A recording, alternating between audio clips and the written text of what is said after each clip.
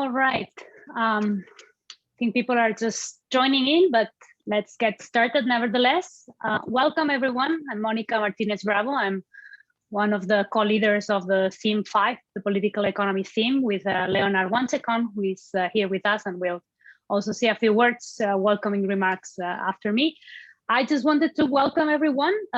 This is the second political economy or theme 5 conference that Leonard and I organized, and we are very excited to see the presentations of 7 very exciting papers. And just to remind everyone what STEC is about, STEC is a new research initiative aimed at developing a better understanding about the process of structural transformation and economic development. Leonard and I are leading the theme 5, the political economy theme, in which we want to bring research to the table that provides the political economy aspects behind structural transformation, meaning why are certain policies adopted in some settings, not in others, and what is the political economy behind all that. And I believe that the 7 papers that we're going to see today are going to be speaking to that. In terms of the conference logistics, we have 30 minutes presentation per paper. We're going to try to enforce that to allow 10 minutes of Q&A afterwards. I would recommend attendants to type their questions in their chat.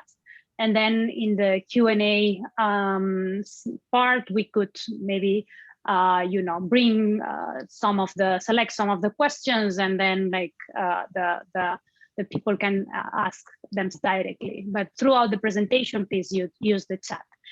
That's all I had to say. Leonard, do you want to say some extra words?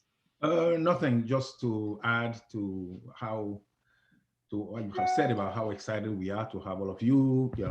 It's a great mix of papers, empirical theory, micro, political connections, redistribution. So the range of themes and the depth, the regional coverage is really, really exciting. And I hope that this is, I like this because it's really part of the consolidation of political economy, particularly the political economy looking at development aspects, the consolidation of this subfield within the economics profession. So, this is very exciting. So let's get started. What else? I guess that if we can have one extra minute of attention, let me remind everyone that STEC has a current open call for grants. So please send us your applications. These tend to fund small scale projects, but we welcome particularly political economy projects. All right. So if there is nothing else, without further ado, let's give the floor to Sultan Mehmood, who is going to tell us about the impact of presidential appointment judges. So the floor is yours. First of all, thank you. So can everybody see the screen? Okay, awesome.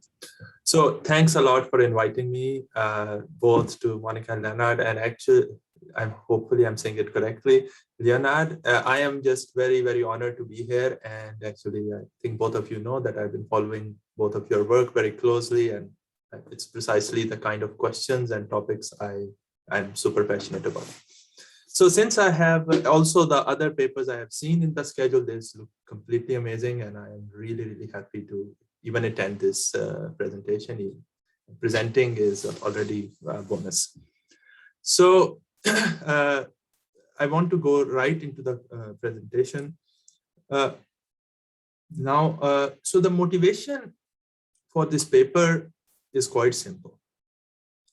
That in most countries of the world, you have the president appointing judges to the superior courts, or at least they have a very prominent role in the appointment procedure. Some examples are, of course, Russia, Bangladesh, Singapore, Nigeria, etc. But this seems counterintuitive to the whole idea of separation of powers and independence of judiciary. In fact, in L'Esprit des Lois, Montesquieu worried about presidential appointment of judges, and he said that this having any presidential influence or presidential role in judicial appointments will lead to subversion of separation of powers. Others disagreed. Most prominent among them were the founding fathers of the US, the Federalists, the writers of the US Constitution. For example, Federalist Paper 68, they defend presidential appointment of judges. And they say, well, if we have security of tenure, what they call continuance in office, then we will, even if we have presidential appointment, this will secure the separation of powers, and Montesquieu doesn't need to worry about this. So if the president can hire the judge, but not fire her, this will be enough to secure the separation of powers and independence of judiciary. Now, in this paper, I show this is unlikely to be true, that presidential appointment of judges exerts significant influence on judicial decision-making, judicial independence, and this may even have implications on decision quality. I also document the mechanisms that connect presidential appointment of judges with judicial decision-making. Now, I do this in the context of Pakistan, where a truly remarkable natural experiment allows us to test whether Montesquieu was right or Federalists were right in a way. So in 2010, the judge selection procedure of Pakistan suddenly changed from the president selecting judges, all levels of the court, for example, like in Brazil or Nigeria, to appointment of judges by a judicial commission consisting of peer judges, like university professors are selected by their colleagues, or like judges in UK, Sweden, or Greece are selected by peer appointments. Now, what is also interesting about this reform is only the appointment procedure changed. The clauses to remove the judges, Article 209 of the Constitution, how judges can be removed, remained the same. And the power of the judge, what the judge could do, also remained the same. So allowing us to really kind of study the selection effects or the selection change in selection procedure. Now, before I go into the details, I want to basically give you an overview of the main results. So what I find is that the move away from presidential appointment of judges to appointment by judge peers significantly reduces rulings in favor of the government. And this reduced ruling in favor of the government is suggestive of an improvement in the quality of judicial decisions. My identification comes from the staggered implementation of the reform that arises due to a mandatory retirement age law. In my investigation of mechanisms, I basically ask two broad questions.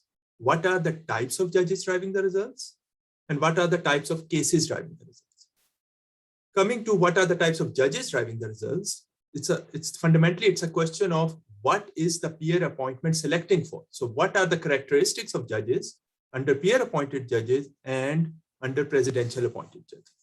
And what I find is that peer appointed judges are much less likely to have been politically active prior to the judicial appointments than judges appointed by the president. In fact, 35% of all variation among peer appointed judges is explained by just political activity prior to the judicial appointments. Second, what type of cases are driving this? Now, these turn out to be cases involving land expropriation by the state. Judges appointed by judge peers are significantly less likely to allow the government to expropriate private property with judicial impunity.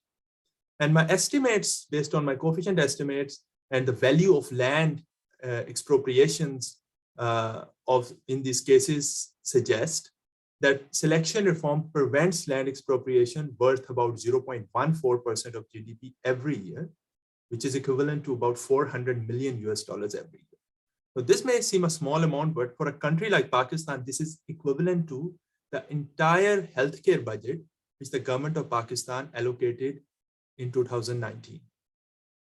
So I will go briefly on what this paper relates to and what literature it speaks to. So broadly, it's speaking to three broad strands of literature. Principally, it's speaking to this literature on institutions and development. And within that literature, the focus on checks and balances. If you recall, the famous or influential Asamaglu, Robinson, and Johnson settler mortality study, their key instrument, their key explanatory variable, the measure of instrument, is the polity for measure of constraints on the executive. And why did they use it? They said this is the closest which we can come at the macro level to measure institutions. And for example, they cite Douglas North's definition that institutions are rules of the game that constrain human behavior and that constrain governments and individuals. So building on that, this paper is speaking to all those literature on constraints on the executive and institutions. This paper is also speaking to the literature on state capacity, effectiveness of the state, how public sector may be made more effective, and also the focus on presidential appointment of judges also means that it's focusing on this literature on political connections, clientelism, as well as how governance might be affected by political connections, etc. Thirdly, last but not the least, this paper is speaking to the literature on political selection. Now, Timothy Beasley, all these papers, primarily the focus in these papers has been on politicians. And the little literature that does exist on judge selection focus on selection of judges via elections versus governor appointments, all focused in the United States. But now there is no issue of focusing on the United States, but for example, electing judges is a very rare form of judicial appointment. So it doesn't allow us to really learn a lot beyond other selection procedure, which most countries use. So the first contribution of this paper is to basically study judge selection via presidential appointment versus judge selection versus judge peers. And the second contribution is to study how executive control over the judiciary sharply falls when one of the most widespread institutions in the world, the presidential appointment of judges, is discontinued. So in a way, the paper provides empirical support for the theory and mechanisms behind many of these influential studies on checks and balances. Last, the paper is also speaking to the literature on judicial independence in context of a developing country. This is a large developing country, Pakistan, where I'm focusing on. This is the 5th most populous country where studies are lacking, court data is extremely scarce, and democratic institutions have not really taken root, allowing us to really kind of understand, speak to this fundamental question in political economy, that what are the conditions for establishment of rule of law in societies, and how a selection procedure may be able to be a improvement, may cause some improvement in rule of law. So this is the roadmap of the presentation, rest of the presentation. I won't have time to go through all of the appendix and all the robustness checks that I did. I will just focus mostly on the text, the main point of the paper, the data, the empirical methodology, the mechanisms. But if you'll have any questions on the robustness of the results, different identification checks, I will be more than happy to answer them in the Q&A. So the data for this paper. So one of the key challenges of doing a paper like this is, of course, the huge data constraints which you face, especially in developing countries. You don't know, for example, you basically get ratings by experts on a country who are not inside the country on some measures of rule of law. So the key outcome variable here I use is from judgment texts. So these are decisions written down by judges. And this provides us case level micro data to measure judicial decisions. Now this case level data is matched with judge level, judge characteristics data. Now to have almost a perfect match of all cases with all judges, you have to basically combine 3 data sources, which is the registrar offices or data from registrar offices in the courts, which is basically judicial administrative data, annual reports which the lower courts submit to the Ministry of Justice, and also bar association records, which basically, because most of these judges were lawyers before they were judges, so the bar associations also keep very good detailed record of their characteristics. Finally, the case and judge level data is matched with the district level data, where I use population census and agriculture census, which I digitize as well. Now, this may seem all a bit vague. So I want to give you a concrete example. So this is how a data point looks like and how the matching is done. So this is a case of Syed Altaf Hussain, who's the plaintiff, and he has filed a case against the federal government of Pakistan. Now we know this case is about recovery of property like most other cases. The grievance of the plaintiff is that despite being owner of the house, the authorities had taken custody of the property. Now, about this case, we know that this is heard by Justice Nadeem Akhtar. This is before the court of Justice Nadeem Akhtar. And this case level data can be matched to judicial administrative data.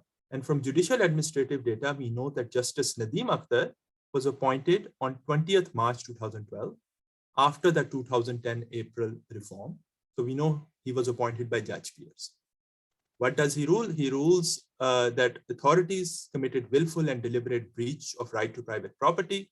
The High Court directs the Federation to return the property to the rightful owner and pay damages, basically in rent.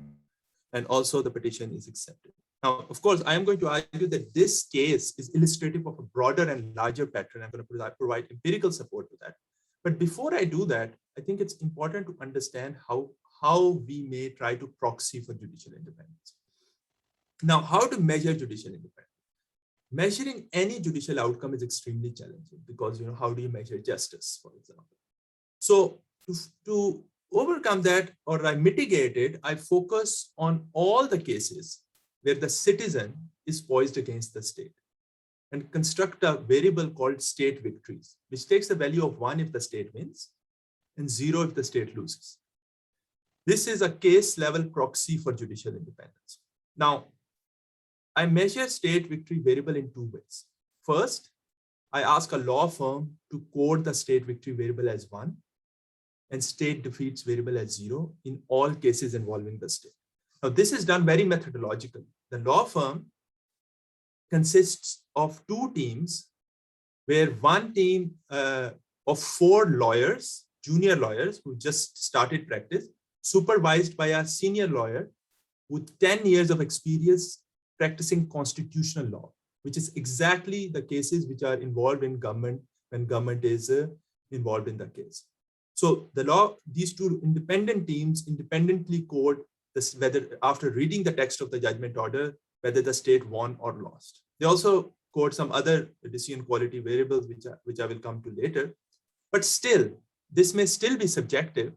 So I also cross-check this result by doing a literal phrase search in the text of the judgment order called "the case against the state is dismissed," in which case the state victory variable takes the value of 1. And when the petition, when the text of the judgment order contains "the case against the state is accepted," state victory variable takes the value of 0. In both instances, I obtain essentially identical results. Now, before I show you quantitative results, I also think it is important to qualitatively understand the kind of change I'm talking about when I think about this reform. Now, let's consider 2 cases, one before the reform and one after the reform.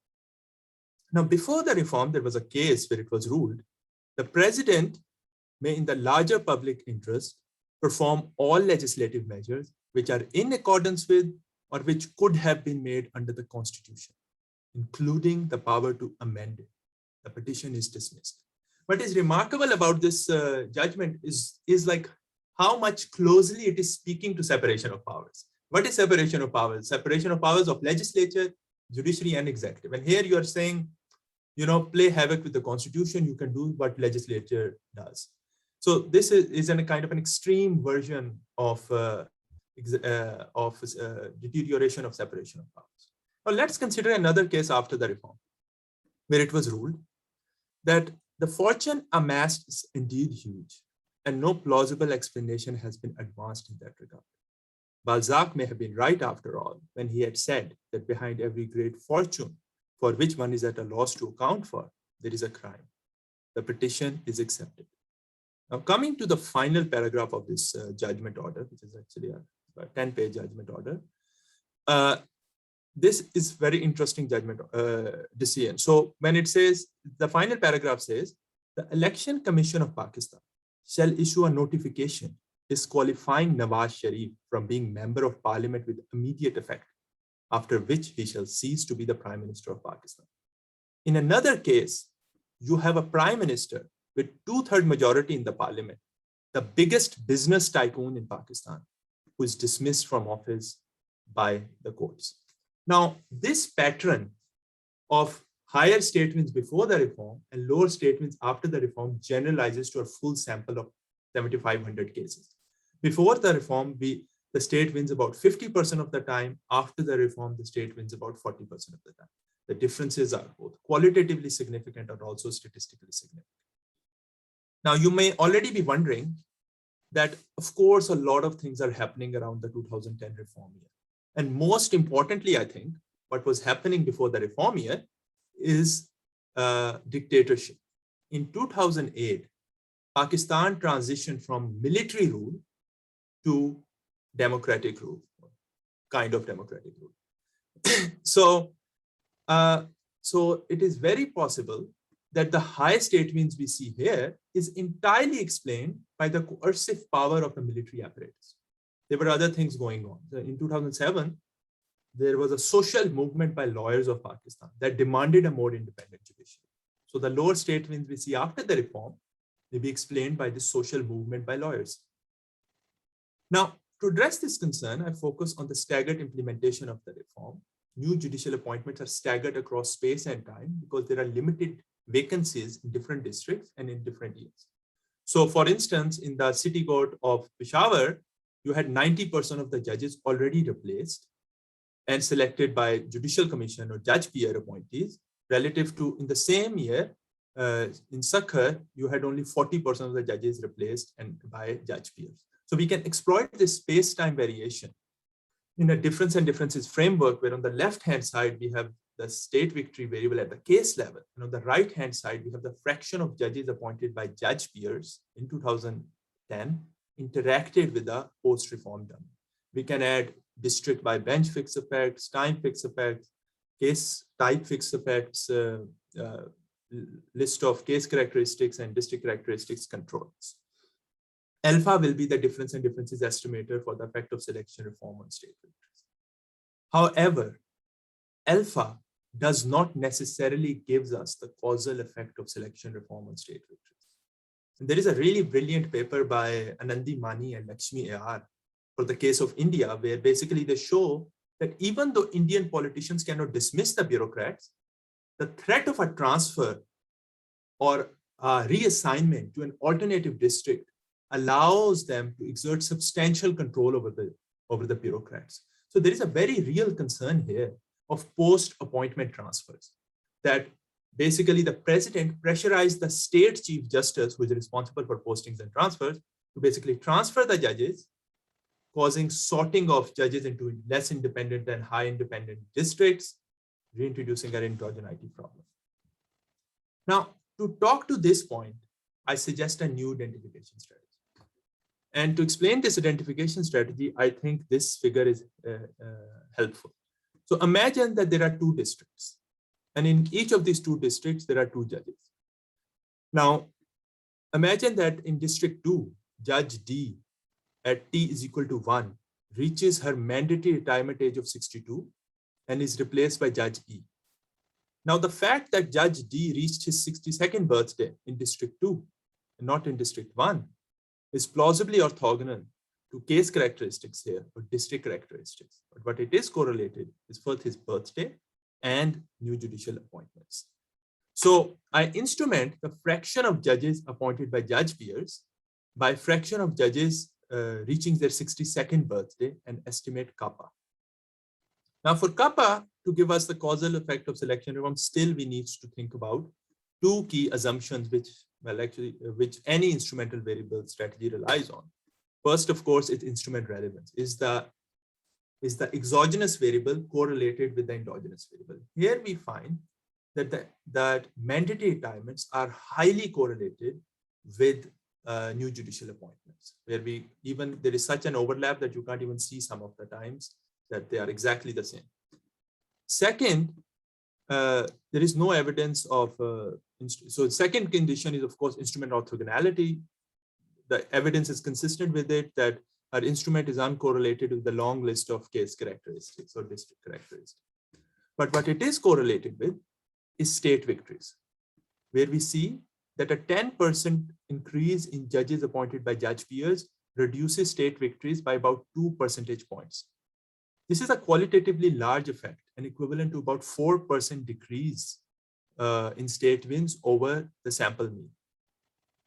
Now, what is also interesting and I think important to note is this is unlikely to be just the new guy effect, a new girl effect, where new judges are being compared with old judges. Because if you just see mandatory retirements, for example, in 2009, that was also accompanied by new judicial appointments. But these new judicial appointments were made by the president. Here we see that there is almost no effect of mandatory retirements per se on state wins. And if there is an effect, it might go, there is a small effect which might go into the opposite direction, meaning that these new judges are more likely to be pro-state or beholden to the state than judges who are older, who may want to leave a legacy, for example. So one thing is that in all the cases which we look at, where we look at mandatory retirements, we find that there is no effect when president is replacing the judges, but when mandatory retirement switches on, when the judge peers are selecting the judges, suddenly there is a negative effect on the state. Sultan, sorry to interrupt, but there is a clarifying question from Claudio that I think it's worth taking a look, and so we can give you a little bit time extra from the Q&A, because I think this is important. So Claudio is confused about why the outcome is that the treatment is at the district level, while you seem to be able to have case level data and match the judges. So what's special about that? And I also had another clarifying question. I mean, retirement in 2009 would be correlated to retirement in 2010, in the sense that since you have a panel, why is it so special to look at 2010 other than at any given time, what is the fraction of judges that have been presidentially appointed? So I think that these two clarifying questions were worth enough to interrupt. Okay, sure. Thanks for these questions. So the first question is, so I look at many different level of granularities this specification. So in particular, I have three level of granularity. So one is here, which I presented, is like the district time level, but there is my baseline specification, in fact, is at the bench level, where basically I am comparing districts which receive more judges in a given bench in a given district, and then see the effect in that bench, whether the case is in favor of the state or not. So it is not exactly aggregated at the district level, it's district aggregated within a district in a bench. So there are 4 benches in every district where the case involves the state. And this is my level of granularity which I'm looking at. So the case and the case fixed effect, which I'm saying I add, is not case fixed effect, I said case type fixed effect. So dummy for different case types. Maybe that was creating the confusion.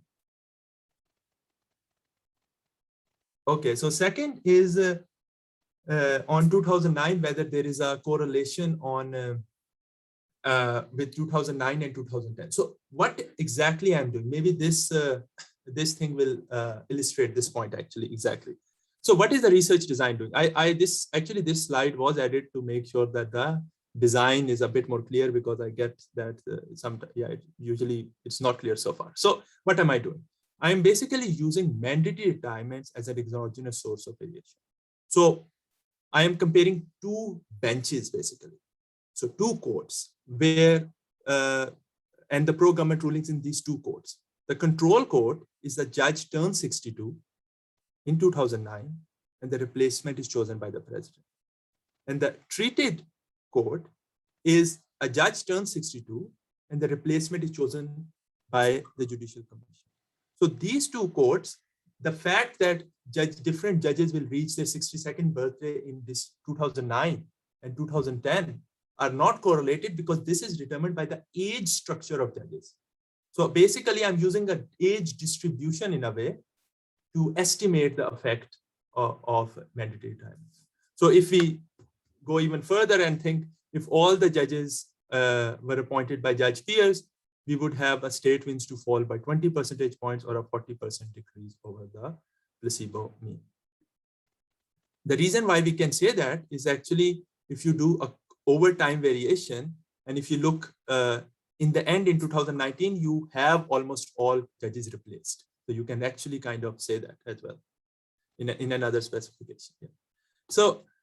So what about differential trends? Here, basically, I was actually struggling to most transparently study differential trends in this context. And until I read Monica's paper, which actually this differential trend is completely exactly a replication of differential trends of our econometrica paper, where basically here I'm saying that district benches, where you had a lot of mandatory retirements in 2009, in 2010, the reform year, were they already on a different trajectory before the reform? So what I find here is that in fact, there is a sharp fall only after the reform. So district benches which got more 62nd birthdays, but not already on a different trajectory before the reform. But after the reform, we see kind of a permanent persistent effect. And also this is consistent with a lot of anecdotal evidence that reform was implemented in a hurry. This is one of the most prominent journalists in all Pakistan. He's banned now, but yeah. Second, also this reform was also done in complete secrecy because there was a huge potential for sabotage. So these are two reasons which are consistent with this sudden fall, which means that the reform came as a sudden shock to the system, where a committee of 6 politicians basically thought of this reform and pushed through this reform in 4 days, basically. So I won't have time to go through the details of the mechanisms, but I want to at least give you a flavor of what I do in the mechanism. So there are 4 questions I ask in my investigation of mechanisms. First, what kind of cases are driving this? These turn out to be cases involving land expropriation by the state mostly, where a 10% increase in judges appointed by judge peers reduces cases involving land expropriation, state wins in cases involving land expropriation by about 3 percentage points, which is about 5% decrease over the placebo mean. Is this an improvement in the quality of judicial decision? I think I made a rather bold statement that this makes the fall in state wins is an improvement in quality of judicial decision, and I want to justify why I made it. So, of course, there can be cases where when the state is basically losing more, it's bad for its welfare reducing. But there is so much evidence which is to the contrary. First, I think one of the most powerful evidence for me is that case delay falls. So case delay is one of the biggest problems of countries like Pakistan. On average, a case takes 4 years to be decided, and 50% of the cases take 10 years, over 10 years to be decided. So if you have any fall in case delay, it's likely to be a good thing, and where I find that especially the right end of the distribution of the cases falls. So cases which were taking very long take lesser time. So specifically about not too much, but 10% increase in judges appointed by judge peers reduces case delay by about 2 months. So judge peers are faster, but this doesn't come at the expense of quality of judicial decision. So again, I bring on these lawyers who were rating state wins and ask them to rate the case also on due process of law and whether the decision was made on evidence and merits of the case. Both of them, by the way, was suggested by them is how they assess the quality. So what I find is that judge peers are also more likely to issue decisions on merits of the case relative to legal lacunae or technicalities which the presidential appointees are doing. And also they are rated highly on following due process of law. Coming to what kind of case judges are driving the results, I look at a lot of judge characteristics and I find that these judges are similar in a lot of things. So for example, their appointment age is similar. Both of them are appointed like when they're about 55. A lot of their gender, ethnicities are similar for presidential appointees and judge peers, but they do differ in one key way, and that is political activity prior to the judicial appointment. Judges appointed by judge peers are 35% less likely to have ever run for district, national, or provincial elections than judges appointed by the president, suggesting that there is something that, so again, this is based on a lot of anecdotal evidence and legal scholarship that the selection reform makes is to select less politically loyal judges.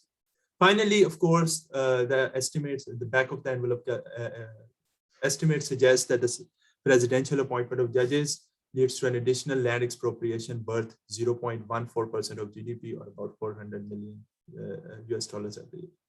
Coming to the conclusion. Now, these are two judges. This is, and both of these two judges are from my hometown of Lahore, and they are still serving. And what I want to say is that this is Justice Khan, he's appointed by the president. This is Justice Mirza, he's appointed by the judges. What my paper is basically saying is that when on Monday, Justice Mirza will go again to rule, he will be more likely to disallow the government to win cases, particularly in land expropriation cases. He will take less time to rule over a case. And judges like Justice Mirza will be more likely to issue rulings based on evidence of the case as opposed to legal lacunae and technicalities. So in the end, I just want to bring your attention to this the case which I began with, where one of the most powerful political leaders, the business tycoon Nawaz Sharif, was dismissed from office as the Prime Minister of Pakistan. Now, this case was decided in 2017. My data ends in 2016. So you can, to me, when I looked it up, I found that all the 5 judges who gave a unanimous 5-0 verdict against the Prime Minister were selected by judge peers. So you can think of this as an out-of-sample prediction, but of one data point, of course. And if you still don't believe me, maybe you'll believe the person who was ousted from office by the judges, and he also blames the selection procedure, where he says that he will change the process to appoint judges if he's ever re-elected. Thank you very much. Thanks, Sultan. Great presentation of a very interesting paper. So let's open the floor for questions. Raise your hand if you have a question. We have some minutes, maybe we can ask in person. And Claudio has been asking a few things. So Claudio, you want to unmute yourself and ask directly? Sure, yeah. Hi, Sultan, very interesting indeed. Thanks. So I was wondering, it seems to me, but correct me if I'm wrong, that if you have judge-specific decisions, it seems to me that given the figure that you show, that isn't the right variation to compare, say, 2 judges that are now come to be a judge because there's a retirement in the age, but one happens in 2009, say the other happens in, say, 2011, so like before and after, and then you compare the decisions made by these 2 different judges. So I still don't understand why that's not like the design that you're using, right? With cohort effects, because then you can control for changes over time and really just flipping the incentives that these different judges will have. Okay, that's a great point. So the reason why I don't use variation at the judge level is that although there is a lot of temptation to do that, is because then you have to rely on the assumption of random allocation of judges, where cases are being randomly allocated to judges. Although de jure, this is the case in Pakistan, that conditional on a capacity constraint and a specialization constraint, you have random allocation of judges. And there is a lot of, actually, there is also evidence in favor of that where you find it. But there are some concerns that there are some high stakes cases where this random allocation rule is blocked. So I didn't want to make a stand on random allocation of cases. This is why I considered this as my baseline, where a bench which had a 62nd birthday and a bench that had, yes, it's after 1 year, it's before, after, but at the same time, if you buy the identification assumption that districts that get more 62nd birthdays or benches that get more 60-second birthdays, and then benches which get less 60-second birthdays, if they are random, then you can make the story which I'm making. But if you don't buy that, then then you can do a judge level regression. And for that, you will have to then defend random allocation of cases. So just to complement, then I'll shut up. But I don't think you necessarily need to assume that's random, right? In the sense that you can seems to me that you can bound the effects. So there'll be like one specification one side, the other will be go completely kind of like diff and diff on the other side, which is use the switchers, right? And then you have like kind of the two extremes in terms of what you're estimating. So it seems to me that you can get a lot out of that even before like aggregating at the higher level. But I mean, it's just a suggestion. In the appendix, I do just judge level comparisons. So, for example, just there are 511 judges. I showed dummy variable for presidential appointee, and I see that the effects are like slightly larger than what I see. It's 30%. So here it's 10% increase is 2 percentage points. There it's 3 percentage points. So because they are not statistically different, I don't kind of go, because they're larger, but they're not statistically differently larger. So I don't kind of talk too much about it. Yeah. Okay, another question from David. Go ahead. So I would like to ask whether you can make any comments about the net effect of this policy, because maybe these judges are not making decisions in favor of the government, but they may make in favor of the committees which have nominated them. Yeah. So there are a lot of things. So first of all, I think this point is really important to clarify, is I am not saying that this judge peer appointments is foolproof. What I'm saying is that this is an improvement over presidential appointments of judges. And there are several concerns which we have. One of them, which you mentioned, is are they measuring, for example, doing things for their committee, etc. It's very hard to kind of really know the network of these judges. And actually, I'm working on collecting data on different networks of judges, especially the bar associations which these judges came from, and whether they are giving favors there. So I am on that. But here in this paper, I try to look at other concerns which we might have. First of all, corporate capture. Whether these judges have lower state wins and these big corporations have taken them over. And if you see actually, so here I basically divide the cases into cases involving large corporations versus the state, and cases involving small and medium firms. Now, how do I define large corporation? There is a book called Who Owns Pakistan by a historian. He has a list of these families of large families which are basically running Pakistan according to him. And if you just see them, the cases are not too many. The estimates are imprecise, but actually you are seeing the opposite effect.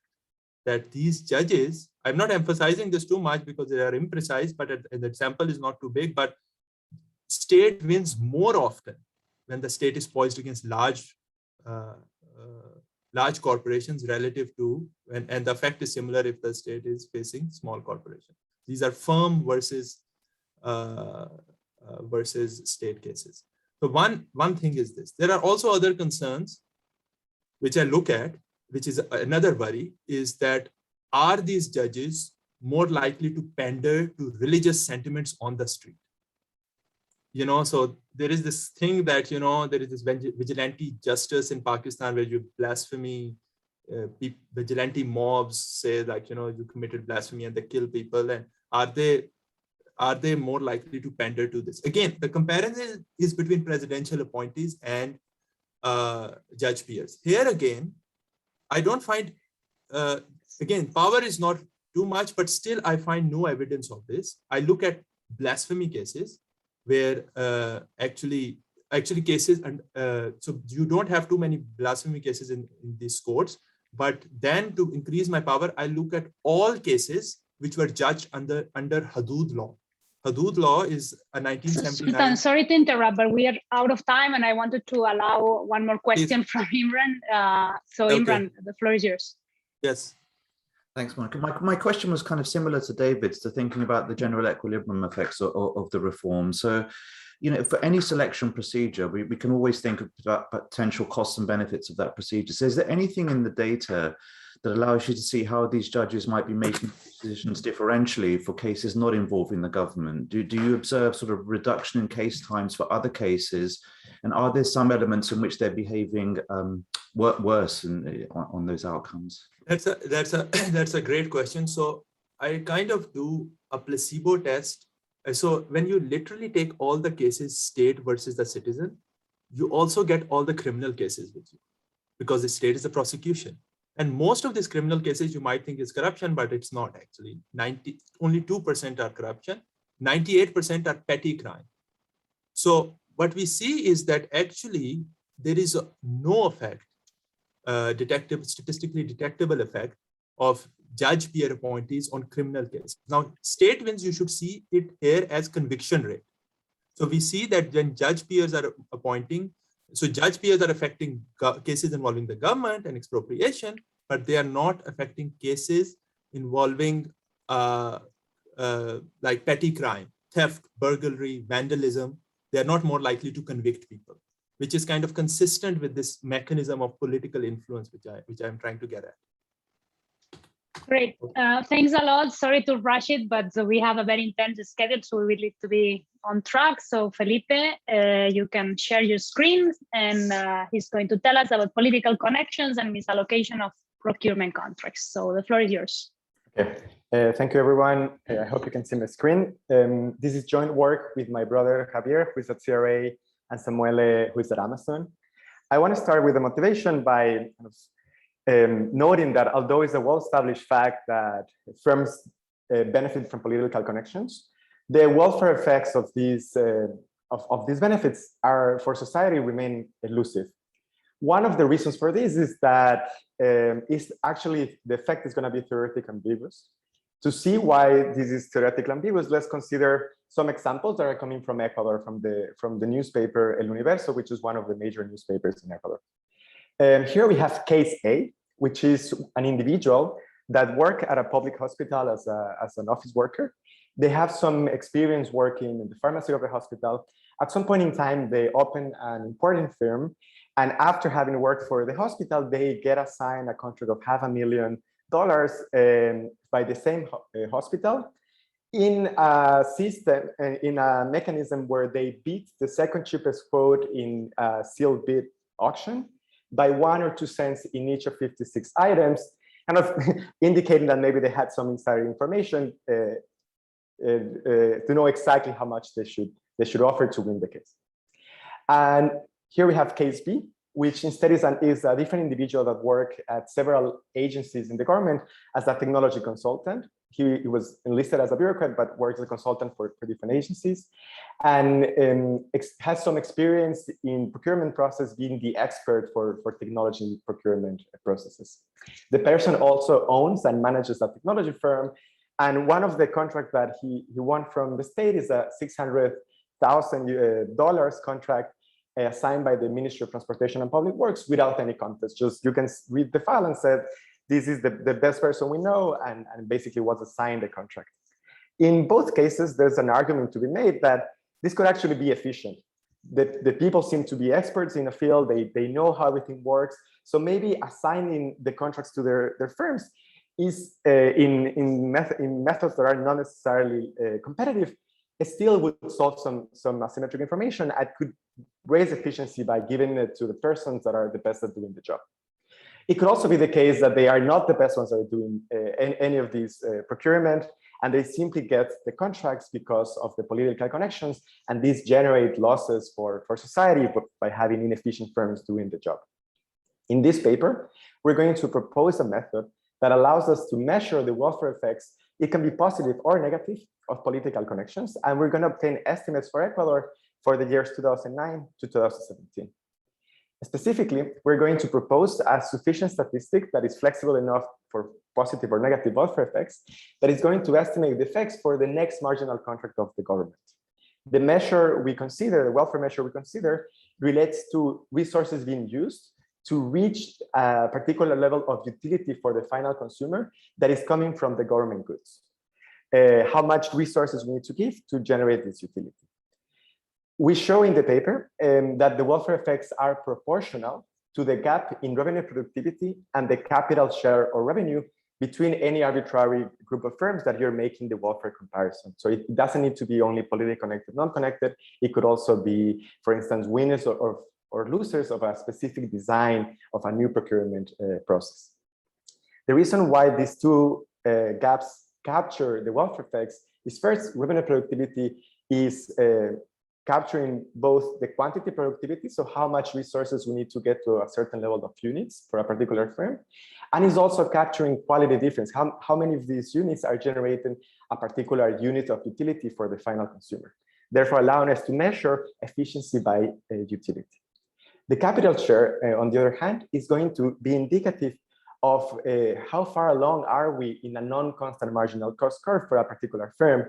So for instance, even though politically connected firms may be less efficient than non-connected firms, it could be the case that they have a lot of excess capital and would be actually efficient to allocate it to this type of firms. So by looking at these two measures, we're able to say how much we're losing in production for a particular unit of utility that is being generated. We take our sufficient statistic and bring it to the data using a new data set we assembled for Ecuador that allows us to track firm level political connections, has the universe of contract allocations, and also data that one can use to estimate firm level revenue productivity. As a first pass, we show that political connections are benefiting firms by reallocating some contracts towards the politically connected firms. We see that once a firm gains a political connection, there's an increase in 10 to 15 percentages relative to the basic probability after this connection is established, kind of showing the reallocation of contracts towards the politically connected firms. We then use our sufficient statistic method and estimate losses of this reallocation that range between 2 to 6% of the budget of the reallocated contract. This would indicate that for every dollar we spend in politically connected contracts, we could actually keep the utility of the final consumer constant and make additional transfers of 2 to 6 cents per every dollar we spend. Our paper fits in two main literatures. The first one is the literature in political connections and public procurement. We're going to confirm some findings that had already been established, like politically connected firms win more contracts that are less productive. But we're going to provide empirical estimates of the sign and the magnitude of the welfare effects. At the same time, our paper relates to the misallocation literature. We propose a sufficient statistic that allows you to make welfare comparison between any arbitrary groups, both of which could be misallocated, rather than only relative to the first best. Moreover, our model will relax several assumptions by allowing for unobserved quality heterogeneity, productive differences, and also non-constant marginal cost curves. Lastly, to address some of the concerns about measurement error being misinterpreted as misallocation, we're going to rely on first moments rather than the dispersion of CEPR to get a measure of misallocation. So in the remainder of the talk, I'm going to walk you through the data and the definitions of political connections that we use, show you the reallocation, the motivated evidence, and then present you the welfare framework and the welfare analysis. So the data we use is one that collects several administrative data sets for Ecuador for 2009 to 2017. We observe the bureaucrats thanks to a law that requires every single civil servant to submit a public financial declaration at the time they're appointed on the first new appointment or elected to a new position. In this way, we're able to see when a particular individual enters the government bureaucracy. We also have a universal register of shareholders of private firms that allows us to see how many shares a particular individual owns at a firm in any given point in time.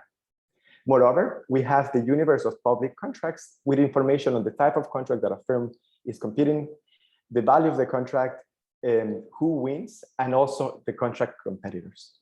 Lastly, we have balance sheet data with information on revenue, capital, the wage bill, and material inputs that allows us to estimate the revenue productivity for all Ecuadorian private firms. The definition we're going to be using for political connection is defined through the ownership of the firm. We're going to define a firm as politically connected if any of its current or past owner is a bureaucrat or is the sibling of a bureaucrat. We're going to include past owners to allow for strategic exits of any bureaucrat that knows that will be appointed soon and sells all of their shares in the firm to hide the possible political connection.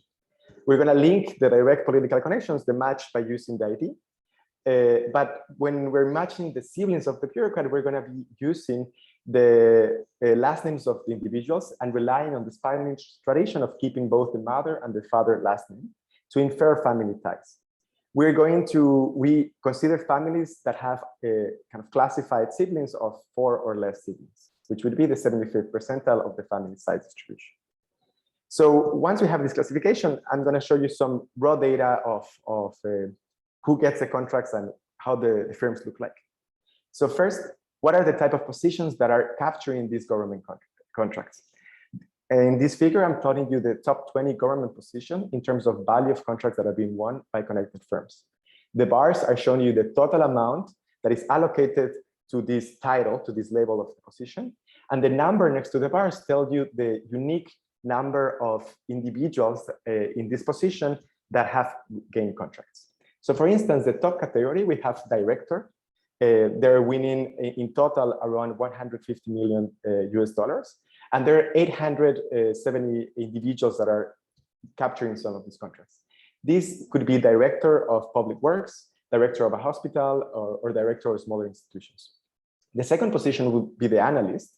And in our case, A and B in the example and introduction, this would be the technology expert. This person would be classified as analyst under this table. And the third position would be the public servant 1 to 4, which would be the office worker in the hospital. So kind of just to show a little bit the type of positions that are related to government contracts. Now moving on to the firms. Here is a descriptive of balance sheet information for the Ecuadorian contractors for 2015. In panel A, we're just comparing the size of firms, of all the firms in the economy, the private firms in the economy, relative to the firms that are contractors. What you can see between column 1 and 2 is that contracting firms are larger than non-contracting firms, and they tend to be a little bit older and have a higher revenue asset ratio. Once we concentrate into the contracting firms, we go to panel B and compare the not politically connected against the politically connected. And what you can see is that politically connected firms are smaller, are slightly older, and have a lower revenue asset ratio. And I'm suggesting already that there could be some misallocation due to their lower revenue asset productivity. So now that we have the definition and look at the firms, let's see if our definition of political connection has some bite in terms of contract allocation. To do that, we're going to employ an event study methodology that is going to explore the probability of winning a contract around the first year that a firm gained a political connection. We implement the Callaway and Santana methodology as main specification and use the other new event study literature as robustness checks. In the Callaway and Santana, we're going to first define group time average treatment effects, where the group is defined by which year it was the first time these firms gained the political connection. And we're going to estimate the average treatment effect for each particular cohort of firms, where we compare their potential outcome in a given time period relative to what would be the potential outcome if they remained untreated in the same period. To keep in line with the event study literature, we do the aggregation, where we're gonna average over all the different cohorts to obtain the dynamic effect on the probability of winning around the time that the firm gained the political connection. Our outcome of interest is going to be the probability of winning a contract in a year around the first time the firm gained the political connection. So here we have the evolution of the probability of winning a government contract around the event where the firm gained the political connection. We normalize the -1 year, the year before the firm gained the political connection for identification. And as you can see, despite this jump in the -2 years prior to the appointment, there seems to be a relatively flat pre-trends where we cannot reject that the pre-treatment period is different from the year prior to the event. However, once the firm gains the political connection, we see a jump in the probability of the firm winning a contract that increases and remains high even after 4 years the firm gained the political connection. This is an increase of 2 to 3 percentage points, and from a basis probability of around 20% would be the 10 to 15% increase in the probability of being aware of the contract. The way we interpret this is not necessarily that there is some corruption. This could be literally solving the deficiency the person enters and knows how to move contracts toward the more efficient firms. This could also be consistent with a story where the individual got appointed to be a bureaucrat exactly because they know it's the right person to do the job of assigning contracts. Or it could also be consistent with a story where these firms are rent-seeking and redirecting contracts towards them, despite the fact that they're less efficient. In the paper, we performed different robustness and falsification exercises. We show that the results are similar using the variety of event study estimation methods. We show that the estimates are robust to using narrower definitions of political connections. So for instance, dropping the individuals that are strategic exiters, or using alternative dependent variables, like instead of the probability of winning the contract, using the total value of contracts that the firms are winning in a given year. We show that the effects of reallocation are driven by discretionary contracts rather than more competitive contracts, which is still in line with capture or solving asymmetry. So we cannot learn about efficiency from these figures. And lastly, we find no effects in different classification exercises. So now that we have this reallocation of contracts, we ask in the paper, is this efficient or inefficient, and how do we measure that? The way we're going to measure is by thinking about a framework of production where we have government demand. You have a final consumer that is gaining utility both from consumption of private and government goods. A firm I is producing a unique type of good with heterogeneous quality C. And the consumer is aggregating over all these goods using CES preferences in a way that higher utility goods give them more utility, higher consumption give them more utility, keeping the quality constant, and this consumer has a preference, love for variety. The firm will be selling both to the private and to the government sector, and they will be producing total output according to a Cobb-Douglas production technology that uses labor, intermediate inputs, and capital as inputs, and has a technology of quantity productivity omega. The equilibrium quantities in the market are going to be determined by the demand on the private side. The individual will be choosing the quantities that maximizes their utility subject to the prices in the market. The demand is going to be, so keeping prices of the firms constant, firms with higher quality will enjoy larger market shares in the sector. Similarly, firms that are able to price cheaper are going to sell more quantities, keeping everything else constant. The firm will choose prices that maximize the profits in the private sector, subject to their marginal cost of production, which depend on the total quantity produced, where they're going to be using a constant markup over total marginal cost. Instead, for the government side, we are going to model the specific level of government demand as random for the firm side, subject to deterministic parts. This is kind of capturing the randomness in the government processes that every single year might have different needs, and different agencies are pushing for different products to be purchased. So the total government quantity will be determined by a political connection status. So everything else constant, being politically connected will increase the quantity that you sell to the government. Then there's going to be a function that is going to capture how efficient this firm is, and more efficient firms will gain more government contracts. You can think of this, for instance, as these firms will be able to win more of the competitive contracts and of quality. So higher quality firms will also gain more government contracts. The exact level for the firm will be determined by a government demand shock side. We assume that this is the first deterministic part that depends on political connections, the efficiency, and the quality can be linearly transformed from the knowledge of the quantity in the private sector. So if we know kind of conditional on the quantity, there's no additional information than the marginal cost and the quality will be used to translate into the quantity demanded by the government. So we can link the government demand to the private demand subject to a shock that is going to be orthogonal to these elements. For prices on the government side, we assume that absent the political connection, the government will work under a no arbitrage condition. They're only willing to pay as much for the good as they would in the private sector, as if they would go and buy it from the private sector. Instead, when the firm is politically connected, they're going to allow the firms to charge an additional political connection premium mu, which is in line with previous evidence that politically connected firms are charging larger prices for the exact same goods. So this would be closing the prices and the quantities in the bottom. Using all of these elements, we can obtain then the revenue of the firm, which is going to be the combination of the revenue in the private sector and the revenue in the government sector. Through some manipulation, we can derive equation 11, which is linking the revenue of the firm to the quality of the firm. So higher quality firms get more revenue, to the quantity that they're producing, and to the government demand side, where politically connected firms will have higher revenues and firms with higher shocks would also get higher revenues in total for the firm.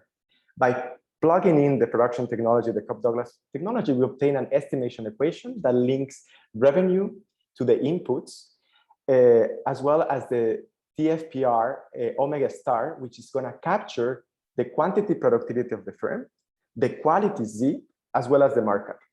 Then there's other components, the government demand shock psi star, which we parameterize for estimation as a linear function on whether the firm is politically connected and a contractor, and time varying dummies for each sector that is capturing the input prices in the sector. We then estimate the elasticities of the firm, the revenue elasticities of the firm beta, and the revenue productivity, the TFPR, using production function estimation tools to deal with the simultaneity and selection bias. So now that we know this omega star that is capturing both the revenue productivity, that is capturing the quantity productivity and the quality, we link it to our main proposition in the paper, which allows us to say welfare statements. We think about welfare, as I mentioned in the introduction, about how much we need to use in resources to get to a particular level of utility for the final consumer. So we define the social excess cost of obtaining the same marginal utility from a firm type C rather than another type of firms U as the ratio in quality embedded marginal cost of the type C over the type U. So this is capturing how much a particular firm needs to spend in resources to get relative to another firm to give 1 unit of utility for the consumer. Then we show that if you start with the cost minimization problem of the firm, we can actually estimate this measure of welfare in the data under the assumption of constant returns to scale in production, constant elasticity substitution, and in line with the required assumptions for production function estimation, fixed capital, meaning that it was fixed 1 year in advance. The social excess cost of procuring from the politically connected contractor rather than the non-connected contractor is going to be determined by 2 gaps. The first gap on the right part of the equation, we have the gap in revenue productivity. This is of the connected relative to the unconnected, and this is showing you how much a particular firm we need to use in production to give the particular level of units of utility. This is the normalized marginal cost per unit that the firms needs to spend to get a particular level of utility. The first gap is the capital revenue share, and this is capturing where along are we in the marginal cost of curvature of the firm. If a firm has a lot of excess capital, it could be the case that although they are less revenue efficient, they could still be the best ones at doing the job of government procurement because they have a lot of excess capital and would therefore be able to do this at lower marginal cost. We also show in the paper that if you relax or if you change the assumption of fixed capital to flexible capital, the social excess cost is simply going to be the gap in revenue productivities adjusted by the elasticities. So once we estimate this, the elasticities, the TFPR, and we measure the capital revenue share in the data, we make the comparisons within narrowly defined sectors, the 4-digit sectors, to see how much we are spending or gaining from procuring from the politically connected contractors rather than the non-connected contractors. This column 2 is going to be our main result of the paper with our preferred estimation and specification using the production function estimation tools that deal with the simultaneity bias. As you can see in the welfare cost row, we estimate losses of 3 cents per every dollar that is being spent on politically connected contractors. As I mentioned before, this would mean that we could keep utility of the consumer constant if we swap the contracts to non-connected contractors, and also make transfers of 3 cents per every dollar. So sizable welfare losses. If we compare the results with, using OLS estimation, we see that it's actually important to deal with the simultaneity bias in order to estimate the revenue productivities of the firms. We perform several robustness and sensitivity tests in the paper, where we look at different assumptions regarding, for instance, the political connections premium, the type of production functions. And here I'm just showing you one where we estimate the production function technology using only years before the firms were politically connected and using non-connected contractors, and then make predictions of the productivity using that type of production function technology. And again, estimate losses of around 3 cents per dollar. This comparison could be too generous though. We could be looking at 4-digit sectors. They're similar, but they might not be similar enough. We might be making comparisons of, instead of apples to apples, we might be making apples to oranges. So in order to fix and try to see whether this is being driven by that type of comparison, what we do next is open up the data for the contract, and we look at the contract competitors and compare politically connected winners against the non-connected losers using contract fixed effects. So making the comparison of what is the welfare loss if, from procuring from the connected contractor rather than the non-connected contractor.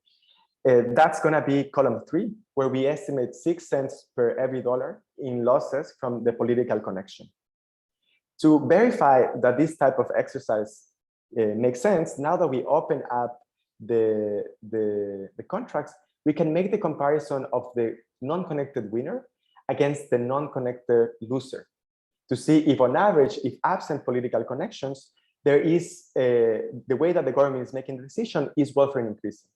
And what we see is that although at the contract level, the estimate is noisy, we do see gains from the usual way that the government is contracting when there is absent a political connection. We see that winners generates around 2 cents per every dollar in gains, kind of suggesting that if there were no political connections, we could actually have at least relative efficient contracts for the set of people that are competing in these contracts. So on average, the government is doing fine, but the political connections is distorting that process. Here in this last figure is just exploring some heterogeneity of the social excess cost estimates across different sectors. And what we find is a ranking that goes a little bit with our priors. We see, for instance, telecommunications, architectural activities, civil engineering to have a large and positive excess cost from political connections. Whereas if we go to wholesale trade, retail trade, we find no losses from the political connections in these more standardized types of sectors. So going back to the example at the beginning of the presentation, the individual that was working at the government in the hospital, on average, would have not generating any misallocation from the fact that they got the contract.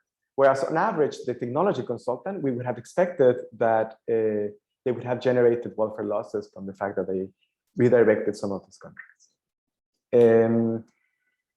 In the paper, we show that our results are robust to making comparisons within level of specialization. So one may be worried that firms that are specialized in government procurement, they have a different technology. The reason why they're less efficient is not because it's precisely because they're specialized in government supply, and therefore we make comparisons within specialized firms, and we find, again, under different definitions, we do find welfare losses that are even larger within the specialized set of firms. There are not that many specialized firms, but when we are able to estimate under different kind of definitions of specialization, we find, again, welfare losses that are positive and statistically significant. In the paper, we also show how to adapt the model to the case where a researcher may have product level information and they may want to see what is the welfare effect at a particular product level of procuring from one type of firm rather than to another. So you can generalize it in such a way. And then as a conclusion, we presented a simple standardized framework to think about welfare through the social excess cost. This framework is flexible enough to make comparisons between any arbitrary groups. We take it to a new Ecuadorian data set that we assembled that shows that political connections generate reallocation of procurement contracts and estimate significant losses to this margin for Ecuador. So with that, I conclude. I'm looking forward to your comments. Thank you very much, Felipe. Right in time. Questions from the audience? Raise your hand. Don't be shy. I guess you know, to break the ice, let me ask you kind of a little bit of an open-ended question, right? So a big part of the literature has thought of politically connected or not connected as a firm's, you know, time invariant characteristic, right? Well, you're bringing this notion of gaining connections. So I understand the motivation of, you know, trying to use this for identification and holding firm and observed characteristics, but at the same time, there might be something special about firms that change their status, or there might be some other unobserved shock to these firms that allows them to gain this status. So how should we think about this, or are you planning to explore this further in other research? Yeah, thank you so much. This is indeed like the selection type of questions that go along to kind of related to why this firm gains the political connection, what makes them difference. This is something that we are coming a little bit more from the IO side. So that's something that we haven't really explored in kind of too much detail. So this is something that I think we're going to keep for future research, kind of maybe trying to understand a little bit of the corporate structure of these firms, who are the managers, and like what are the type of like human characteristics behind these firms that explain why you see these shifts. I see. Okay, one question from Nathan and then Alan. Okay, hi Felipe, thanks so much. Very interesting. I'm sorry if I missed it. I was wondering, from the point of view of the model, why is the government willing to have this markup mu charged by connected firms? This is something that we just take from the literature, saying like, look, there is some willingness from the government to give a little bit of 5% in the prices. This is like an empirical finding. So we just allow for that in our model. But in the welfare exercises, we do a counterfactual or an estimation where we just shut down that channel and see how much is this allocation being driven by the assumption that we were making that the government is giving that political premium. So this is just something to be in line with empirical evidence, but we don't have like a macro foundation to why they're willing to do that. But relatedly, I was just wondering, so it seemed to me that all the welfare analysis you were conducting were really, at least in this second half, a lot of it was from the side of consumers, or at least think of misallocation as detrimental to consumers. But in that case, you seem to be motivating you that there's some preference for the government to allocate some distortion to firms, in which case once you allow for governments to have some form of welfare that's distinct from consumers, is it technically precisely, at least from my point of view, say it's misallocated? It might be efficient from the point of view of the government to have that. So just your interpretation, I understand that. Thank you. Yeah. I think we've seen some papers that are trying to think about what is the preference function of governments and what are they maximizing, and therefore being able to say a statement about, is this a specific mechanism optimal for the government? In our case, we are indeed like using the market, and basically in our model, market is efficient, and using the distribution in the private market to learn something about how the government should be doing things. And we're seeing these wedges that are generated by political connections that could indeed be maximizing the utility of the government, but in terms of who is enjoying the government goods, are generating distortions relative to the optimal equilibrium, which would be the private sector. Yeah. Awesome, thank you. Hi, Felipe. Thanks for the talk. I was interested in your figure on this sort of heterogeneous results by different sectors, and wondered, one, if you had some intuition for why some particular sectors kind of had more and others less of this social excess cost estimate. And then relatedly, or somewhat relatedly, I noticed some were sort of even below zero. And I was wondering, is that just noise, or does that say that, you know, the realized allocation was even more efficient than what the, you know, I was a little surprised to see something slightly under zero. Maybe it's just noise. Yeah, I think we don't estimate any of the statistically, like find any result that is, I think from the 42 sectors that would be in the full table, I think 3 or 4 are negative, but they are not statistically significantly different from zero.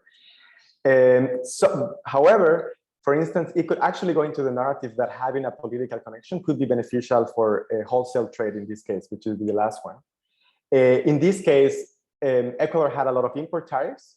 Having a lot of political connection allows you to maybe evade those tariffs and gives you an advantage in importing relative to non-connected firms. So even if you would have seen like a negative, very efficient, it could go into that type of narrative. So kind of the intuition what we see in this ranking is that things that require a lot of, they're like hard tasks, tend to be more misallocated than things that are just like simple trade of very homogeneous goods. And that's kind of our intuition. Yeah, sort of more, I guess more it's more subjective, and so there's more scope to kind of be misallocated, I see. Thank you. Thank you. Great. Any other questions?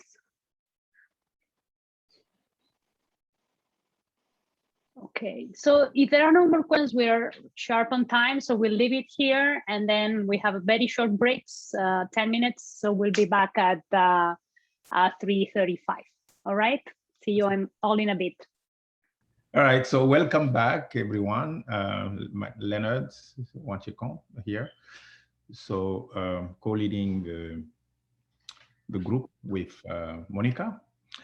And so we have David Gontian, who will be speaking next. The title of his paper is Favoritism in Firms, Micro-Evidence and Macro Implication. So David is from ZEW, a research center at Mannheim University in Germany. So, and his co-author also come mostly from the same research center. All right, David, take it away. Yeah, thank you very much, Leonard. And also I'd like to thank Monica for putting our paper into this exciting workshop. So as Leonard also already mentioned, I'm going to talk about favoritism. So this is a joint work with co-authors Zaria Satrian, Tushi Bhaskaran, and Carlo Pirkolz. Carlo and Zaria are in the chat, and we'll be happy to answer your questions while I am presenting. So I would like to motivate my presentation with these two pictures. The one in the left is a stadium built in a small town in Hungary. And the interesting thing about this stadium is that the number of seats exceeds twice is the number of population of this small town. The left one is the Basilica in Yamoussoukro, which is in Côte d'Ivoire.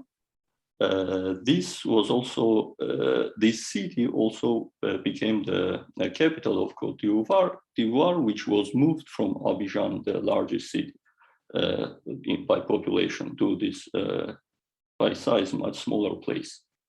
So what unites these two cases is that presidents or leaders of both countries were born or in those two locations. So that's what we call regional favoritism, the spatial redistribution of resources to selected regions. So this is a large phenomenon and has been documented in many countries. Favoritism happens not only along the regional divisions, but also along ethnic, religious, and other societal divides. So the research questions we ask in this paper are, what are the implications of favoritism on firms? Is regional favoritism necessarily a distortive thing? And if yes, which ways and by how much it affects the aggregate outcomes? So in this paper, we're going to provide, we will study this phenomenon of regional favoritism using a global data on firms. We will document a strong effect of regional favoritism on firm size. That means firms located close to the leaders' birthplaces are going to increase in terms of their sales. They will also have a higher output per worker, wages, and they will also experience increases in TFP. So this pattern of regional favoritism is declining over distance, and it has no effect. Once leaders leave the office, the effect disappears. We will use also advantages of our data set to better understand the mechanisms through which this regional favoritism works. We will document that the effects are driven primarily in the non-tradable sector. So firms expand, the ones which operate in the non-tradable sector are going to expand. Those firms at the same time will document insufficient supply of inputs. And I also already mentioned, these effects are temporary and short-lived and primarily driven by demand factor, as the non-tradable sector is the primary beneficiary. So of course, in the previous literature, favoritism has been mostly discussed in the context of inequalities, because there is a distribution issue. But we are going to ask how this affects the aggregate outcomes. Is it a bad phenomenon or a good one? And we will not only consider the negative aspect of that, but potentially it may have a positive consequences as well. On the negative side, it of course leads to distortions. So this may lead to misallocation across regions, and that can generate a negative effect on total output. But you may think about this also as a positive phenomenon, because as we know in the macroeconomic literature, there is this big push hypothesis, according to which if there is sufficiently high demand in one region, or the entire country receives a very positive demand shock, they may be able to escape the poverty trap and switch the permanent growth or level of economic development. So we will, having documented our empirical results, we will make assumptions and build a very simple model to see how exactly it affects. And we will try to, with this model, we will try to match our empirical estimates and look at the aggregate outcomes from this, from regional favoritism. So regarding the literature, I would like to highlight this important contribution by Hopler and Rushdie, which use nightlights and admin 2-level regions of the entire world, and documents very strong effect of regional favoritism. However, the mechanisms in that paper are not clear because they only have these nightlights. In terms of identification, and our estimation strategy is very similar to that paper and many other papers that followed it. We are going to adopt a difference in difference approach. We have this cross-sectional data on firms with their locations. In part of the sample, we will observe regions, but also for a rather large fraction of firms, we also observe their geolocations. So the identification will come from transitions in national leaders. Of course, there could be some concerns regarding the transition of leaders, but this has been used in the literature, the papers I mentioned, and also these papers have shown that there are no pre-treatments, so the regions which put leaders into office do not display any pre-trends, and we will also check those things in our data set as well. So the data we are using is coming from this enterprise survey, which is administered by World Bank and EBRD. In the entire survey, we have 150,000 firms in 145 countries. So waves are not conducted every year, but there is a difference between each year from 2 to 5. And so in our baseline sample, we are going to have this 80,000 firms with geolocations. But also, as I said, we will conduct our estimations using admin 2 regions, not geolocations. And there we will have 145,000 observations. So in terms of political leader transitions, we essentially adopt the same approach as has been done in the literature. We just extend the sample. At the end, we will end up, this is important for identifying variation, we will have 15 transitions in 33 countries.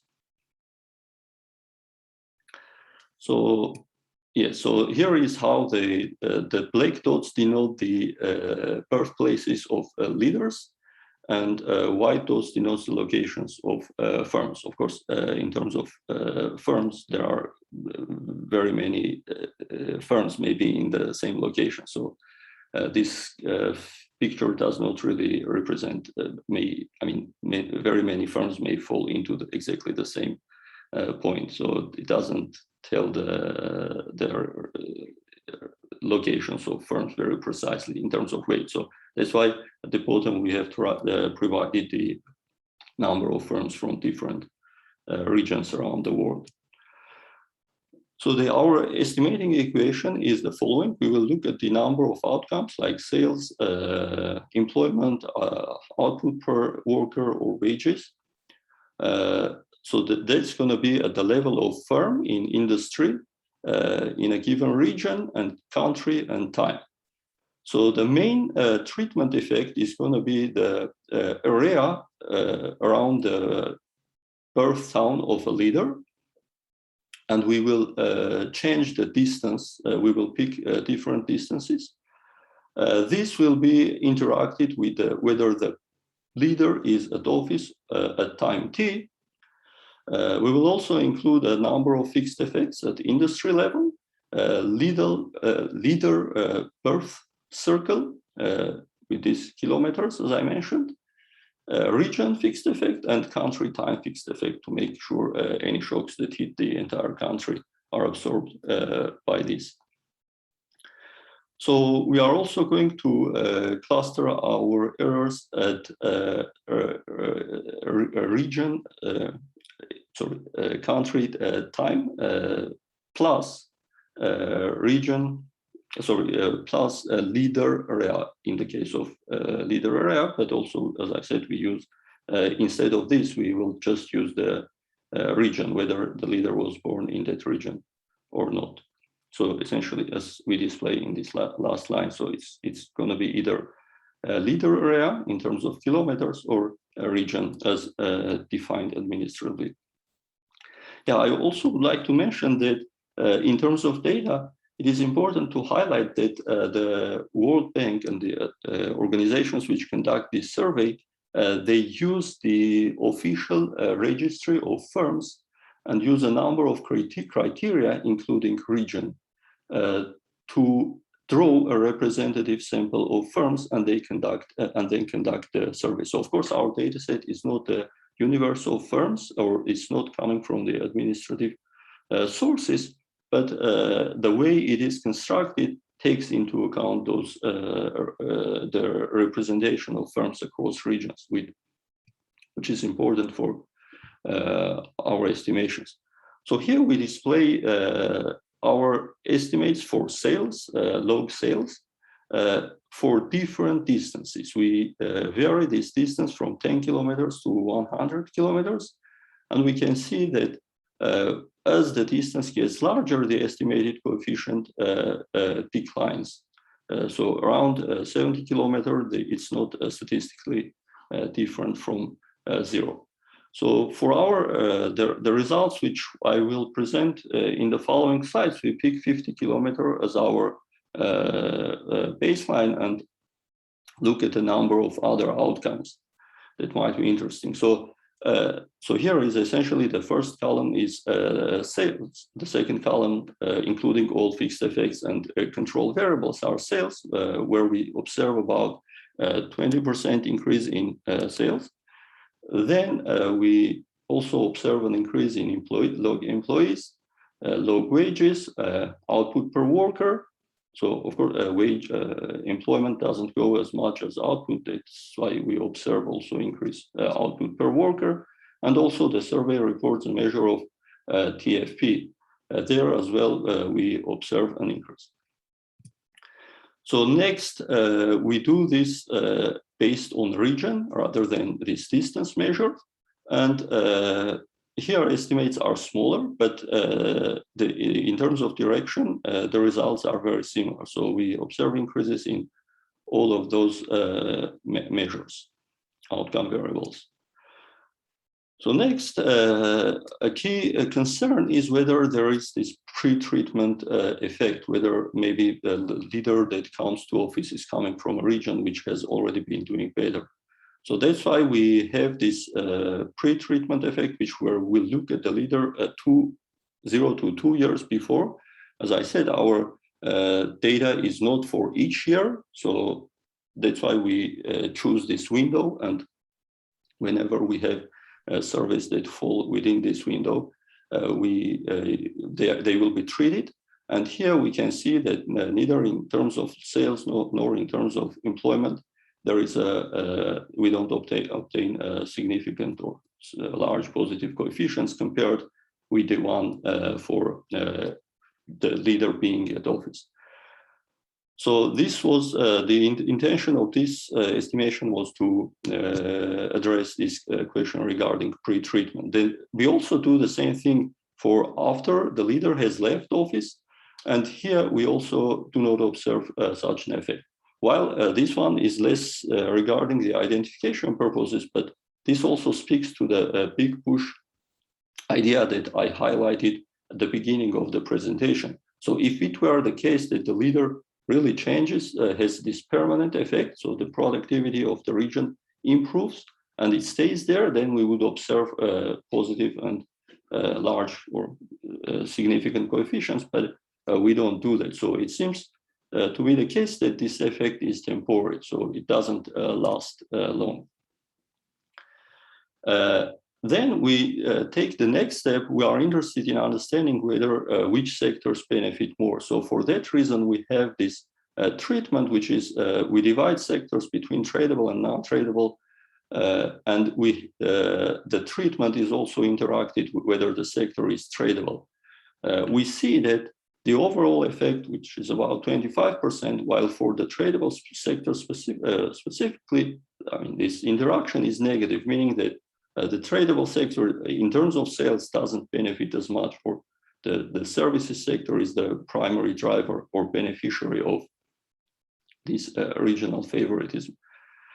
In terms of log output per worker, we see that it exactly the tradable sector is exactly almost the same size as the treatment effect, which means that in terms of output per worker, the tradable sector doesn't improve at all. For the same for TFP residual. For employment, the tradable also, I mean, there is no this differential effect doesn't work, so we can't claim that. And in terms of wage, also there is no difference between the sectors, which we interpret that probably there is high mobility between both sectors and wages are equalized. So next, we also use this information about the various questions which are asked to firms in terms of business environment. So there is one general measure, which is how business environment changes. And we observe here a positive effect, which may seem a little bit strange at the first glance, which means that firms located in the leaders region are complaining more that the situation is not going well. But this measure is in the survey is decomposed into 3 different components, which are infrastructure, institutions, and inputs. And we can see that this overall result is driven by infrastructure and inputs. Of course, in terms of infrastructure, other studies have documented, primarily from Kenya, for example, that leaders divert infrastructure investments into their regions.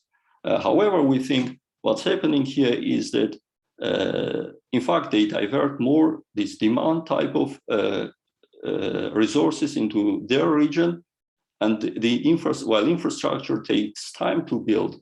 So the infrastructure, that's why businesses are complaining about the insufficient supply of infrastructure in their region. In terms of institutions, there is no change. There is no differential change. And in terms of inputs, the inputs in turn are decomposed into 3 components. And when we look there, the results are quite intuitive. Land, which is in fixed supply, is firms are complaining about the insufficient supply of land because that's a factor in fixed supply. And they are also complaining about here is educated workforce, not just workforce, and probably this also cannot be very quickly adjusted. And on top of that, probably there is no high mobility between regions. So not that many workers move to the leaders region. So that leads to an insufficient supply of workers and firm complaints. So we look at some other outcomes here. Specifically, there is a question whether firms have secured government contracts over last year. And we see a positive answer to this question, which is intuitive because two things may happen here. First, the government brings more spending probably into this region, and of course the local firms may benefit, but also local firms may win contracts in other parts of the country. We cannot exactly distinguish which one is driving that effect. Then we also have government-owned, so there is a measure which shows the share of or whether the government has a participation in a given firm. So we interact this with our treatment, and we can see that the sales of those firms do not go up. However, those firms start hiring more. So our interpretation here is that probably the government doesn't care much, or the leader doesn't care much about the economic performance of these firms that are government-owned, but located in his or her region, and they use this to hire more people, more workers in their region. So there is also information about exports. So to see if there is this improvement in productivity within a region, one would expect an increase in exports. So this is in line with our manufacturing result, where we observed that manufacturing firms were not really doing that, benefiting from these policies. And here we also see that in terms of exports, they are also not doing any better. Then we also have two measures for innovation.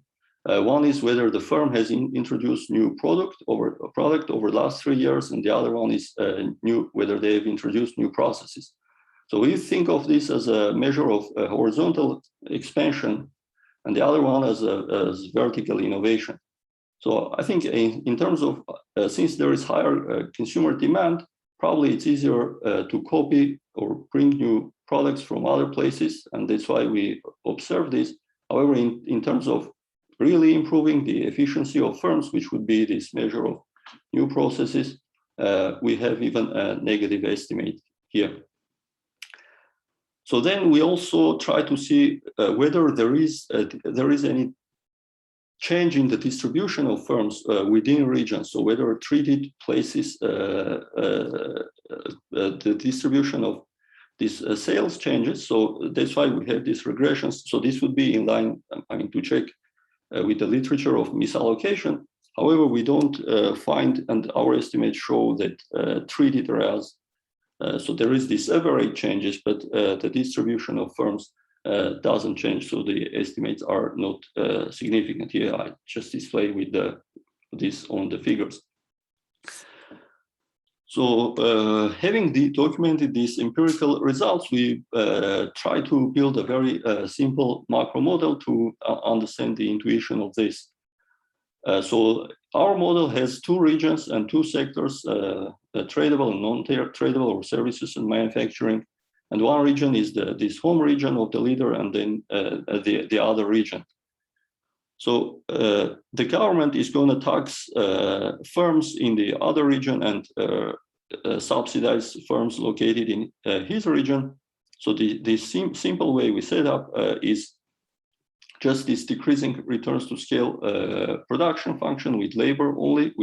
Because we don't include capital, just to keep the things as simple as possible. Also, in the input results we observed there, we saw that there were no distortions on finance. Firms were not complaining about finance. So on the capital side, there are no distortions. That's why we don't model that. And this is going to be how this government distorts. However, I would like to mention that given this sectoral reallocation, in principle, you can think of this could be this. You can obtain similar results using just lump sum transfers to consumers without taxing firms. Also, these wages are not going to differ across sectors, so they are the same. So, and the manufacturing good is going to be tradable across regions and with the rest of the world. Similarly, consumers have these simple preferences for manufacturing and services goods, and they just spend their spending on these two goods and have their labor income and profits, which is missing from here. But as I said, we can also, an alternative way would be to add this, the lump sum transfers. So the results are here very intuitive. The region in which the region which receives subsidies, there will be increase or in concentration of labor in the services sector, and in the other region there will be concentration in the manufacturing sector, and that will generate, under the assumption of decreasing returns to scale, that would generate losses. So here we use this simple specification. However, I would like to mention that if we were to use a more complicated approach, for example, assuming that there are heterogeneous entrepreneurs with heterogeneous productivities within sectors and across sectors, then an increasing demand from services sector would drive, and similar to this ROI model, that would cause entrepreneurs who were before receiving this treatment where in the manufacturing sector, and since the demand in the services sector is increasing, then relatively less productive entrepreneurs would switch from manufacturing to services sector, and that also and the opposite would happen in the other region, and that would also generate a similar pattern. So doing that, we also just consider these two extreme cases. Under the first one, there is no mobility between regions, and our empirical results were more in favor of that specification. The model shows that there will be a 5% loss in total output. Of course, under perfectly mobile labor, the total loss is going to be smaller, but still it's there. So to conclude, we documented strong evidence for regional favoritism using a global sample of firms. We saw that the effect is primarily driven by a non-tradable sector, and this temporary boost is short-lived. As soon as leader leaves office, it dies away. And our estimation showed that this can amount to 0.25 to 0.5% of output loss. Yeah. So thank you very much. That was my presentation. Second. Yep. Thank you. Thanks for the paper. So we have 10 minutes of Q&A. Who would like to start? Any question? I do have a question. Thanks, David.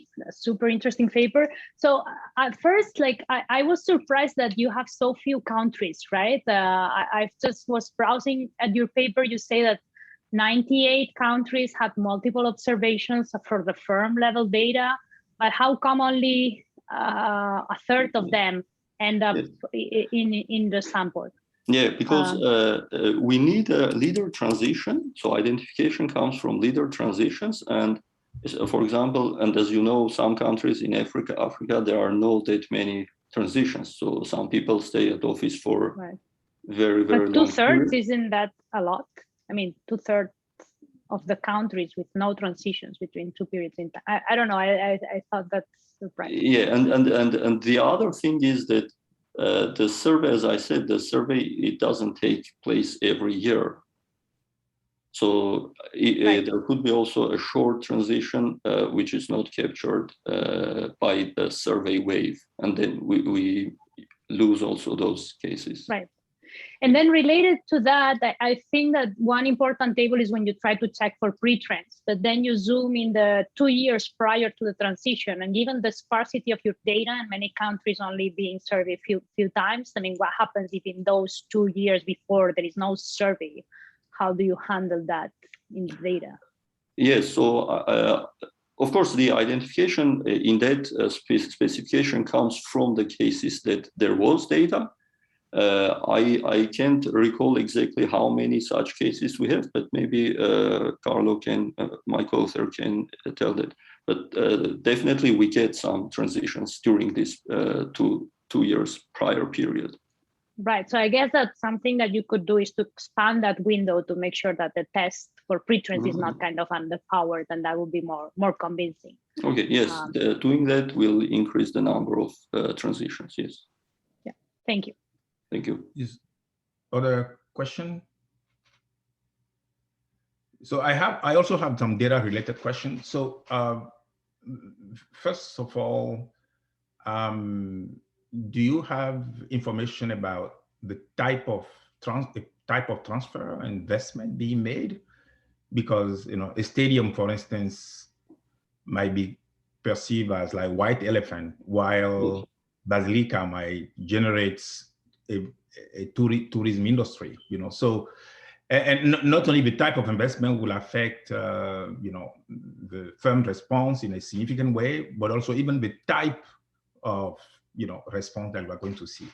So do you have information about what was what was the investment being made by the leader in his home region? So yeah, thanks for the question. So we don't observe that directly, but in the regressions I presented, we took several steps to trying to figure out how that happens. Specifically, we looked at the whether these firms have secured contracts. That's one thing, but we don't know exactly what kind of contract that was. Then we looked at the infrastructure. So infrastructure would be a kind of investment which may have long-term effect, but we, as we saw, so we don't observe infrastructure investments directly reported, but we saw that firms were complaining about infrastructure. And so that's why we are concluding that it is mostly these demand-driven investments. It kind of resources are diverted in a way that they generate more demand, but not expansion of productive assets. Also, the fact that after the leader transition, the effect disappears is another evidence suggesting that it's not long productive investments which may enhance output in the long run. I see. Maybe a follow-up question about the very definition of favoritism, because it's favoritism when the investment is not deserved. It's not deserved. I mean, like, for instance, how do we? I mean, not every investment made in your home region might be favoritism, because there might be a criteria that help you, distinguish whether this investment is deserving or not. You see what I mean? So yes. Is there a way to say, well, they got it, but in fact, they shouldn't have got it because, anyway, so is there any way you refine favoritism to take into consideration whether the investment is deserving? Yeah, I think if it's the fair allocation, then there should not be, because this particular person is at office, should not differentially increase the sales or output of his or her region or the circle in which that person was born. So I think this differential change suggests that there is an more than should have been investment in that region. We also think about that the person, if the person may have better expertise and better knowledge of his region, and that may also, that's why they may use this opportunity while they are there to improve the situation. But it seems our results are not providing support for that. Yeah. I think Leonard, I think Dana has a question. Yes. I have two quick questions. One was about the relationship between the favoritism and the level of political competitiveness in the leaders' region. Like, did you have a chance to look at whether this depends on the strength of the opposition in that region? And also whether the flip side of this effect is present in the region that belonged to the previous leader? Is there a sort of a revenge effect as well as this favoritism effect? We have not, that's a very fair question. We have not looked at that, but that's potentially possible, because I think in Ethiopia, a recent event showed that the new leader turned and started to, they started war. That's the extreme case, I would suggest. But we have not looked at that, but that's quite possible. Yes, we should do that. Any other question or comments? We have a few more minutes. I mean, let me just add something. I mean, one suboptimal thing of having so few leader transitions is that you cannot focus on the exogenous cases, right? Like trying to focus on unexpected changes, right? Because I guess that this is where Dana also had in mind, in the sense that there could be reasons why, the emergence of a leader comes from the fact that their region was getting more support and their supporters were getting stronger. And that's why you see at the same time a leader reaching on the region. So I think that this underlying heterogeneity problem, if you had like more leader transitions and you could focus on the more exogenous ones, that would be reassuring. I don't know if maybe with some event study or focusing on few cases might be a nice addition to your study. Yes, thanks for the suggestion. That really makes sense. I think especially in the case of death of leaders in the literature that has been used, but somehow we didn't think about it, but definitely I think that's something we can do. Definitely some cases are more exogenous than others. We can disentangle between those and see. Of course, we will not have that many, but still I think it will be an addition. Thank you.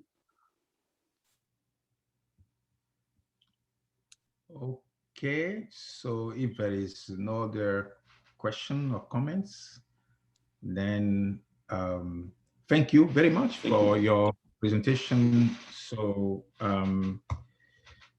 so we'll transition to the next paper.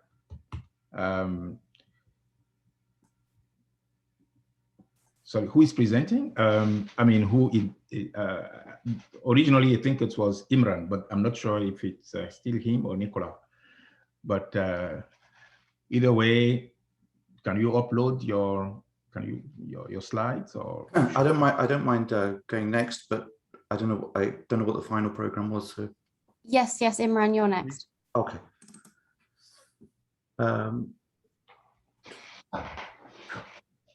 Can you see the slides? Yeah, we can.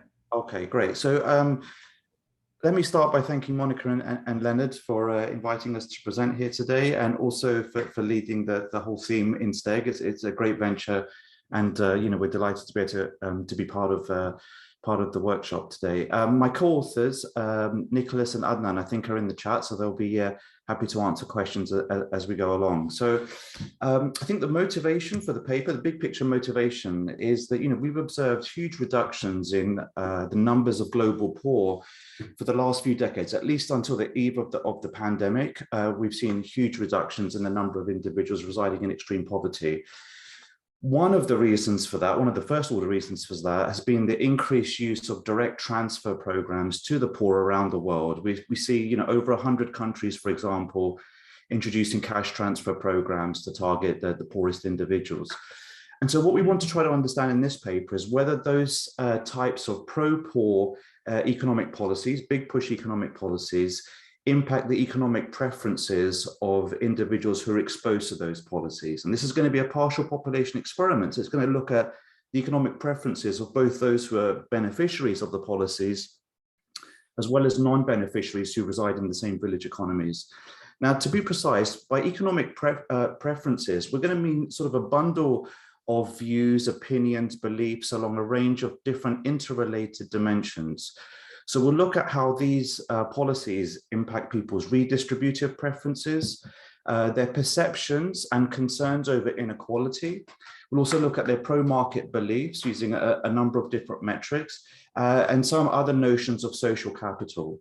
And so I'll come to define each of these measures in much more detail as we go along, but we're going to think of these as being somewhat interrelated and plausibly being shifted by the presence of these pro-poor policies in the context of village economies. We're going to study this issue using a large-scale and long-term randomized control trial that takes place in about 100 villages in rural Pakistan. It's going to be large-scale because we're going to be tracking 19,000 households, and it's going to be long-term because we're going to track households over 4 years since the initiation of these types of policies. We'll say something about the dynamics of preferences as well as their levels. So the policy treatments that we're going to look at are of the following two types. The first sort of set of villages assigned to treatment will receive transfers in kind targeted towards the poorest individuals in those villages. So these are going to take the form of asset transfers, where we go to a village and we offer villagers sort of a menu of different assets and associated training with each potential asset. Think of the modal asset that's chosen there as being livestock. And individuals can choose assets off this menu up to the value of about $600 per eligible. And that's why I refer to this as sort of a big push intervention. This is approximately 8 to 10 times the baseline wealth of recipient households. you can imagine compliance is close to 100%, but that's why we think of this as being a big push intervention. It's a large injection of capital and skills to eligible households. In the second group of treated villages, we're going to offer the same menu of assets, but we're going to have one additional line item which offers households just to take the equivalent value transfer just as an unconditional cash transfer.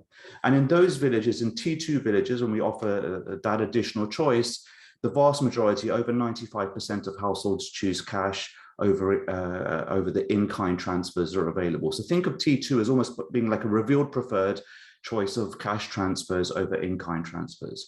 And it's been well documented in the earlier literature that these types of big push transfers, whether we make transfers in kind or in cash, lead to large and sort of persistent impacts on the economic outcomes and economic welfare of beneficiaries. There's a series of papers that look at the provision of livestock. I've done some work with Oriana and co-authors looking at this in Bangladesh. That work has been replicated in a number of different settings. And similarly, there's been a lot of interest in looking at both conditional and unconditional cash transfers and how they also sort of lead households permanently out of poverty. When we calculate sort of internal rates of returns to these policies, they're between 10 and 20%. And so we think of these policies as working in the sense that they shift economic outcomes that we care about as economists. What this paper focuses on is then subsequently, do they also impact the preferences that households have along the 4 dimensions? Now, just to sort of set the baseline here, I'm going to show you these numbers in more detail, but when you actually look at the impacts on consumption and inequality in these villages as a result of these interventions, we find the following, for example, that beneficiaries' food consumption, for example, rises by about 7% after 4 years. Non-food consumption rises by about 5%. Those are relatively large magnitudes in terms of consumption increases that are sustained and potentially observable to other households within the village. But there's even more dramatic impacts in terms of investment or the accumulation of assets provided by these policies. And again, I'll show you the numbers. You're talking about double-digit percentage increases in asset holdings of beneficiary households relative to control households. So there are levels effects of these policies on both consumption and asset holdings, but more interestingly for this paper, there are also distributional effects. Now I'll document that how as a result of the poorest households being targeted by these policies, you have significant and persistent reductions in village level inequality, however you want to measure that. But then you also have ranking effects that because these impacts are so large on beneficiary households, they tend to overtake the near poor, those households who were just on the other side of the threshold to be eligible. And so these are policies which in village economies have levels, distributional and ranking effects across households. And that's why we wanted to run a partial population experiment here to see how households across the wealth distribution respond to these policies sort of over the longer term. Now, throughout the paper, we're going to find sort of asset transfers and cash transfers have very similar quantitative impacts on most economic outcomes. And we study those economic impacts in much more detail in a separate paper. So what we're going to focus on here are then the subsequent impacts of those economic changes on consumption and investment on preferences, which is really the focus here. But this is a somewhat complicated problem to think about. So I just want to lay out very simply just a theory of change here. Let me just focus sort of on the blue arrows to begin with. For both types of pro-poor transfer, which as I said, they have similar impacts on these economic outcomes. I'm going to sort of pull the two together for the majority of the talk. The main mechanism by which they're changing the economic welfare of households is by changes on the extensive margin in terms of occupational choice, as beneficiary households move out of sort of insecure wage labor in agriculture towards combining their labor with various types of capital that have been provided or that they've bought with the cash and are getting into activities such as self-employment or livestock rearing. And as I said, that has impacts on the levels, distribution and ranking of economic outcomes in these village economies. That impacts, consumptions, investment, savings. But then subsequently to that, it also causes these households to start engaging in markets to a much greater extent. So pre-intervention, many of the poorest households here are residing close to subsistence. They're not engaging in economic exchange in anonymized markets. And that's something that changes as a result of the intervention. And also the nature and number of social ties and informal transfers that take place in these villages also respond as you have the poorest households gaining some economic autonomy, and therefore being able to engage in different types of contractual relationships with other households within the same village. So those then might feed into not just their beliefs about redistribution, it may feed into how they perceive inequality, their pro-market beliefs, and the extent to which they engage in pro-social behaviors or have notions of trust. And these things may well interrelate with each other. So it's a fairly complex figure that I'm putting here. In the paper, we're not going to try to sort of quantify each of these specific arrows. We're thinking about the total effects of pro-poor transfers on each of these potential outcomes, but they could well be driven sort of in parallel to each other. So the core contributions here of the paper to understand where do these economic preferences come from are the fact that we have sort of a field experiment that takes place over 4 years. It's a partial population experiment. So we want to also understand how non-beneficiaries react to these types of policies. And we have a lot of households by which to do that, to really map out a proper set of distributional outcomes here. The reason why non-beneficiaries matter so much is that, you know, for most welfare benefit policies that we can think of, the median voters are non-beneficiaries. We'd really like to understand how do non-beneficiaries react to this. Their policy preference are going to be critical for whether we generate political demand for these types of policies, or whether we might generate some kind of polarization or potentially even backlash as a result of these policies being shown to be effective, but for a subset of the population. The fact that it's a village economy setting has two other particular characteristics. One is that we tend to think of these economies, I mean, these villages that we're studying are about 400 to 500 households in each one. We think of these economies as having, you know, much less asymmetric information in them than if we were to try to study economy-wide what might be preference responses to social welfare policies. So for example, if we were to study the minimum wage, for example, it may be the case that the rich and the poor are just leading completely segregated, separate lives. That's going to occur to a much less of an extent in a village economy. So it's going to be the case that economic gains are going to be observable to other households, and the magnitude of the gains that we're talking about make it more likely that they're more noticeable to individuals who are direct beneficiaries of those policies. So that's where we're really trying to get to. How are economic preferences driven by these big push pro-poor policies? So the policies are implemented by a quasi-government organization. You can think of this as essentially being so it's an NGO, but it's one that's very closely aligned to the government. So the perception of most of the population here is this is a government delivered program. The two treatments I've kind of described, and, you know, however you want to benchmark the injection of either in-kind transfers or cash that's taken up, it's a huge amount, and that's why it's having these distributional consequences within villages. Our research design has two levels of randomization. We have treatment and control villages, and within treated villages, we didn't have, we had budget constraints. And so amongst all of the eligible households, we couldn't treat all of them with either T1 or T2. So we randomly assigned treatment within eligible households in treated villages.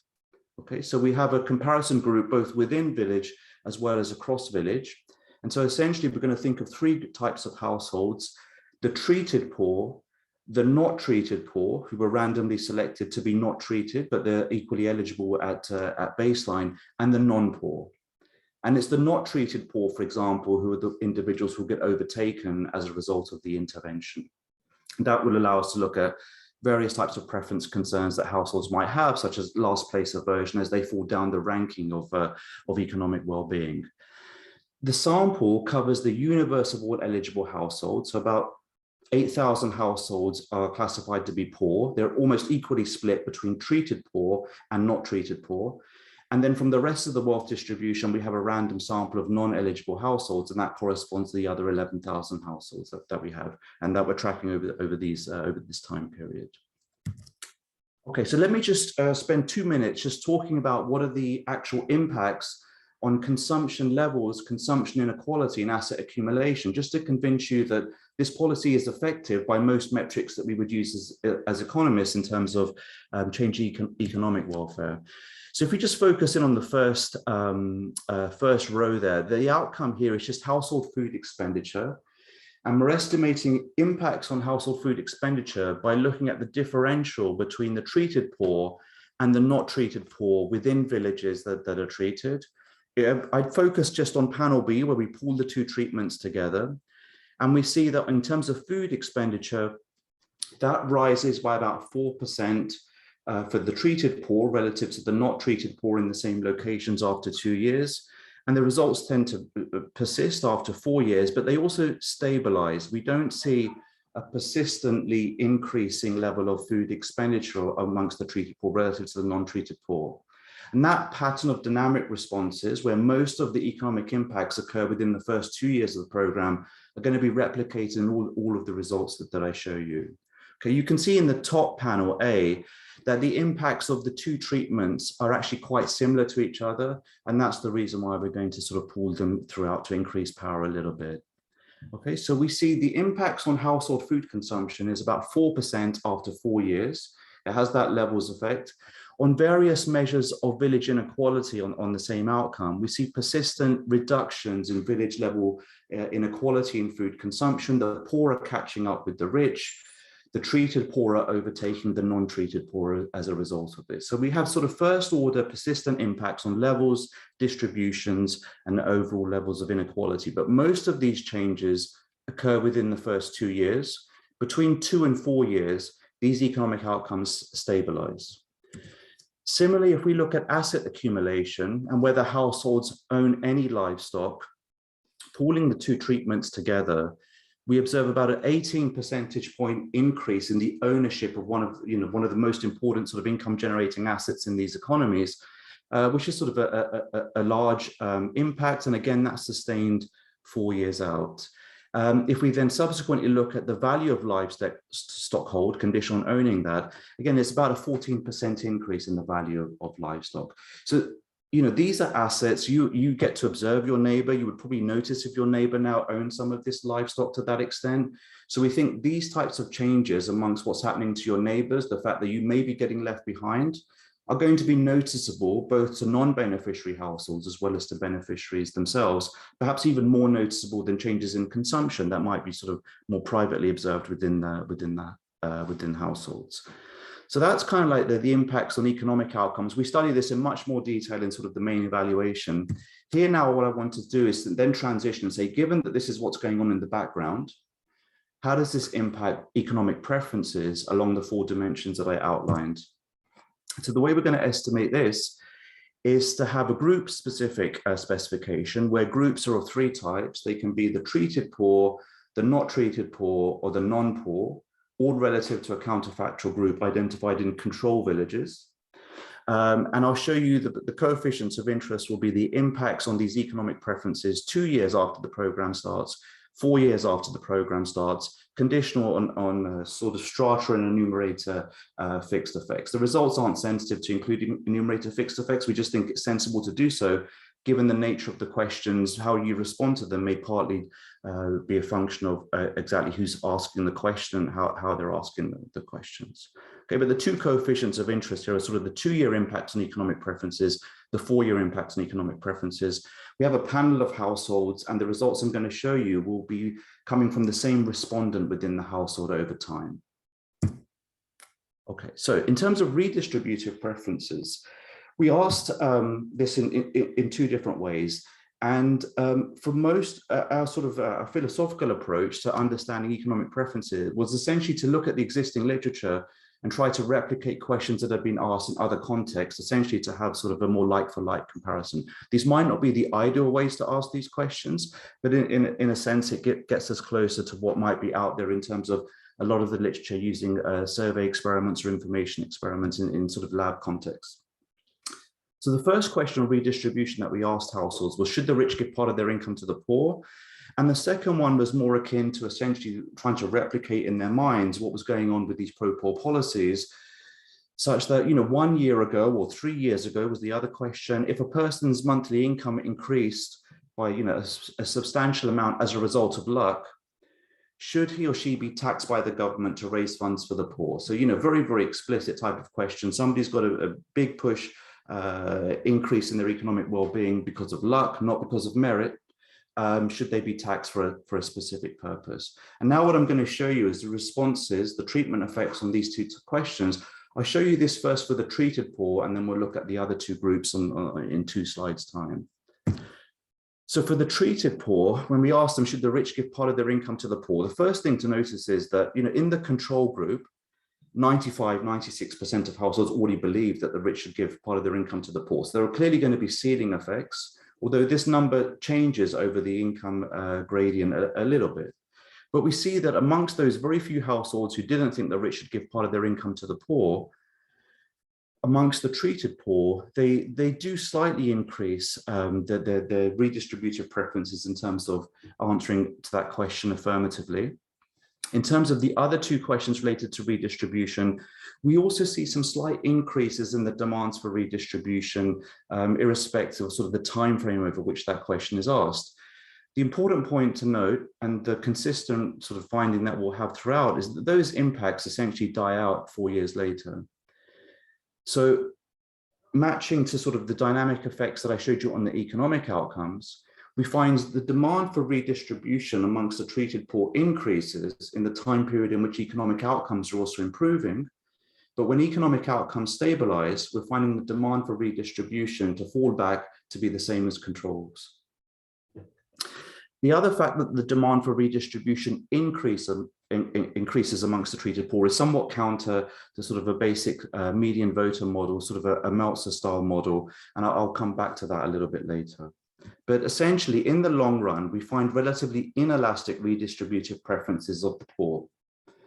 Those results are pretty much replicated when we look at the not-treated poor and the non-poor. So amongst those households that are being overtaken, there's actually very little movement in their demands for redistribution, except on this margin where most households already agree with that. But we do observe amongst the non-poor, those households who are not eligible for the program or would never under any circumstances be eligible for the program, that their demand for redistribution also increased, maybe even to a greater extent, that they would like to see more redistribution in these scenarios. But again, those effects tend to die out 4 years later. So amongst none of these various groups in society do we observe redistributive preferences changing permanently as a result of these big push type interventions. All three groups tend to have relatively inelastic redistributive preferences.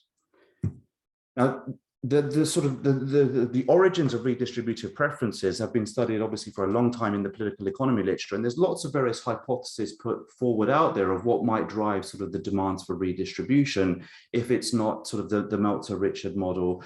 And so in the paper, we look at all of these different mechanisms. So we don't find much distinction that individuals make based on whether individuals receive income either because of luck, as I just showed you, or because of their own effort.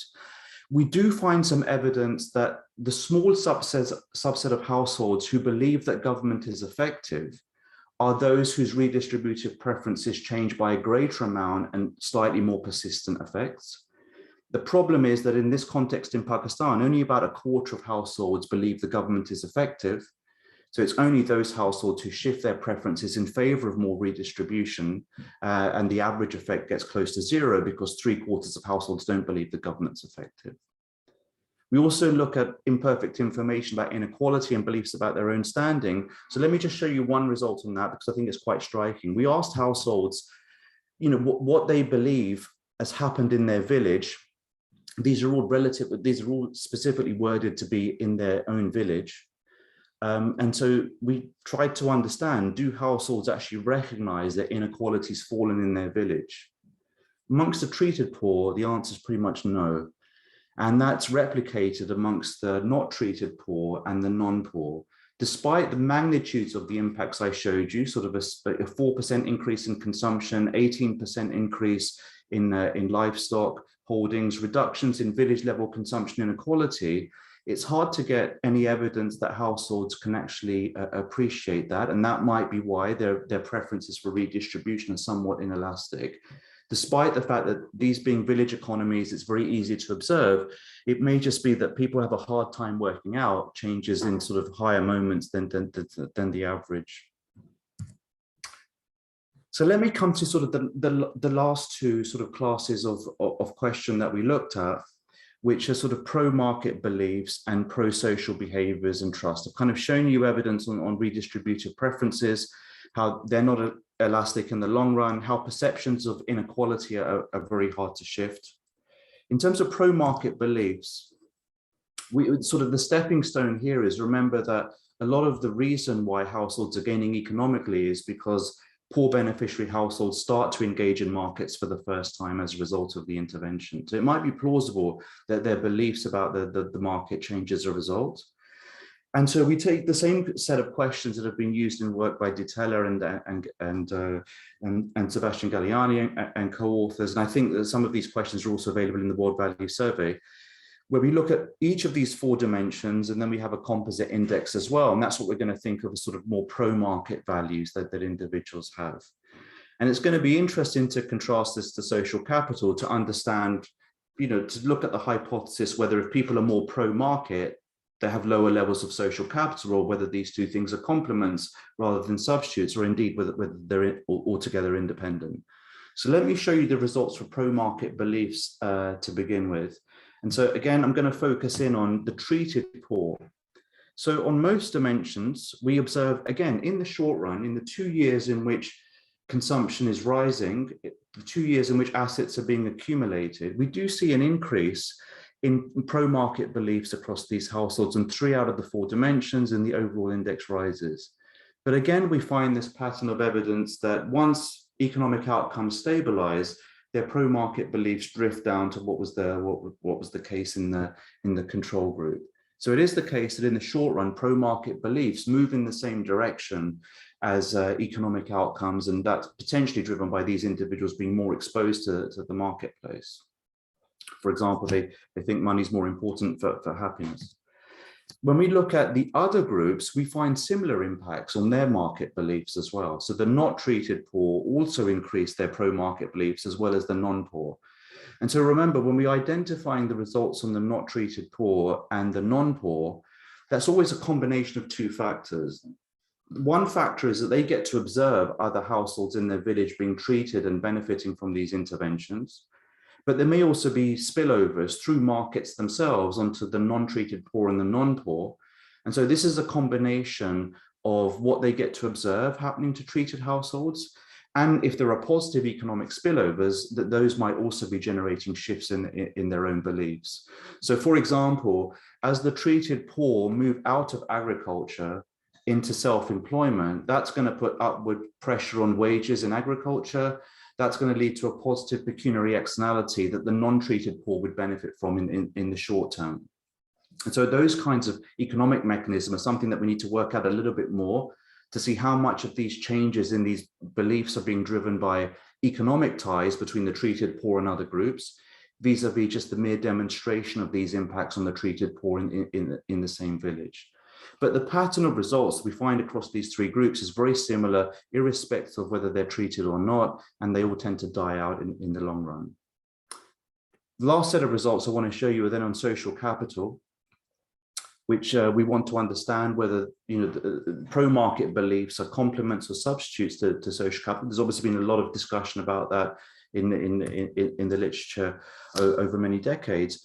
These are our measures of social capital. We have additional measures that we're also still working on. These are just combined together in an overall index. Again, for the treated poor, we observed that as a result of having been treated relative to a comparable observation equivalent group in control villages, you actually see social capital rising along each of these dimensions. The overall index rises quite dramatically amongst these individuals. It's not the case that by having more pro-market beliefs, they have lower levels of social capital as measured by these metrics. But again, those results tend to die out to fairly precise zeros 4 years after treatment. So between 2 and 4 years, when economic outcomes are stabilizing, we don't see any persistent change in their beliefs. We then look at a final stage to see whether they're engaging more in political markets as a result. So we do find higher reports of voting in the last election. But we don't think that's changing political outcomes because we see very similar impacts amongst the not treated poor, also increasing their levels of social capital and political engagement, as well as the non-poor. And when we try to disentangle this by, for want of a better word, whether sort of left-wing or right-wing voters, whether they're more likely to vote, we don't find much systematic difference between those different types of individuals across these three different groups. So we find everybody reporting being more likely to vote in the last election, social capital rising amongst all of these groups as a result. But this comes back to one of our original results, was that the non-poor in the short run were becoming more in favor of redistribution as a result of the poor being treated in their village. One potential explanation for that is because they also benefit from higher levels of social capital, and the fact that the poor now engage in market economies might also lead to sort of more positive spillovers, economic spillovers onto the non-poor as well. So let me just conclude in the minute or so that I have left. So the original motivation for the paper is that our economic preferences impacted by these types of very targeted and big push policies. I think the question's relevant given sort of the almost exponential growth in the sort of use of direct transfers to the poor of this form. And we're looking at policies that, we think of as having pretty high internal rates of return.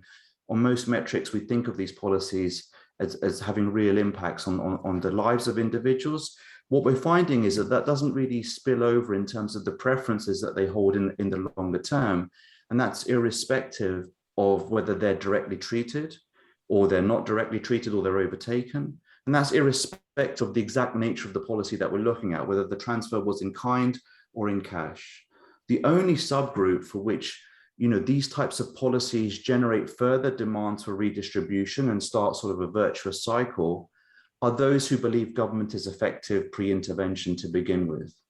But there's just not enough of them in these village economies to flip the views of the median voter. So we don't think politicians are necessarily going to respond to these types of voter demands. At the same time, we find no evidence that villages become polarized as a result of these policies either. It's not that the rich and poor have preferences that move in opposite directions. So this is all very different to what we're expecting to find when we started the paper. We thought that, when you have these very successful policies, it's bound to shift people's preferences in the long run and help generate demand for these policies to be expanded and extended. That's not the case. And so there's a key distinction here between the short run and the long run in terms of people's preferences change as long as their economic circumstances are changing.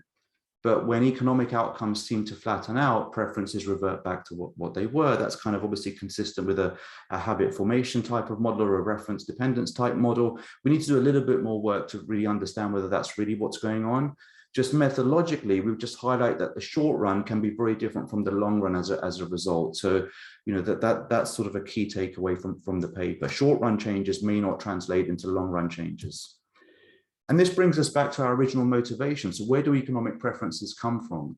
Unfortunately, they don't come from the demonstration of very effective policies, even those that you get to observe or benefit from. And so we're back to square one in terms of our agenda. And so there are other classes of hypothesis out there that we'd like to look at in future work in other contexts, which is that economic preferences might come from a process of intergenerational transmission or experiences that individuals have in very formative years. And those might be more fruitful areas to look at to understand where these types of economic preferences come from, rather than the mere demonstration of effective economic policies. Okay, I'm going to stop there. Thank you. Yeah. Yeah, thank you very much. This is great. So maybe there are plenty of questions, but maybe I will start with a couple very briefly. So I would like to know more about the selection of villages. And because, for instance, villages that are have market access, higher market access, for instance, will have more interaction among individuals. So, and one key element, for instance, here is really, which is not clarified, something I would like to know more about is, the social networks, like how much those people interact already, how often we interact.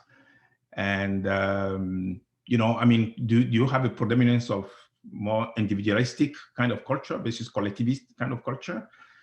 So I think those elements are really important to not only understand what's going on and then to better get at the mechanism. And another question very quickly is that, I see a lot of should you, but not enough have you. Like for instance, people say, well, should you do this? Of course.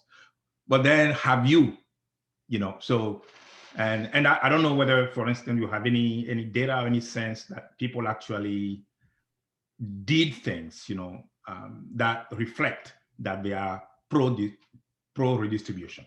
Okay.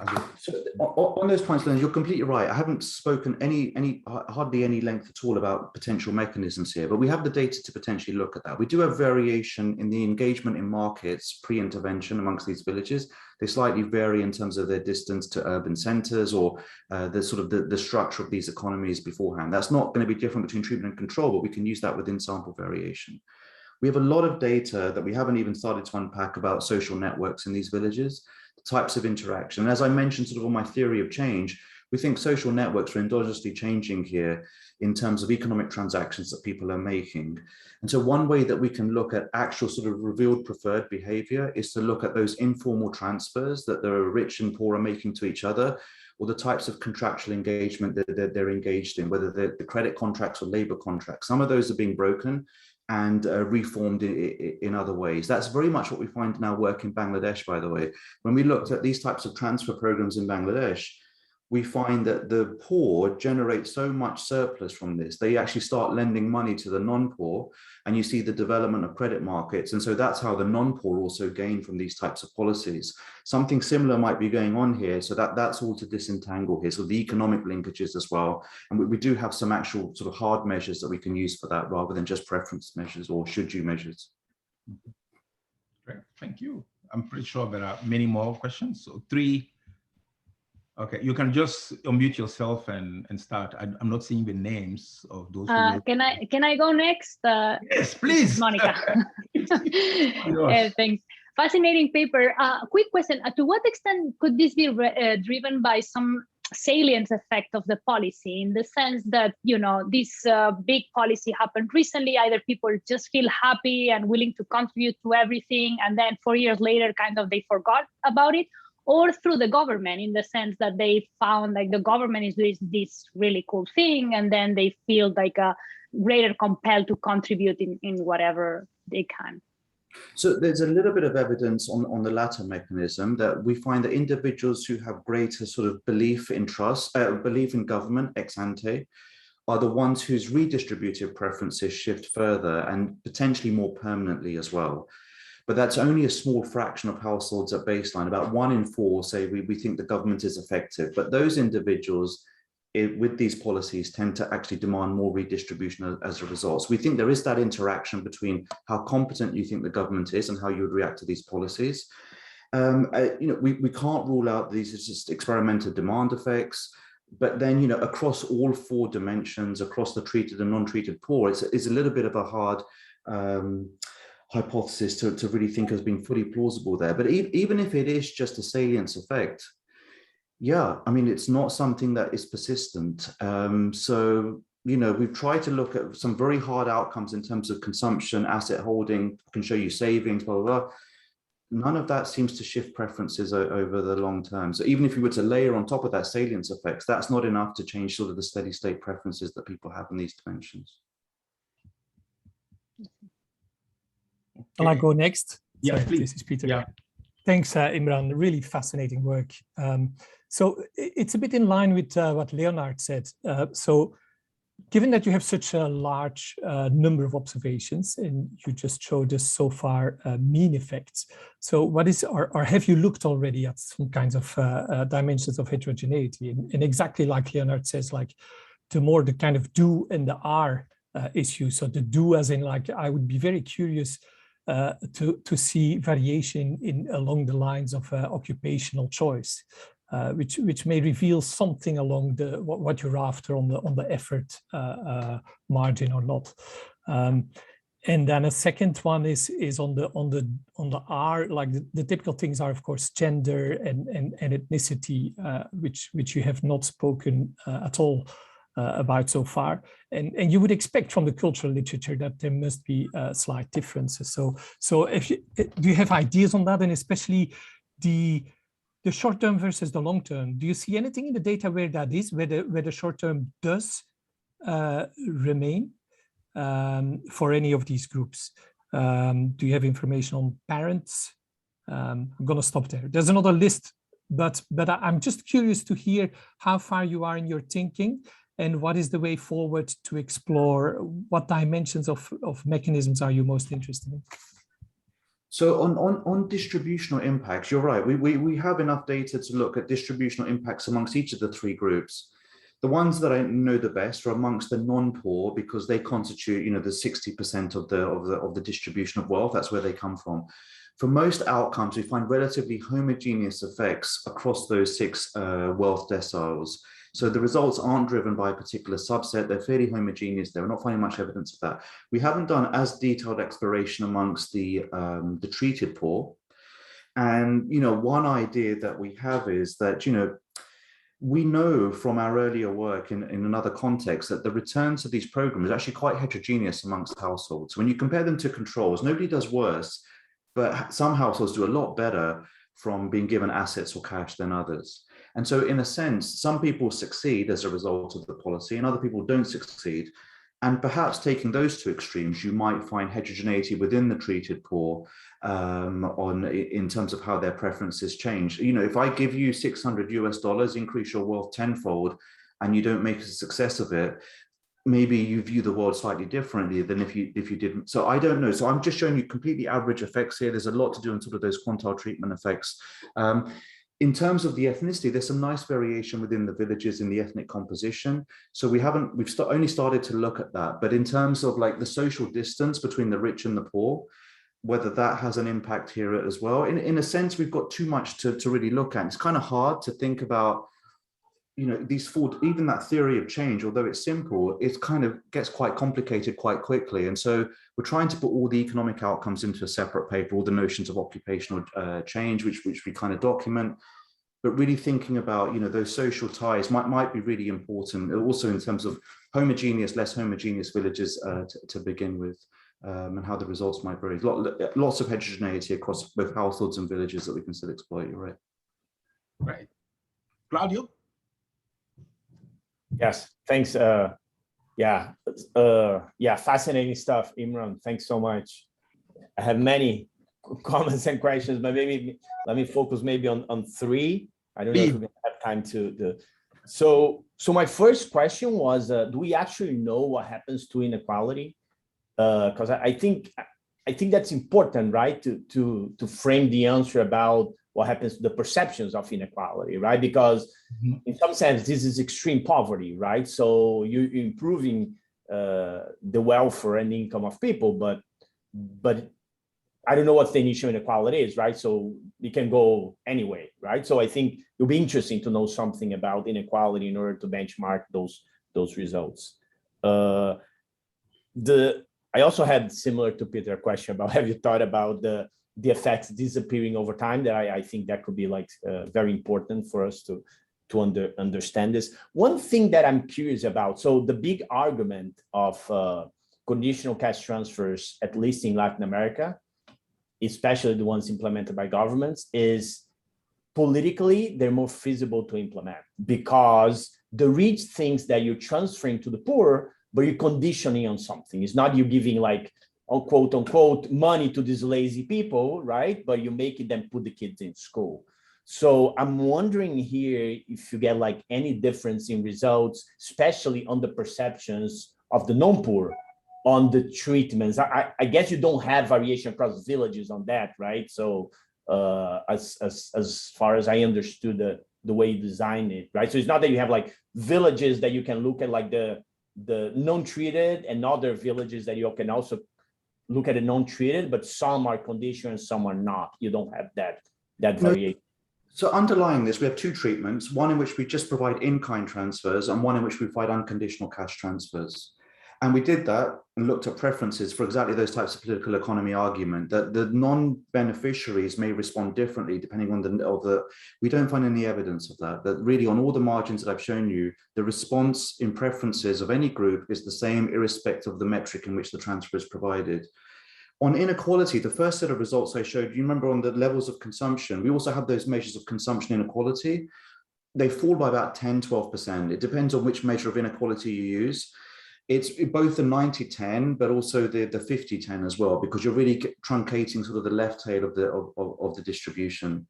So you do find big impacts on inequality. If you benchmark this, say, about what do we know about the impacts of the minimum wage, say, on inequality, or other sort of, flagship social welfare programs that we observe around the world, this is like a bigger effect, and it's one in a small economy, it's more noticeable. So it's kind of like, that's why we thought this is giving the best shot for people to notice that and react in some way. And it just doesn't seem to hold out. But there's many different ways that you could measure inequality, but just some guy gets assets, some guy doesn't. The value of those assets is $600 US, that's, you've been overtaken. So we do have those first order impacts on inequality that last 4 years as well. All right. That's great. And then I have a last very quick comment or question, which is, this is you guys coming in. This is like, an NGO coming in. And that's very different from a government providing a conditional cash transfer every year, right? So maybe part of this disappearing of the results in the long run has to do with this one-shot thing, which is, right, very different from, because the comparison to that, maybe just to frame it in the political economy, is Vigorito, Ted Miguel, and Marco Manacorda work on Uruguay on the PANES, right, where you have like conditional cash transfers, then the transfers disappear, but voters are still very happy and still associate the transfers with the government, right? Here's exactly the reverse. Here's an NGO comes in, is like once in a lifetime thing, and then like who knows what's going to happen. So just a comment so other people can maybe also ask questions.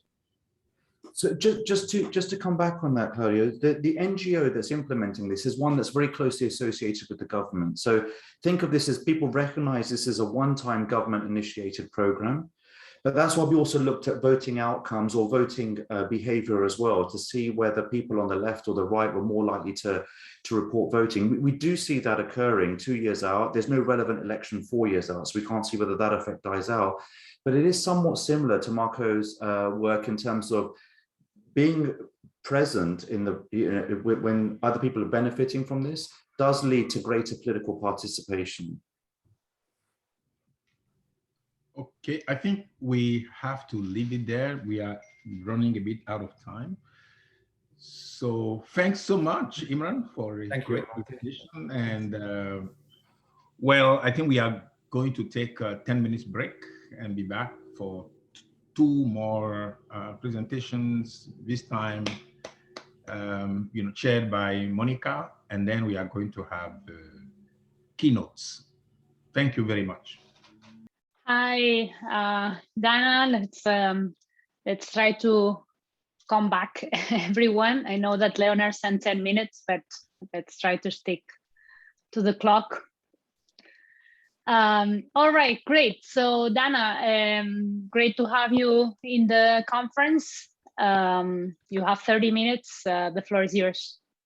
Thank you.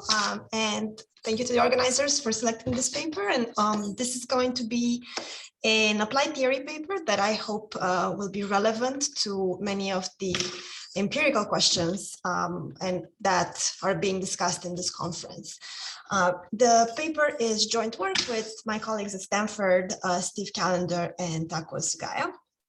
And the motivation for the paper comes from the observation that markets and politics are closely intertwined. Politicians decide the rules of the game through regulation, entry barriers, etc., that determine which firms can operate in the market. And then the profits that these firms make in the market can then be wielded back into politics through lobbying and other types of political intervention. So there is this co-determination of outcomes in both markets and politics. And this relationship evolves over time. What we ask in this paper is, what does the circularity implies for outcomes we observe in markets, as well as on the political power of policymakers to influence market structure. This links very much to current debates about market concentration and the role of politics in that. One view is that the observed increase in market concentration or market dominance by some firms is because those firms have better technologies. So it's a good outcome in that the better firm wins a bigger share of the market. The opposite view is that some of these gains might actually be due to political influence or barriers that are set to keep competition out and give an unfair advantage to some firms in the market. This is related to this idea of favoritism that was discussed in a previous paper. And that would be a bad type of concentration that emerges from this. What we need to understand whether we have a good concentration or bad concentration is a theoretical structure that integrates markets and politics. And this is what we'll present in this paper. So our contribution is to show that indeed there is this feedback between market power and political power, that power can beget power, but that this is a limited process. In fact, the market power and political power are substitutes. And this means that at some point, as firms accumulate more market power, it's going to reduce their need to use lobbying and political intervention in order to keep competition out. And therefore, they have less need for politically based power and less need to lobby the policymaker, reducing, therefore, the influence and power of the policymaker.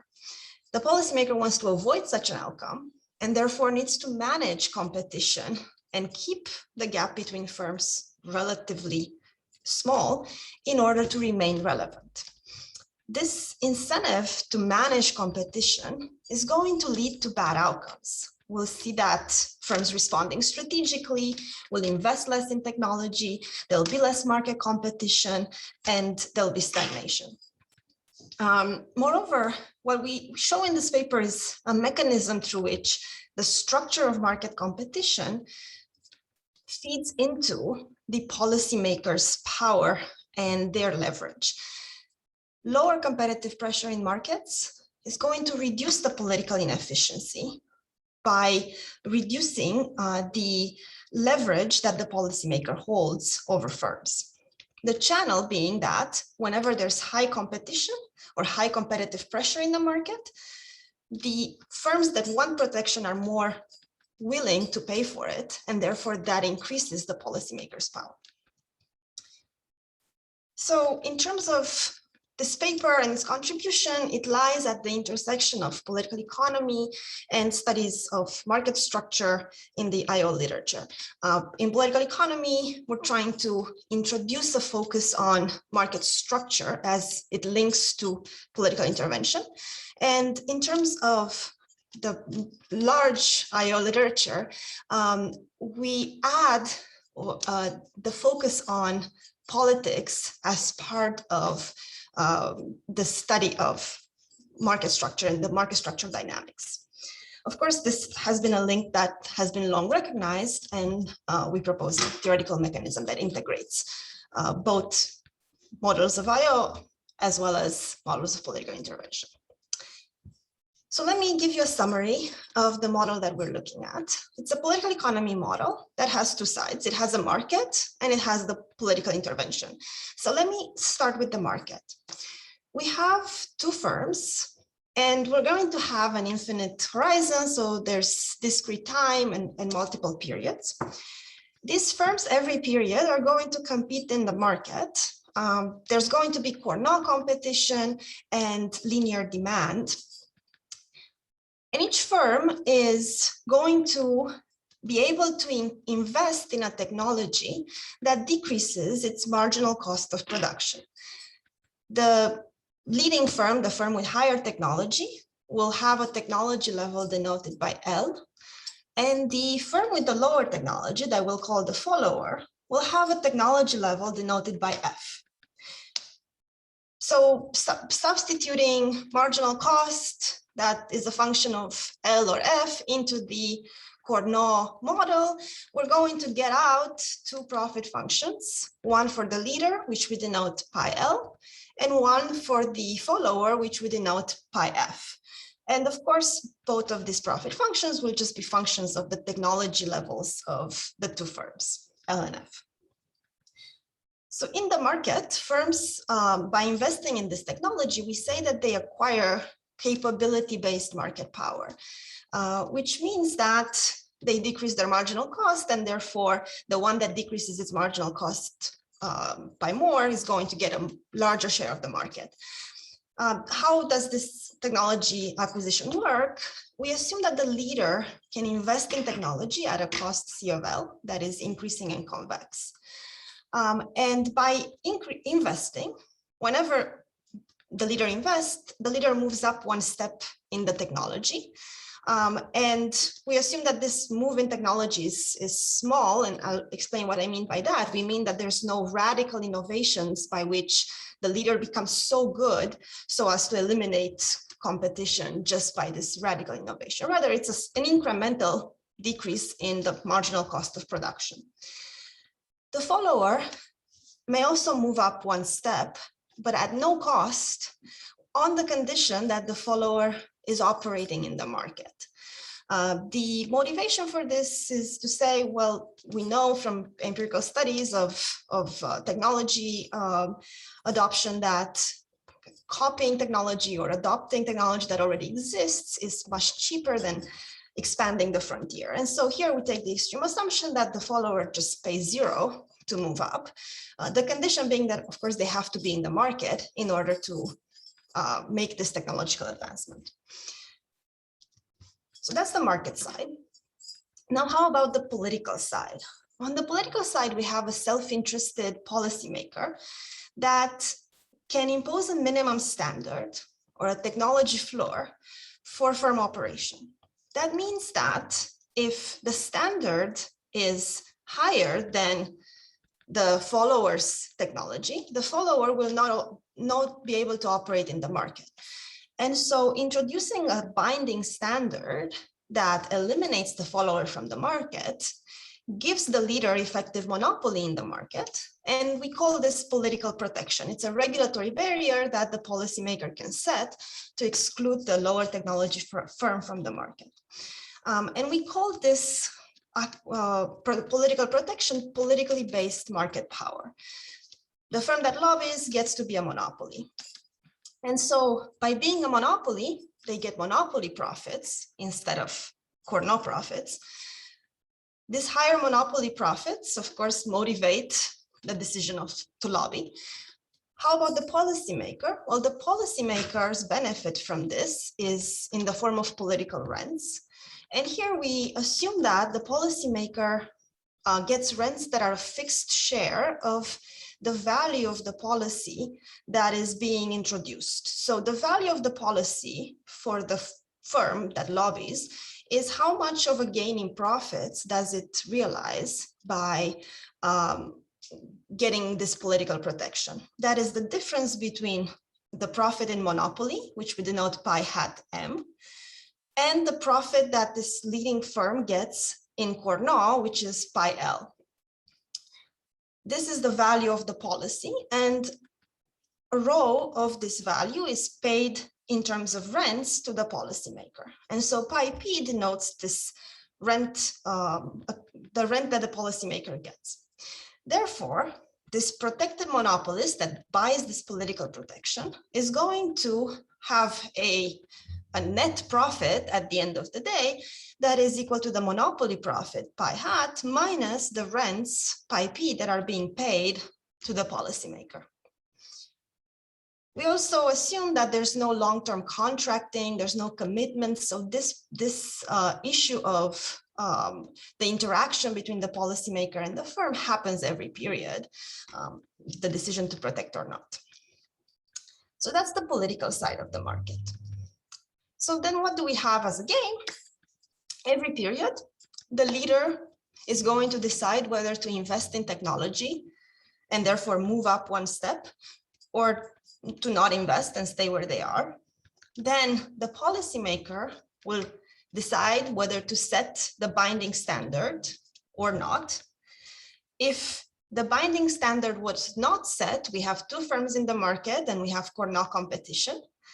Otherwise, if political protection was offered and there's this binding standard in place, then we have monopoly, where the leader is the monopolist and they pay rents to the policymaker. And finally, if the follower was allowed in the market, so if we had no, then the follower moves up one step in technology. Otherwise, the follower is out of the market and cannot move up in technology, stays where they are.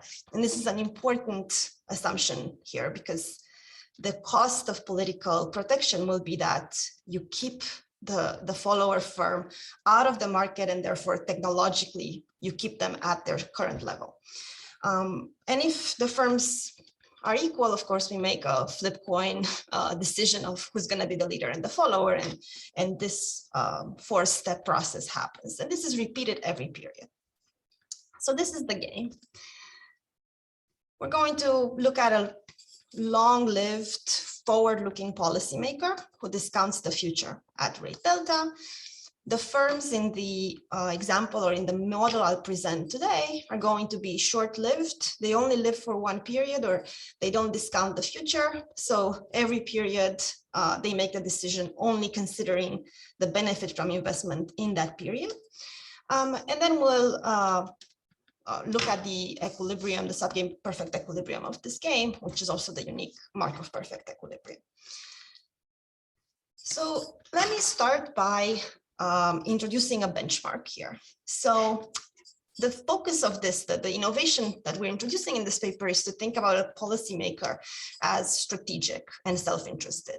So what happens if the politician is not strategic, always protects the leader, always offers this binding standard every single period? So there's a guaranteed monopoly forever. What happens then? You have a protected monopolist that decides every period whether to invest in technology or not. The decision comes down to asking whether the profit that you get if you move up one technology step, paying the cost of moving up, is higher than the profit that you get by staying where you are today and therefore not investing. And of course, PIM is the profit that you're left over with after you pay rents to the policymaker. And that's why it depends on both the monopolist technology level as well as the threat that the policymaker is keeping away from the market, which is the technology level of the follower. And just looking at this condition, and when is it that the left-hand side is going to be higher than the right-hand side, we get the condition that the monopolist, the protected monopolist, will invest if the follower's technology level F is below some threshold, ICM, that is going to be decreasing in the technology level of the leader L. So we can represent this graphically and see this probably easier in a graph. That's a two-dimensional graph where on the x-axis, we put the technology level of the leader, L, and on the y-axis, we put the technology level of the follower, F. And therefore, given that F has to be less than L, the relevant space in which we play this game is going to be below this 45-degree line. So all the points in the space are possible technology states at which these firms could be operating and competing in the market. So what we have in the case of a guaranteed monopoly is that starting from 0, because the monopoly is guaranteed, the follower doesn't ever enter this market. And so we only have the leader in the market, and the leader makes the investment decision every period, chooses to invest up until it reaches this threshold ICM, the maximum level of the follower's technology relative to the leader's technology, at which investment is still profitable. And when investment stops being profitable, it stops, and that's your steady state forever. the monopoly pays rents forever and stops at that technology level, represented in this graph by the red dot. So you would have a very concentrated market, rents are being paid, and that's the technology level that you reach. So now what happens when we introduce the strategic policymaker instead of this non-strategic benchmark? Then we get our main result, proposition 1, that shows that the long run steady state that you obtain with a strategic policymaker is L star 0, where L star is lower than the benchmark of the guaranteed protected monopoly. Moreover, we have the same transitional path where we start from 0, 0, and we have investment by the leader up to the steady state. And then the leader stops investing at the steady state at L star and is still protected forever and therefore pays rents every period to the policymaker. The important difference from the benchmark is that this L star is below the steady state of the benchmark. So we actually have lower investment in equilibrium than we did in the previous case of guaranteed monopoly. So why is that? The reason why that is that the policymaker, now being strategic, understands that whenever they set the standard that excludes the follower from the market, the follower is going to stay at their investment level. Whereas the leader, if the leader invests, they're going to be moving up one step. And therefore, the gap between leader and follower will increase. The bigger the gap between leader and follower, the bigger are the profits of the Cournot firm that's the leader. In Cournot competition, the bigger are the profits for the leader. And so the difference between monopoly profits and the Cournot profit that the leader is making is shrinking over as the technology level of the leader increases. So the value of political protection itself is shrinking. So now a longer-lived policymaker understands that, well, if I offer political protection today, I get rents today, but my rents in the future will be decreasing. The alternative is to not offer protection today, let the follower enter the market, let the follower move up one step, therefore, and make sure that therefore rents in the future are going to not decrease, or they're going to be higher because the gap between leader and follower does not increase. So the way we obtain this result, or we introduce this this trade-off for the policymaker, is to look at the policymaker's problem and to derive a threshold for the policymaker, where on the one hand, their value from rents, from taking rents today, is given by their rents, the pi p value of those rents, given the technology levels. Whereas their value from not offering protection today is getting 0 rents today, but then plus having a rent tomorrow by p of LF plus 1 by letting the follower enter the market. And this is at the point at which the leader is not investing, because we can solve this model by backwards induction from the point at which the leader doesn't invest downwards, and essentially show that the trade-off for the policymaker exists at every point in the game, and that it reduces to this threshold above which taking rents today is better for the policymaker, below which not taking rents today and waiting in order for the follower to come in and get stronger is better for the policymaker. And this creates this threshold that we see here as the increasing policymaker's indifference. So now, what is the intuition for our main result? Well, now a firm that decides whether to invest or not in technology faces a problem once it reaches this policymaker indifference threshold. If it invests and moves up technologically and crosses the policymaker's threshold, it moves from a world in which the policymaker is willing to offer political protection to a world in which the policymaker is no longer willing to offer political protection. And so by investing in technology, it goes from being a protected monopoly to this leader firm competing in Cournot. And as long as being a monopoly and getting monopoly profits is better than investing and competing for no, the firm will prefer to stay a monopoly. And so a strategic firm will stop investing below the policy as it reaches the policymaker's threshold, because investing will actually make it have to compete in a market. So we call this the reverse arrow effect, because the standard arrow effect says that firms that exist in a market invest in order to increase their technology and escape competition, get a higher share of the market. And that is why duopolists invest more than monopolists. The reverse arrow effect here shows that investment by the firm, given the strategic policymaker, makes this firm lose political protection and therefore face more competition as opposed to being a monopoly. And that makes it, incentivizes it not to invest. And by backwards induction, we show that this is true at any point along this policymaker's threshold, and therefore everything unravels back to the point right next to the policymaker's protection threshold on the x-axis, meaning that we start from 0, 0, the leading firm gets protection and it gets protected by the policymaker up to the point at which is right next to the threshold. At that point, it knows that if it invests one more step, it's going to have to compete for no, so it stops investing, and therefore it stops, it stays a monopoly and it pays rents forever. And that's the steady state that we get.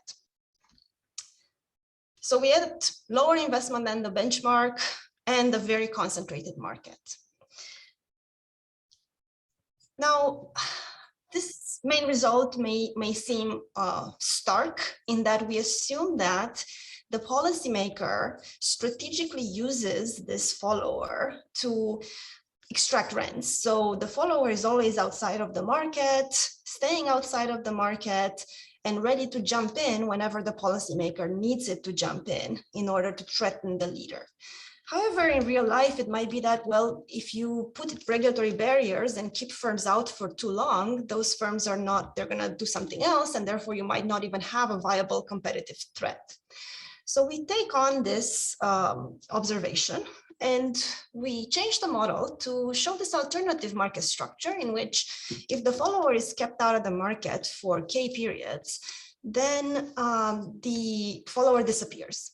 So the policymaker is forced, if they want the follower to exist, to let them in the market at least every K periods. And we show that with this change in the market structure, in the long run, the follower will permanently exit.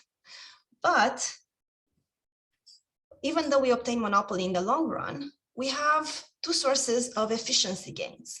Dynamically, the steady state technology for the leader can be higher than under protected monopoly or duopoly. And statically, we're going to have many periods of market competition along the equilibrium path. Why do we get that? Well, again, because if the policymaker doesn't let the firm in every K period, the firm is going to die off. So by letting the firm in every K periods, you're going to have competition, at least in that period in which the firm is let in. And that's going to allow the follower to eventually enter and move up technologically as well. And this is represented in this graph. I guess the red arrows show a potential path, equilibrium path out of this process. What we also get out of this process is to show that the implication of having to let the follower in every K periods is that in the long run, you're going to end up with firms being at the same technology level. If the cost of investing becomes high for the leader at some point, the leader will stop investing. And the follower, by being let in every so many periods, will eventually catch up to the leader and will end up eventually on this 45-degree line at the blue dot, which is the point where they compete neck and neck at the same technology level. So now that's a great outcome. There's competition and there's no political rents because the policymaker can no longer use a standard to separate two equal firms. However, there is even a better outcome for investment, which is that once they're in this neck and neck competition, if the leader invests again, then the leader moves from neck and neck competition to being one step ahead of the follower, and the policymaker being able to impose, therefore, a binding standard and offer political protection. So now for the leader at the blue dot, when they're in neck and neck competition, there's a bigger payoff to investment, which is to move from core not to protected monopoly. And we call this the enhanced arrow effect, meaning that here the promise of political protection in the future, or if you move up one step, is actually going to incentivize innovation off or investment off the 45-degree line. We get a better outcome in this case. We get more technology in the steady state. But at the end, after K periods, if nobody invests anymore, we show that the policymaker will be forced to let the follower die off, because letting the follower in the market again to catch up would end up with the firms again at the 45-degree line, neck and neck competition and no rents. So in the end, the steady state will still feature a monopoly, and this time a monopoly without political protection because the follower will die off, but a monopoly at a higher value of technology for the firm, and with ostensibly less money in politics or no money in politics, as in the long run, political protection will no longer be necessary. So looking at these two cases, and looking at the steady state, you might say, well, in both cases, we end up with this very high level of market concentration. In one case, monopoly, in the other case, also monopoly. In one case, we have a lot of political rents because it's a protected monopoly. In the other case, it will eventually be a monopoly without a follower, so you won't see political rents. However, there's a big difference between these two cases and how we got there and the role of politics on the transitional path. So in terms of a positive implication of this is that market structure and the structure of the competitive threat in the market is going to affect the level of investment and the transition to that steady state, even if the steady state itself is going to, on the face of it, look identical in terms of concentration. And so saying that, looking at this second steady state and saying, well, there's little money in politics and this firm is a monopoly, so it must have gotten there because it's better, not because it's paying money right now, doesn't mean that it didn't pay money along the path to get there in terms of lobbying and benefiting from political protection. And that kind of also adds an important note to empirical work that tries to look at the relationship between lobbying and market structure, in that lobbying may have very different effects depending on the characteristics of competitiveness in the market. And those have to be taken into account to understand whether you're in case one or in case two, even though on the face of it, you have monopoly in both end cases. So this is kind of what I wanted to conclude with in terms of the note of caution, and just to say that, well, we have shown how the interaction of markets and politics matters in both domains, and that the degree of competitiveness in the market affects political rents, and their power of the policymakers' tools matters for the kind of market outcomes we obtain. We showed a mechanism that links market structure to political influence, where market power and political power are substitutes. And this allows us to go back to this question of, is concentration good or bad? And how can we think about answering this question? What we show is that it's important to think beyond the steady state and to not look at just the lobbying activity in the steady state, but also how we got there. And this provides a structure for one aspect of markets that matter, which is competitiveness or the competitive threat. Thank you. Thanks a lot, Dana, for this super interesting and very important project. Any questions? Alan has a question. Go ahead. We cannot hear you for some reason. I don't know why, because you're unmuted. So it might be the configuration of your headphones or voice. No, sorry. Check the preferences. Maybe okay. you can type the question if that's easier. Yeah, that's true.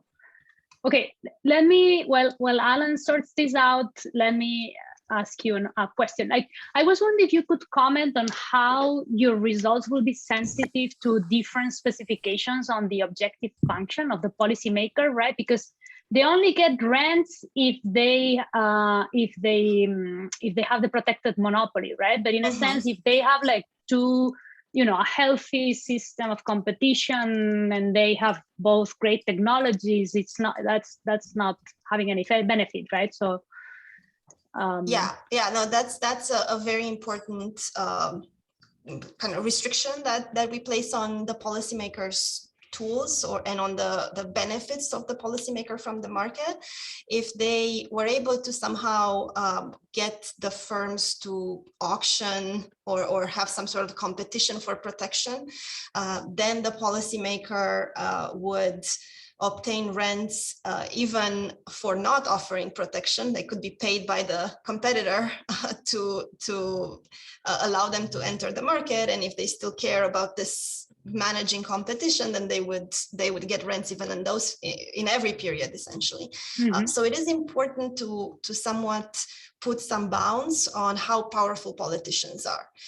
And we argue that some of the assumptions we make for these bounds are more realistic than to say that the politician can have so much power so as to get all the rents or extort all the rents from the firm and nationalize the firm and its profits.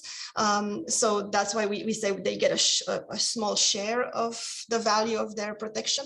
And the reason why we limited it to the leader, besides, of course, again, not making the policymakers so powerful that nothing interesting happens, is also motivated by the fact that you might have, or you see a lot of more ability to lobby by larger firms than by smaller, less advanced competitors. But it definitely matters in terms of this kind of mechanism and trade-off that we get, for sure. So that's important. I guess that what I had more in mind is not that they could completely capture even in the duopoly, but that they have another lever, which is taxes. It might be capped, but that they would also benefit from some compensation and from technological investment from everyone, because they will get more tax revenue. So I don't know. Oh yes, yeah, no, that's absolutely important, and we show in an extension that if they, even if, let's say, equivalent to that would be like, what if they really care about the consumer surplus, that you get higher consumer surplus from having competition? If the relative weight on consumer surplus is not that big compared to the weight on rents, then you still get these results. But otherwise, of course, you get a more closer to a benevolent policymaker that cares about market competition and therefore might put more weight on getting competition. And that changes this dynamics for sure. Yes. Okay, Alan, do you want to give it a try? Yeah, is it working now? Yes, good. Thank you. Sorry about that. Yeah, I see your question typed up as well. Or actually, no, sorry, that's a different question. Sorry, that's no, go ahead, sorry. I'll answer that afterwards. Thank you. My question was actually also in line with what Monica had asked. Right? You have this kind of, you set a technology standard, and so the politician selects the leader out. It's also very natural to think that an even more extreme version, exactly as you said, is just that the politician picks the follower firm and gives them monopoly, even though they're the weaker firm. And I was thinking if this was sort of how sensitive this was, but I sort of thought, well, maybe that's fine, because then in that scenario, the follower firm and the leader firm compete on their bids to obtain political protection. In that case, if your ability to bid is a function of your technology level, then maybe in the long run, you still have this dynamics with the neck and neck competition, and therefore an incentive to break out of neck and neck competition, because then you can have a bigger bid to win protection as the stronger firm. I wondered if you had any thoughts. Surely you've thought down these lines as well. Yeah, no, I think that's a good point, in that you could think about, I guess the question is, what regulatory tool do you want to endow the policymaker with? And in our case, we were thinking about these regulatory barriers that would have to be tied with these technologies, but then you could also, as you say, make a regulatory tool that somehow gives contracts or preferential treatment to, or a license to operate to the follower, and therefore get rents that are the value for the follower of being a protected monopoly versus having to compete or no. And so you would get higher rents for the policymaker from that bid. So absolutely, but the dynamics in the end, as you point out, would be similar.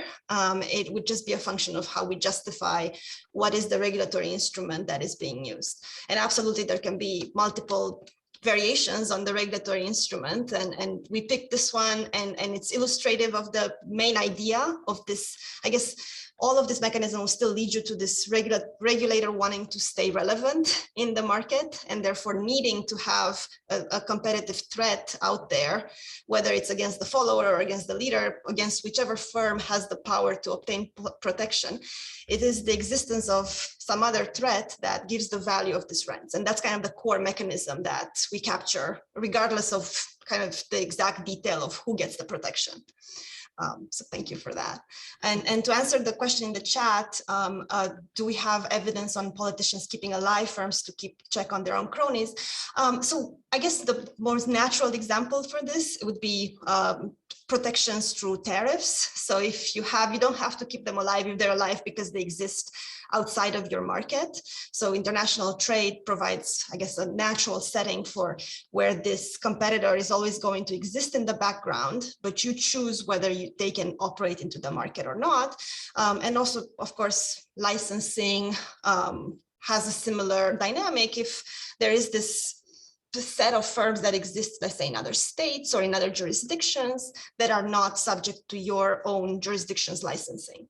So those are kinds of the flavor of the restrictions and the existence of this competitive fringe that we have in mind.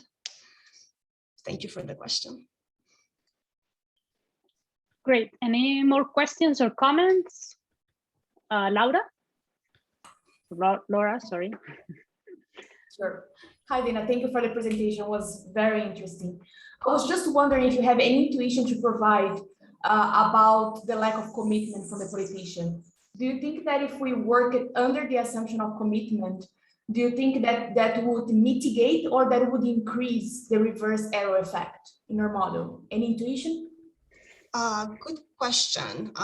If we have this commitment to future, yeah, I don't have an immediate answer whether, because I guess it could go in one way. It's like if you can commit to policy moving forward, I guess it mitigates some of this underinvestment strategy that you have. So you could get, even in the first market structure that we have, the one with the firm that the follower that never disappears. If you can commit to a path, you can commit to letting the follower in for a short period of time and then shutting down the market again. So you no longer have that stark barrier, that threshold. Then you actually can end up with more investment in the long run, and to end up at essentially with the similar dynamics that we get in the second type of market structure.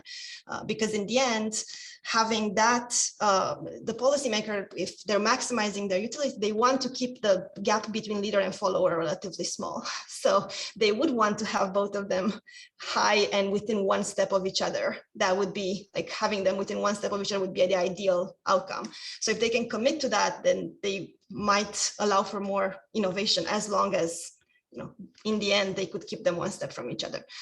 So commitment would definitely get to better outcomes than lack of commitment. Thank you.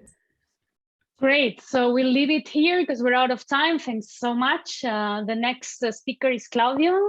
You can share your screen. Claudio is going to present the project Agrarian Elites, Education and Long-Term Development. Great. Let me.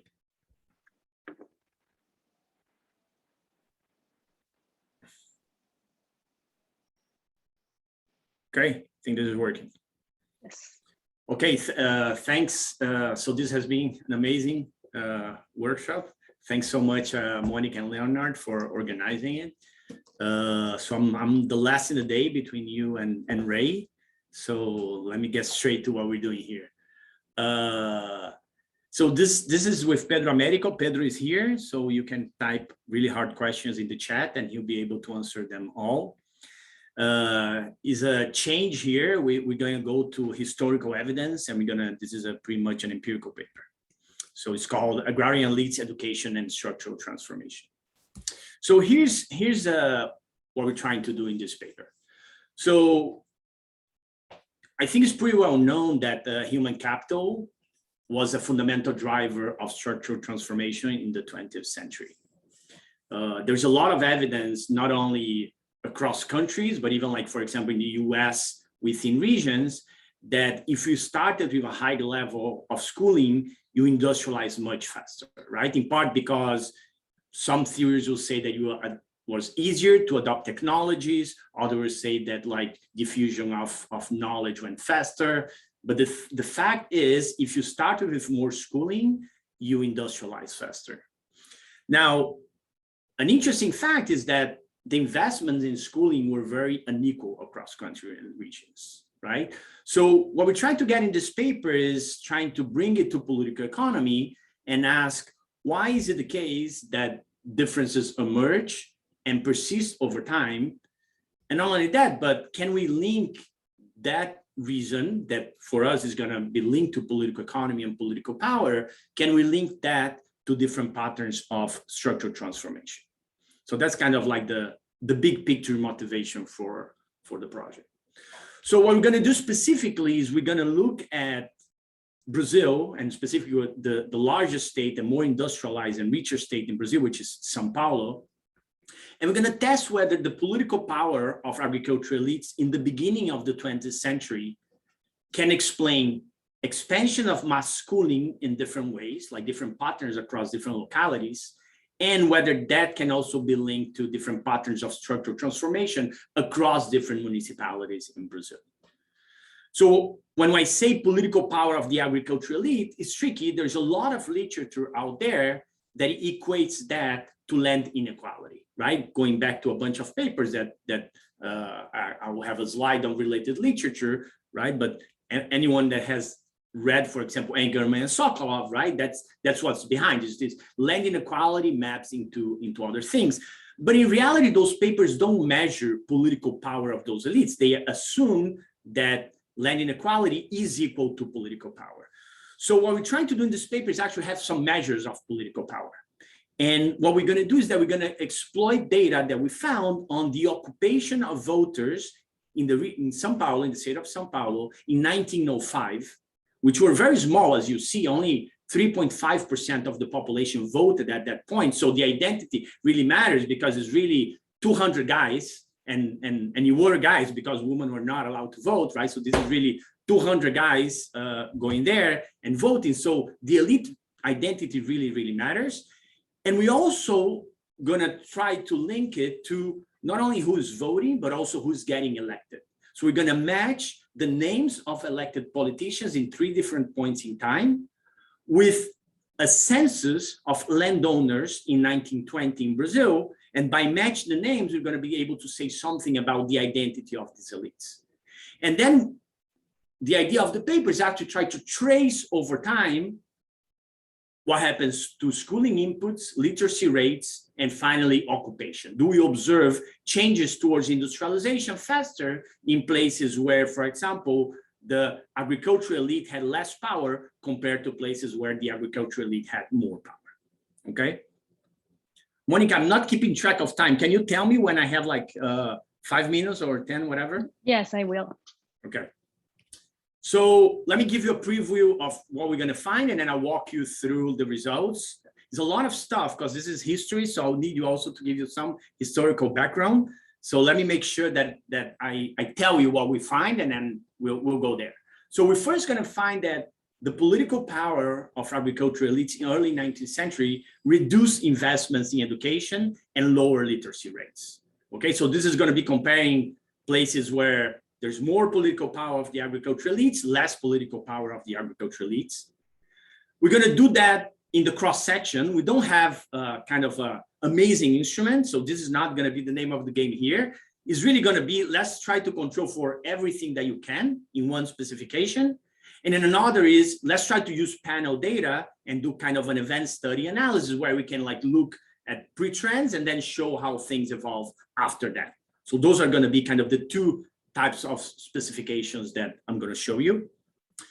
We're also going to show you, similar to some studies, that the lower investment in schooling persists over a long time, decades. It's not that it goes away suddenly. This thing persists over time.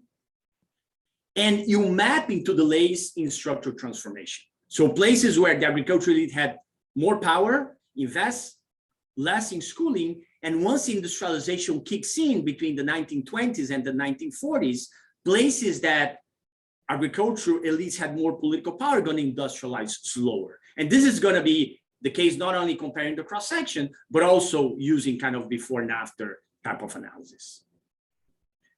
And finally, in the end, we're going to have some suggestive evidence trying to explain once convergence starts happening, what happens, and we're going to link it to the diversification of the political elite. The fact that over time, the original agricultural elite starts losing power and other type of politicians starts to get elected. And we're going to do that based on the surnames that I told you before.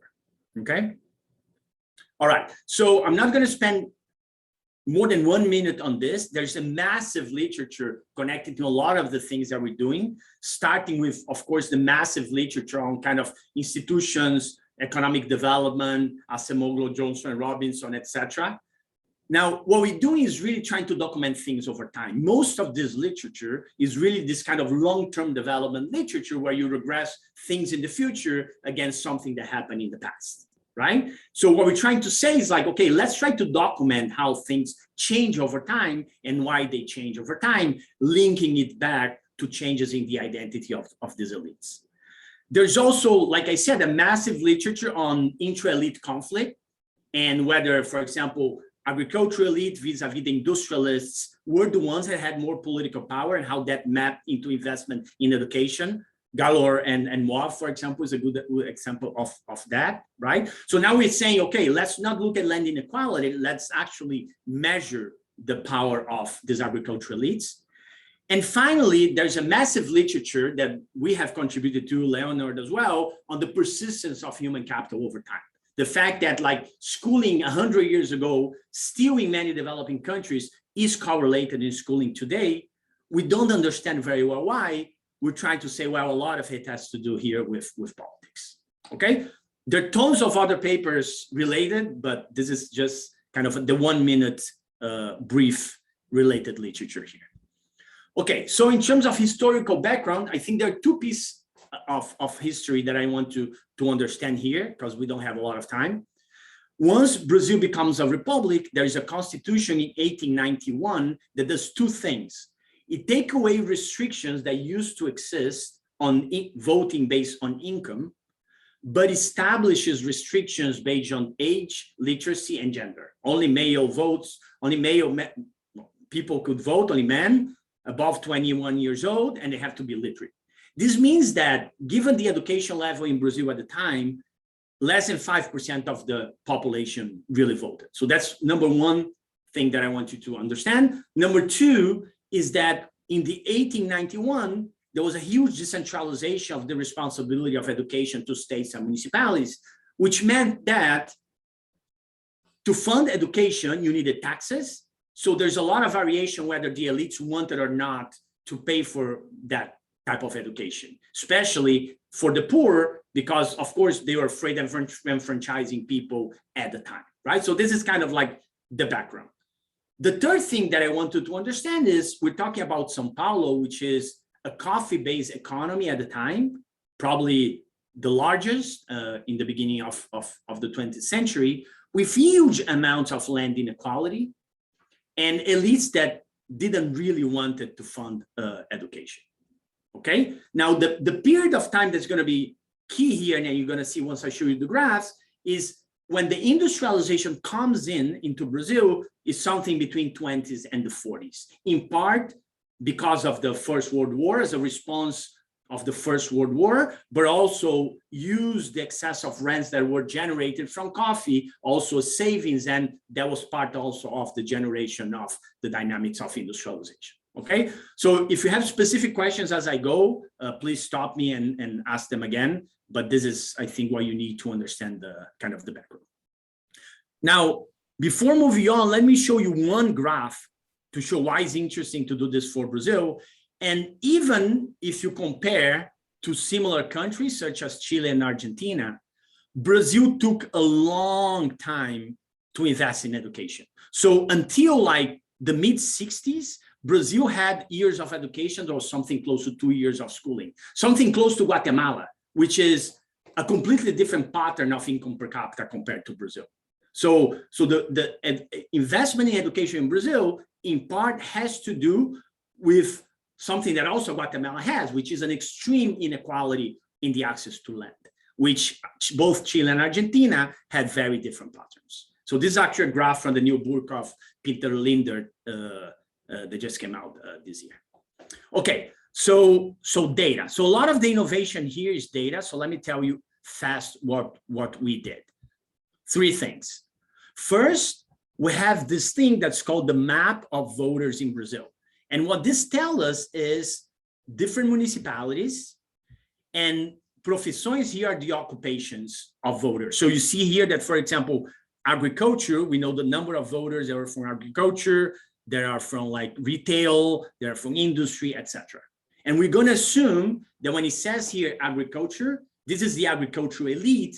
These are not the agricultural workers. Why? Well, because in 1905, if you're an agricultural worker, for sure you were illiterate. So this is not going to be like the guy speaking coffee. These are going to be the owner of the farms. Okay. So with this, we're going to have a measure of the share of voters that we consider to be the agricultural elite and other groups as well. You can compute also other moments of the distribution, like Herfindahl indexes, inequality, polarization, whatever you want to do with this. Okay, so this is the first part. So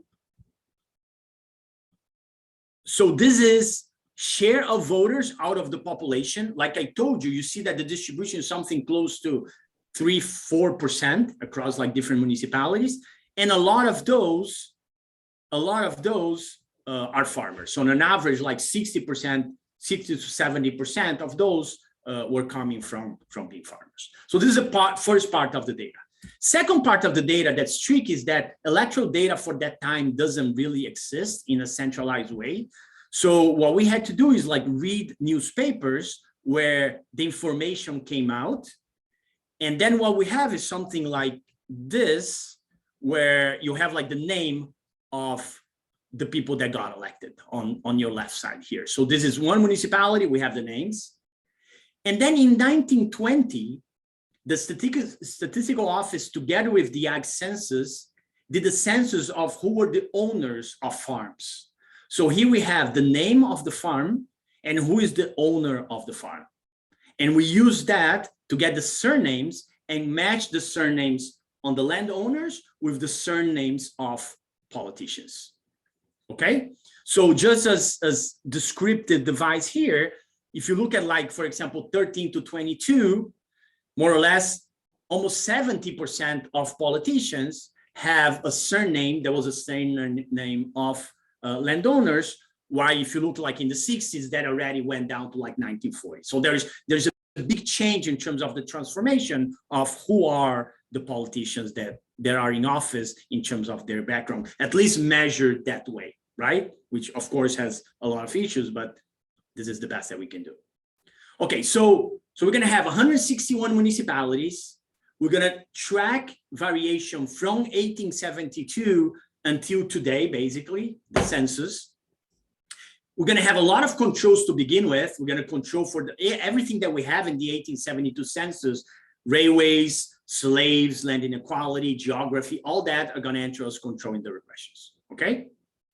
As I said, we're gonna have 2 specifications. One is gonna be cross-section, when I'm gonna show you the results, controlling for everything, and then showing the results over time. That's like number 1. And then number 2, what we can do is we can aggregate at a higher level at the original municipalities back in 1872, and then trace kind of before and after and see like how the patterns of the coefficients look. And I'll show you both if I have time, hopefully. Okay.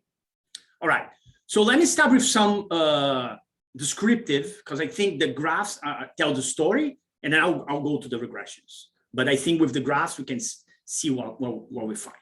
So the first thing that we do is let's correlate the identity of the farmers, so the share of voters that were farmers according to our measure, with the city councilors, like the local politicians, between 1913 and 1922, they have surnames that are the same as the landowners. And we find this positive correlation here, which is in the tables, you'll see they're robust to controlling for everything that you can. So in places where the identity of the voters, you had more farmers, are places that you have more politicians in power, they have names associated with the landowners. So that's result number one. Result number two is that this is going to translate into a significantly lower literacy rate. So if you go from like places where farmers had, say, 40, 50% of voters to farmers that they have like 80% of voters, you're talking about, say, 15 percentage points difference in the literacy rate in 1920. And again, you see this is robust to doing whatever you want. So this is the second result. The second result is in places where you have more voters at the time that were farmers, those places elected more politicians linked to the agricultural elite. And in those places, the literacy rate was significantly lower. So just so you believe that this is robust to controlling for everything that you can, so here are regressions controlling for all the original characteristics, geography, transportation, land inequality, and everything else that you want. So these are from 1 to 8, we add controls for politicians. And the same thing is true doing literacy rate for 1920. You see that the coefficients are extremely stable. They don't move around like controlling for like everything else. Okay. Claudio, you have 10 minutes, and can I overuse my chair powers to ask you a question? I mean, are you controlling for the share of agriculture in the economy? Because this could be one important. Yes, we are. Yes, yeah. So one of the you can either do in two ways. You can control in 1872 the original characteristic, like share of employment in agriculture. Or if you don't worry about a bad control, you can throw in on the right-hand side, even in 1920, and the results are robust for that as well. So that's one of the controls in 1872 in characteristics is exactly that. Okay. So why is literacy rate different? So we have 3 different measures of educational inputs. And what we show is that you have less kids attending school in places where the agricultural elite has more voters. You have less teachers, and you also have less schools, number of schools per kid. So the inputs into the education are lower in places where the agricultural elite is more powerful. So because I don't have a lot of time, let me then focus on the main results. So this is kind of the first result. The second result is, how does education change over time? And maybe the best way to see this, I don't know if it is the best way, but a good way to see this is separating municipalities with low agricultural political power and high agricultural political power. And you see that in the beginning, before the decentralization of education, they seem to evolve in a more or less similar way. Then in the next 30 years, once states and municipalities have way more power to decide and fund their education, you see how more and less political power for agricultural elites shape these differences, and they persist until the 50s. And only between the 50s and the 60s is that you see the gap closing with a final closing today. So the second result of the paper is that not only you generate this kind of short-run differences in investments in education, but those things persist until the 1950s, the gap persists. And even when the gap starts closing, it closes in a very slow fashion. And you can see that just mapping the coefficients on kind of an event study kind of plot, but I already showed you the graph, so I'm gonna jump on that. The third result of the paper is what happens to structural transformation. And as I said, the industrialization of Brazil began to happen between 20 and 40, but it's really around 50s and 60s that industries take over. And what we find doing this event study is that in places where the agricultural elites had more power measured by the share of voters, those are places that not only the employment in agriculture is larger, but it takes a long time, even after the industrialization starts, for it to converge back to the patterns that you see in these other places. So the fact that these agricultural elites had power and invested less in education affected the pattern of structural transformation across these different municipalities. Now, the last part of this story that we're trying to tell is saying, well, why is it that education starts to converge after the 1950s? I told you in the beginning that one of the contributions of this project is not only look at the super long run, but try to understand the changes. So what we do is that we look at the surnames of politicians elected in the 50s and in the 60s. And what we find is that once you regress the share of politicians that have an agricultural regional name mapping to the census in the 50s and the 60s, you still find a small effect in the 50s. By the 60s, this effect disappeared. So what we're trying to say here is that the patterns of the politicians elected over time, as industrialization increased and as urbanization also increased, changes. And that helps to explain why the preferences and the investment in education also changes. Another way to see that is just plotting. So here, the share of unique surnames that are politicians over time. And you see that in 1913 to 20, a small number of surnames are politicians, while over time you see that this gets diversified. Or a different way to see that is looking at the Herfindahl concentration of surnames over time. So different sets of politicians, they're not linked so close to the agriculture, starts to get elected, and over time you start investing more in education on those specific localities. I have like 3 minutes, Monica? You have 5. Okay, I have 5, great, okay. So one thing that we can do is actually try to trace the same way that I show you like the effects of education over time. We don't have amazing data that's super comparable across the census, but one thing that we can show is that the share of children attending school really closes the gap over time. It's not only the literacy, but this is because more kids are attending school. And you can see that by 1970s, for example, you don't have differences in like teachers. We don't have data for like schools, but we don't have like differences in teachers. Now, one thing that's pretty impressive, at least for me, is that even with all the convergence, you still see some differences today. They're not massive, but even till today, you still see differences, for example, in the share of kids that have a middle school degree.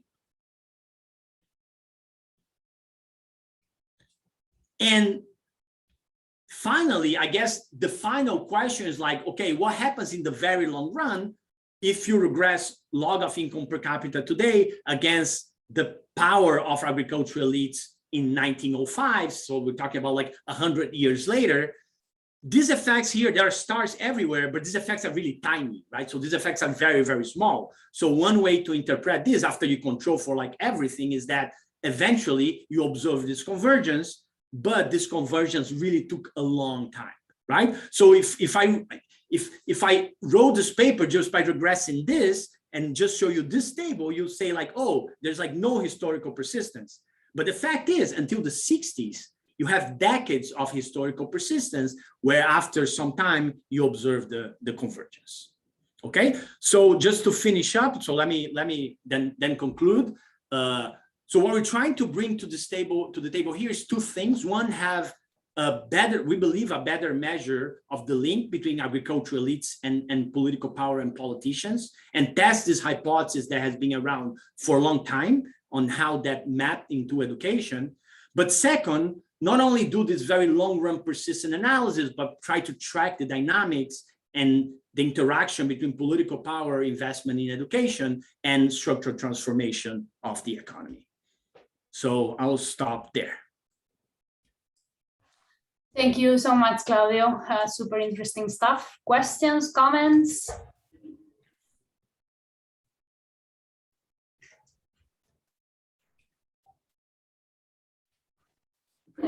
Okay, so I mean, Is there some question? David, go ahead. Oh, very nice paper. I probably you are aware about this paper by Vogtlander about the encyclopedia subscriptions in France. So I would ask, like, how would you argue that it's not the channel that they propose, which is there are these extremely or highly educated people who have subscriptions to encyclopedia and they implement or bring new technology, start new firms. My point is this farmer measure probably is negatively correlated with educated elite measure. Of course, you have the education control, but I think in that paper, they emphasize that it's not the average education, but highly educated people or these elite educated people that drives the result. Yeah, so my interpretation is that this is exactly the opposite. This is why France is what France is and Brazil is what Brazil is. So the point is that highly educated in Brazil, they didn't want the other people to get educated, right? So that's the story. That's the political economy story. What their paper is how the highly educated generated the innovation for industrialization to happen, right? All right, but you don't have, I guess farmers, like elite farmers probably are not the most educated. There should be, probably there are some people in other industries like finance, or I guess some manufacturing industry probably was there. So maybe the representatives of those industries are the more educated ones, which are driving the more education in other regions where those peoples were overrepresented. So let me reframe your question, just see if I understand. What you're saying is like, well, how do we know that the structural transformation that I'm claiming happened as education started was not driven by having people that are like super educated in terms of like average educated, right?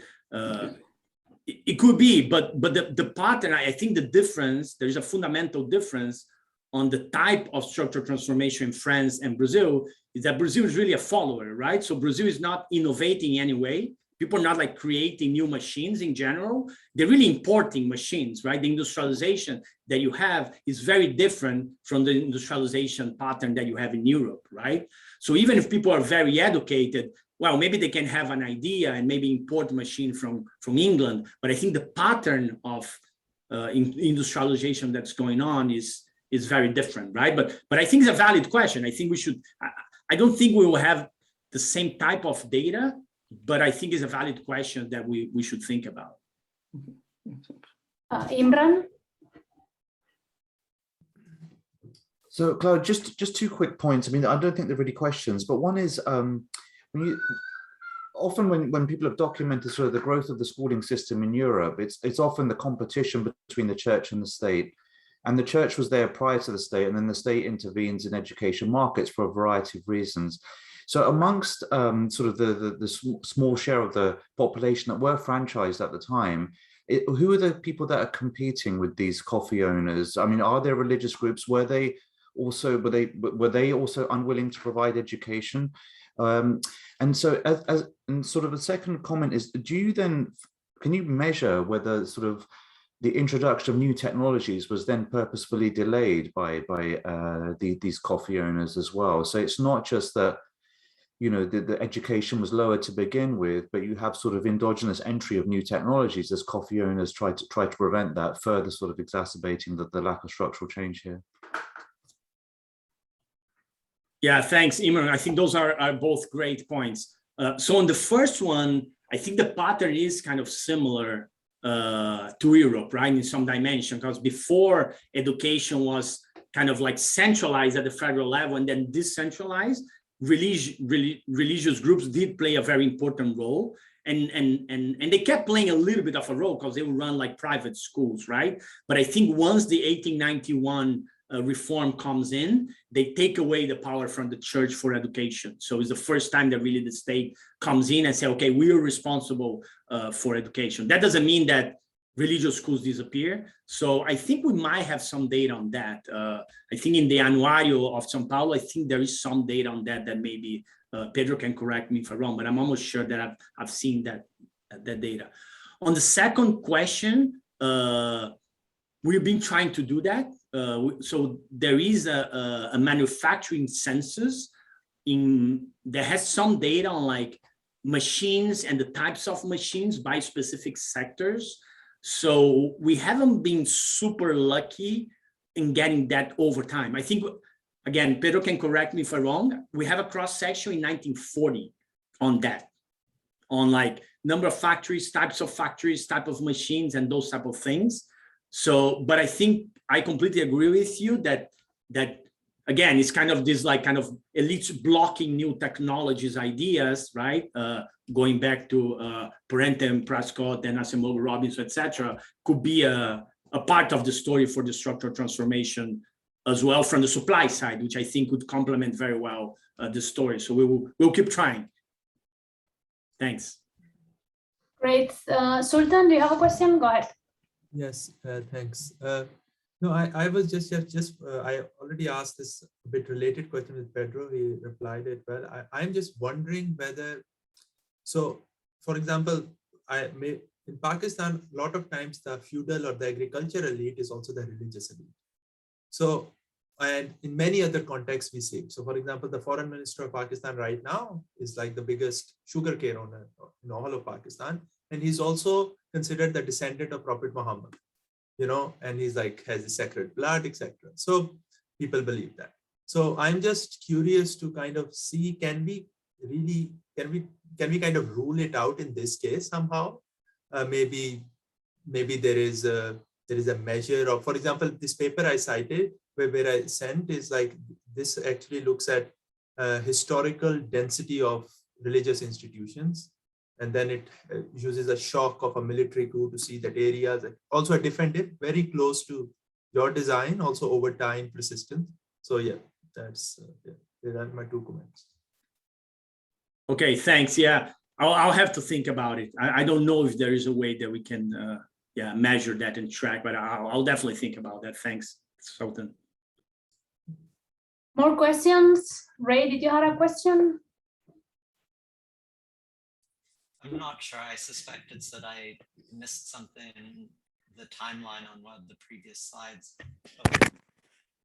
Missed something on the timeline in one of the previous slides, but it seems like, doesn't there somehow need to be an accounting for enfranchisement that kind of shifts the identity of the voting population?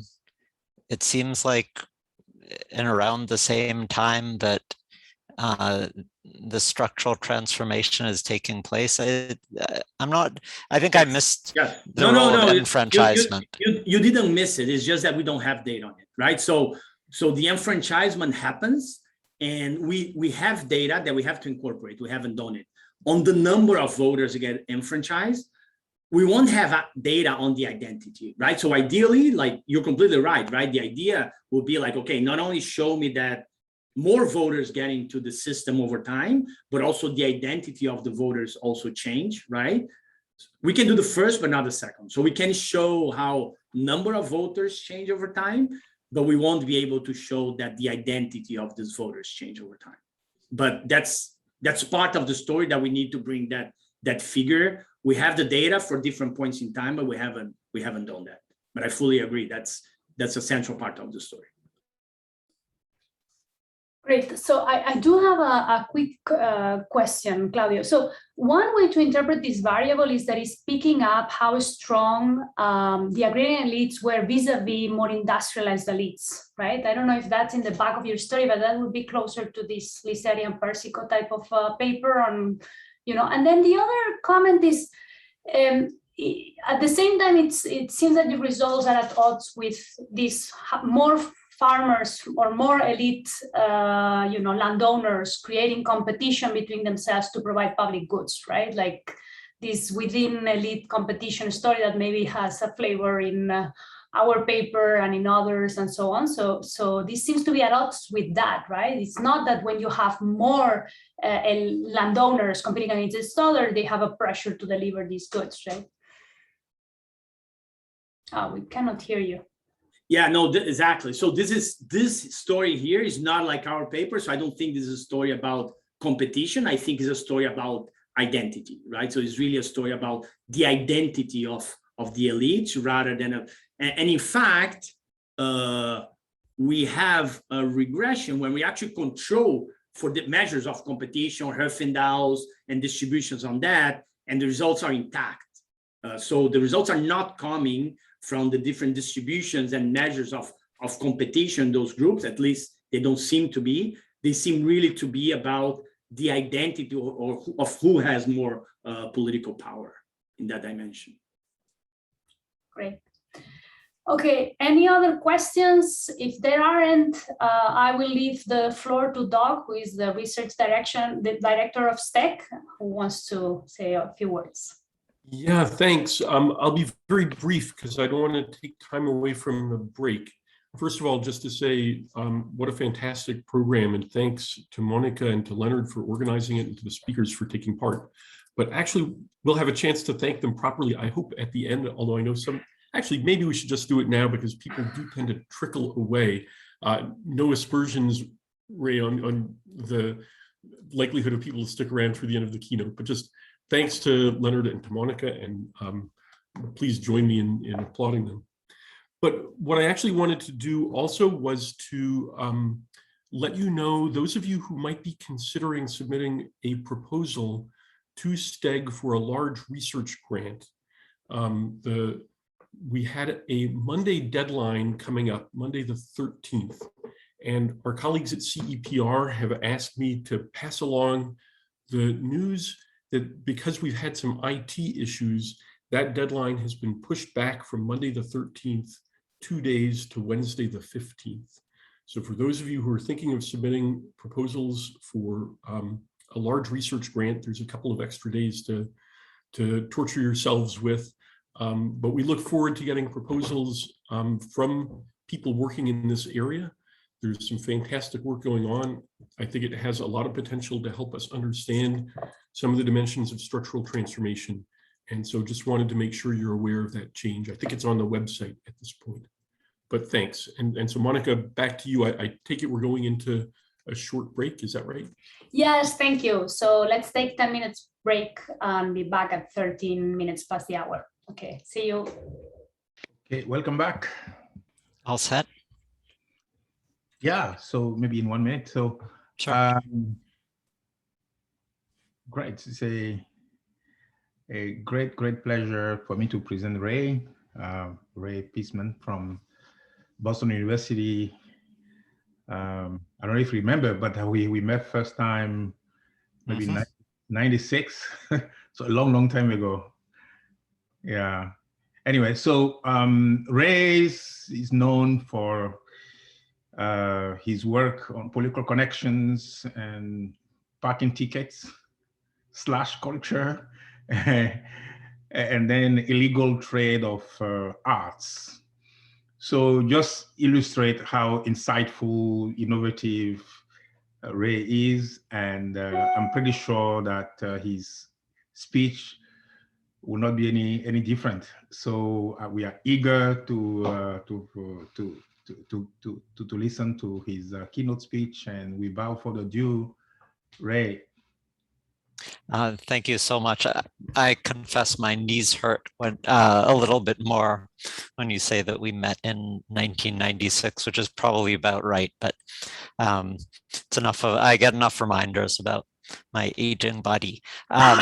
This is part of a long-running set of projects with Marianne Bertrand, Matilda Bombardini, Francesco Trebi, and various others, where we're trying to understand. I will give some flavor of this as a way of framing the broader topic up front, trying to understand the nature of influence in US politics. And I will say that, yeah, this isn't what got us working on this. There is an origin story, which I'll spare you because I don't want to eat up your precious time with that. But I will say that since the four of us started working on the agenda of hidden influence in US politics, it has absolutely made me think differently about this question, which that's me standing at the front of the room with an audience talking about corruption. And inevitably, and if you ever talk about corruption in class or anything like that, you are familiar with this question, or perhaps sometimes just phrased as a statement. Corruption is just as bad in the US, but you've just legalized it. And I did have a fairly stock response, which was not a denial, but it was to say, and there's some truth to this, but as we'll see in a second, the extent to which I believe this is an accurate representation of the difference has shrunk somewhat over time, which is to say, well, fine, there are attempts at influence, but we have disclosure laws, civil society institutions, we have open secrets, we have an active media that at least make business government relations more transparent. And then there's this further link, which I won't talk about today, which is when presented with this information, do voters even care? That's not something that we have taken up in this particular agenda. And what I have in mind is quite literally open secrets. So suppose I want to know how much George Soros is giving. Here we have Soros, his company, I'll get to that in a second, giving to Rick Nolan, a candidate for the US Congress. And as you might expect, there are many, many records in just one election cycle for George Soros. We can go the other side of the aisle, so to speak. We have Ken Griffin, the person who has the University of Chicago Economics Department named after him at Citadel Capital. We have even more records under the Republican-leaning Ken Griffin. And we can then, if we're interested in some notion of influence at the organization level, Open Secrets has made it somewhat easier for us to follow the money at that level as well. You'll see that Citadel, the Chicago-based fund, is by far the biggest contributor among investment firms, and Soros is way, way down at number 7. So this is the sort of thing that I have in the back of my mind, that via disclosures, as well as institutions like Washington Post, Open Secrets, ProPublica, we just have a much more transparent system. That said, this captures the data that I just provided to you, does not provide a complete accounting at efforts at influence in the United States. They're ones that are within the bounds of certain types of campaign finance expenditures, which in the modern era, if you like, have been devised to limit the contributions that an individual may make, to prevent well-resourced individuals from having disproportionate influence. However, some of this has been undone by rulings that have allowed individuals to donate as individuals, but also to form associations, including associations associated with a company, and then donate again through those. And in recent years, since 2014, they've actually lifted the cap on this, so you can give to as many PACs as you like. So it has opened, I wouldn't say the floodgates, but has opened the door for multiple channels of giving through multiple PACs. Now that only provides one example of the forms of influence that we observe. And so my goal for today is to provide some documentation really of one channel which has perhaps heretofore gone undescribed, and we might be concerned reflects the amplification of voice of individuals who already had disproportionate influence over the process. So before we get to that. So I will say, and I actually don't have these data in this particular presentation. So there's been a lot written about so-called dark money, but if you believe the results of some of our other papers, dark money, it's not that it's a sideshow, but the dark money is not necessarily the biggest bundle of dollars, if you like, that's influencing US politics that is hard to observe, hard for the general public to observe. Much of our work to the present has focused on so-called strategic philanthropy. Companies can give to nonprofits for marketing purposes if they think their customers care, for HR purposes if they think their employees care, and for political purposes if they think that politicians care. And we have a couple of papers on that. One focuses on the political or legislative realm, and the other focuses on the regulatory realm.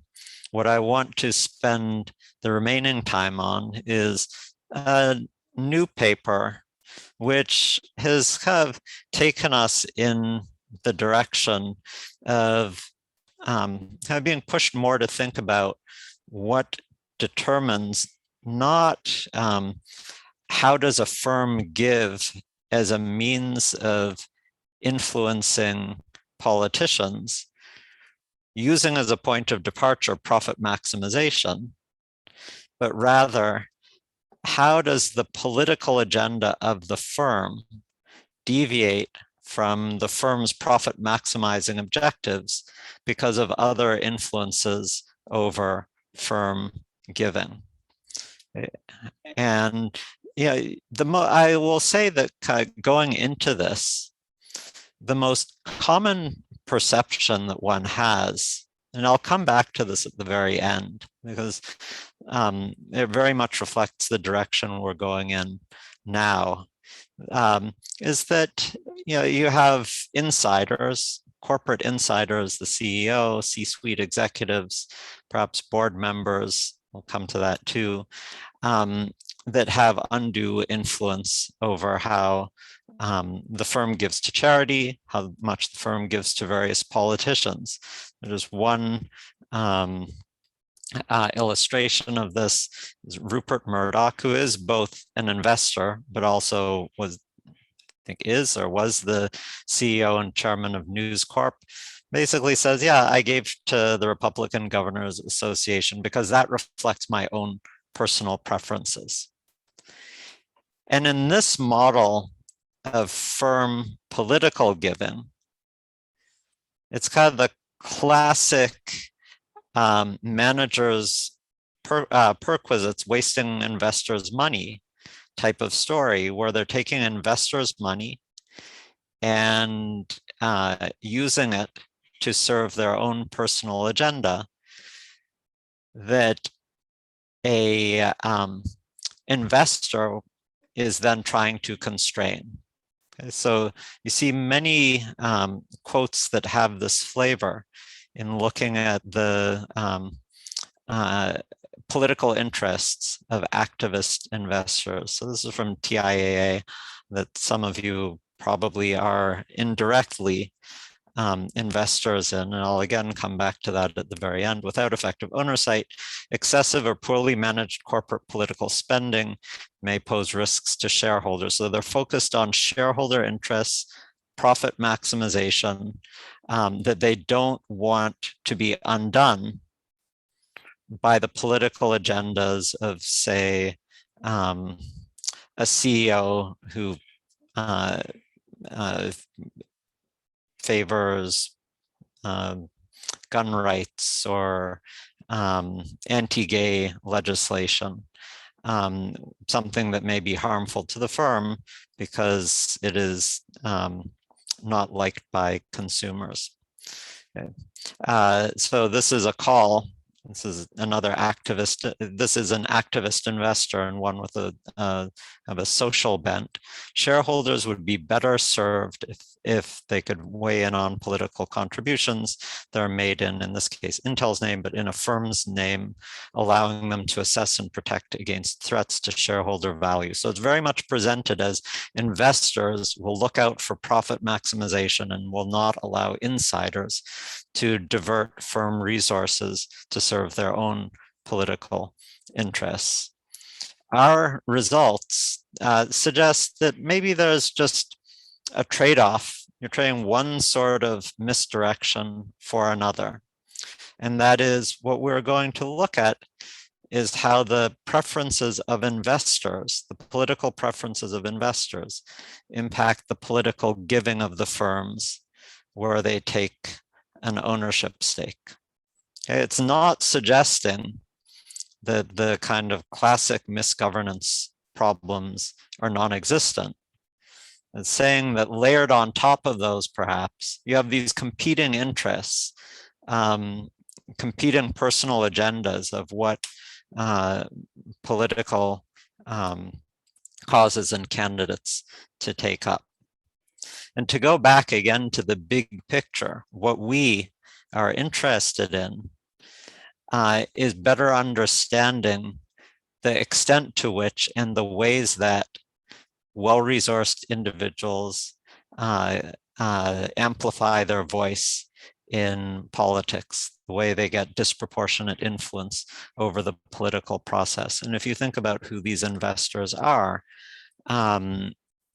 the Ken Griffins, the George Soroses of the world, they already have disproportionate influence, and this has the potential to further amplify it by giving them control or giving them some influence over the giving behavior of the companies where they hold substantial stakes.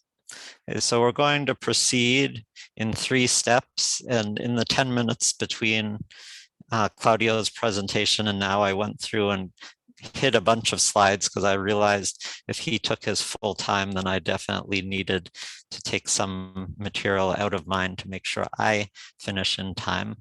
So you'll have to excuse me if some of the niceties or details are, I gloss over them. So the first thing that we will show in what we tried to set it up as an event study framework. Look at what happens when an investor takes a sizable, this is a reasonably natural cutoff, a sizable stake. How does the giving of the investor and portfolio, how does that relationship of portfolio firm, how does that relationship change before or after the block purchase takes place? If the investor is exerting influence, or if the firm is exerting influence on the investors given, we expect them to move more closely after the acquisition takes place. Second, regardless of who is influencing whom, it's also possible they just have, alternatively, it's possible that they just have a convergence in interests, and that causes them to both give more similarly and for the investor to acquire a stake. We'll argue that the relationship is causal. And finally, we'll argue that it more plausibly reflects firms following investors than investors following firms. We'll do this in a couple of ways. So to bolster the claim that the relationship is causal, first of all, we'll just look at saturated regressions where we have lots of fixed effects, but then there is also, I think, a nice way of thinking about acquisitions that cannot be driven by converging interests, and that's simply those based on so-called passive acquisitions where, say, a company enters the S&P 500 or for some other reason, a passive investor has to make an acquisition. And we'll see that the results are actually starker for these passive acquisitions, like you see in the event plot, the pattern much more clearly, which does suggest that there is some convergence of interest that might be driving the pattern for the full sample.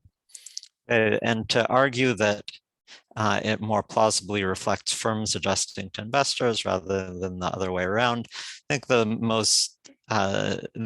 most straightforward bit of evidence is that the result is driven by what we would call partisan investors. So if you just omit the middle 50% of investors in terms of their giving skewness, so you just use the top quartile and the bottom quartile of fraction given to Republicans, that's what's driving the pattern. Okay, so it's these investors that have a particular political bent. The focus on board membership allows us to perhaps say something about the channel, because this actually provides, if you like, a tangible means by which an investor can exercise voice. And finally, this is the more complicated argument that I'll probably end up glossing over. The giving of investors adjust less across the acquisition cycle relative to the firm. And so you see kind of, if you like, a discontinuity in how the firm gives relative to how the investor gives. The investor's giving is more stable. So I'll probably mostly just leave this in the background and come back to it if need be. We're looking at so-called institutional investors. We're getting the data off investors that have sizable portfolios that require them to make quarterly holdings. And that's the level of frequency with which we will observe portfolio holdings. I'm going to present analyses focusing mainly on data that's at the level of the firm investor pair times 435 congressional districts times 19 congressional cycles in our data set. And now for some of the analyses, we'll collapse this down to just the firm investor pair times 19 cycles. I'll get to that in a minute. It's worth noting that we're going to measure political giving at the level of the congressional district, not the level of the congressional candidate or the congressional representative. So for example, if there are exits and entries, that's naturally going to create some amount of shift in giving behavior. Like you're giving to Chuck Schumer because he's been in the Congress, well, in that case, the Senate, a bad choice of example. Chuck Schumer because he's been in the Senate forever. Then he exits, you may not give to the person, Nancy Pelosi, fine. You may not give to the person who replaces Nancy Pelosi in her district. I'm going to skip the notes on the other notes on PAC giving. And I'll also just kind of leave this in the background in the interest of time. Okay, so the sample that we're going to look at, and this is not the only sample that we've looked at. There is in the paper an appendix set of analyses that looks at a larger, doesn't condition on zero ownership followed by large discrete acquisition. But this is the sample I'm going to talk about today. It is a sizable data set because you multiply the number of investor firm pairs by two sizable numbers. So you'll see that in a minute. For the analysis that I will focus on through most of the presentation. The main outcome will be at the level of the firm or investor giving to a given congressional district in congressional cycle T. Okay, now most of these are in fact zeros, and it is far beyond this particular paper to answer the question of why, in some sense, firms give so little, given that, given the caps on political donations, $5,000 a cycle, roughly speaking, why they don't give so much more. Why they don't give to every Republican or every Democrat. That is a question that kind of lies outside of the current paper. We'll also just, for ease of interpretation, just look at a dummy variable. Does the firm give to the representative from a given congressional district in a given cycle? Then we have the same thing for investors. And basically, we're going to see how these are correlated and how that correlation shifts pre versus post acquisition. We'll also find it useful at the end to have some measure at the level of the firm investor pair by election cycle. And we'll just kind of collapse, if you like, this correlation down to a single number based on the distance in giving across this vector, which has 435 entries for the investor and 435 entries for the firm, and see how close they are in giving space at a given particular point in time. Then we'll also see across election cycles, how much does an investor shift their giving? How constant is investor giving across cycles? And the same thing for firms. Okay, that'll give us a chance to see across election cycles, when an acquisition takes place, whose giving is more disrupted, the investors or the firms. I think the two things I'll note here, we're kind of struggling a little bit with how to revise or change our analysis, or whether to change our analysis because of this. Like cosine similarity is measuring the angle, if you like, the difference in how the firm and investor give at a given point in time, or how they give across, one or the other gives across time. This isn't defined if there's zero pack given. So we end up, there's a lot that gets, or there's some amount that gets thrown away. The other is to observe that there are lots of reasons why these correlations across time in particular are far less than one. Because this is at the level of the congressional district, not again at the level of the politician. And so given the churn in who represents a district, you would expect commensurate churn in giving.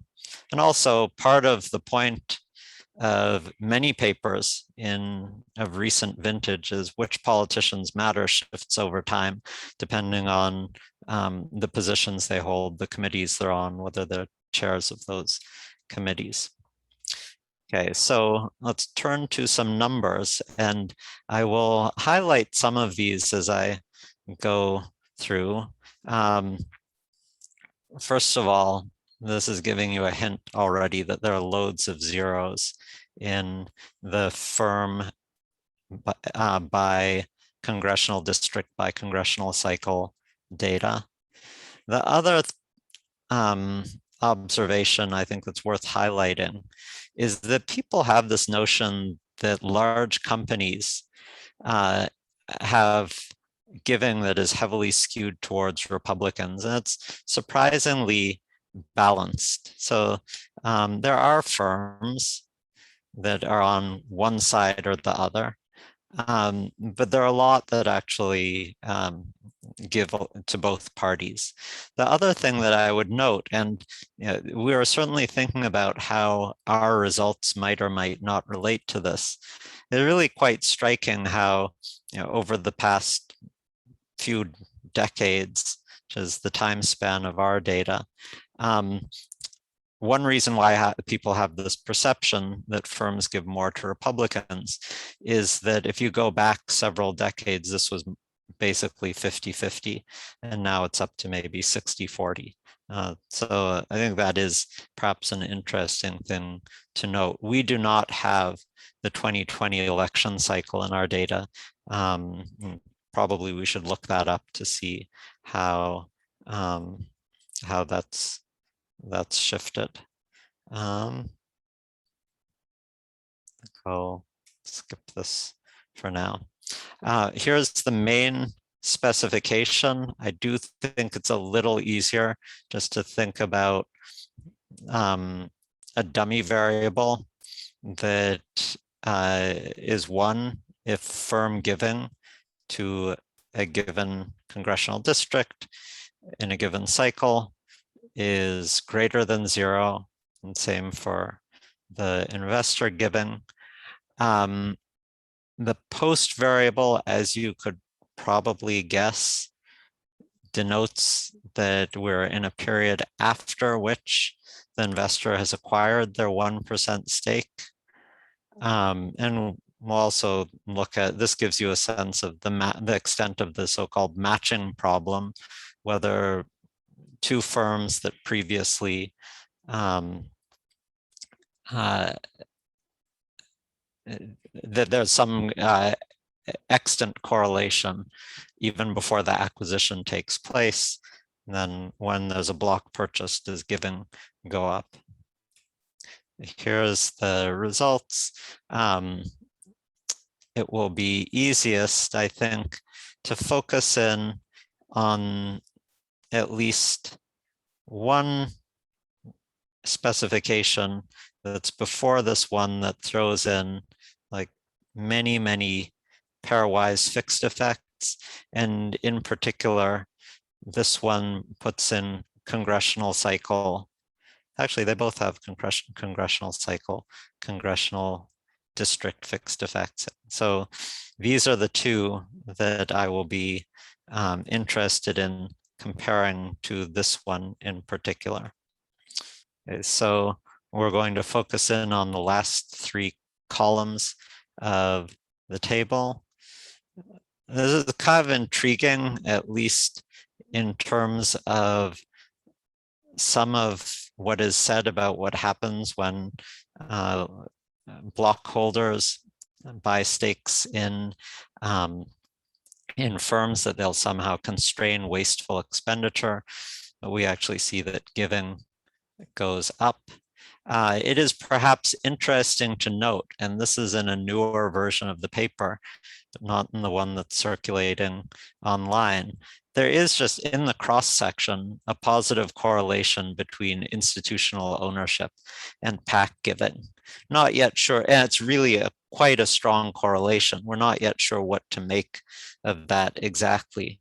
It certainly does fit with the story we would like to tell about investors imposing their political preferences on the firms where they have some voice in how the firm's resources are deployed.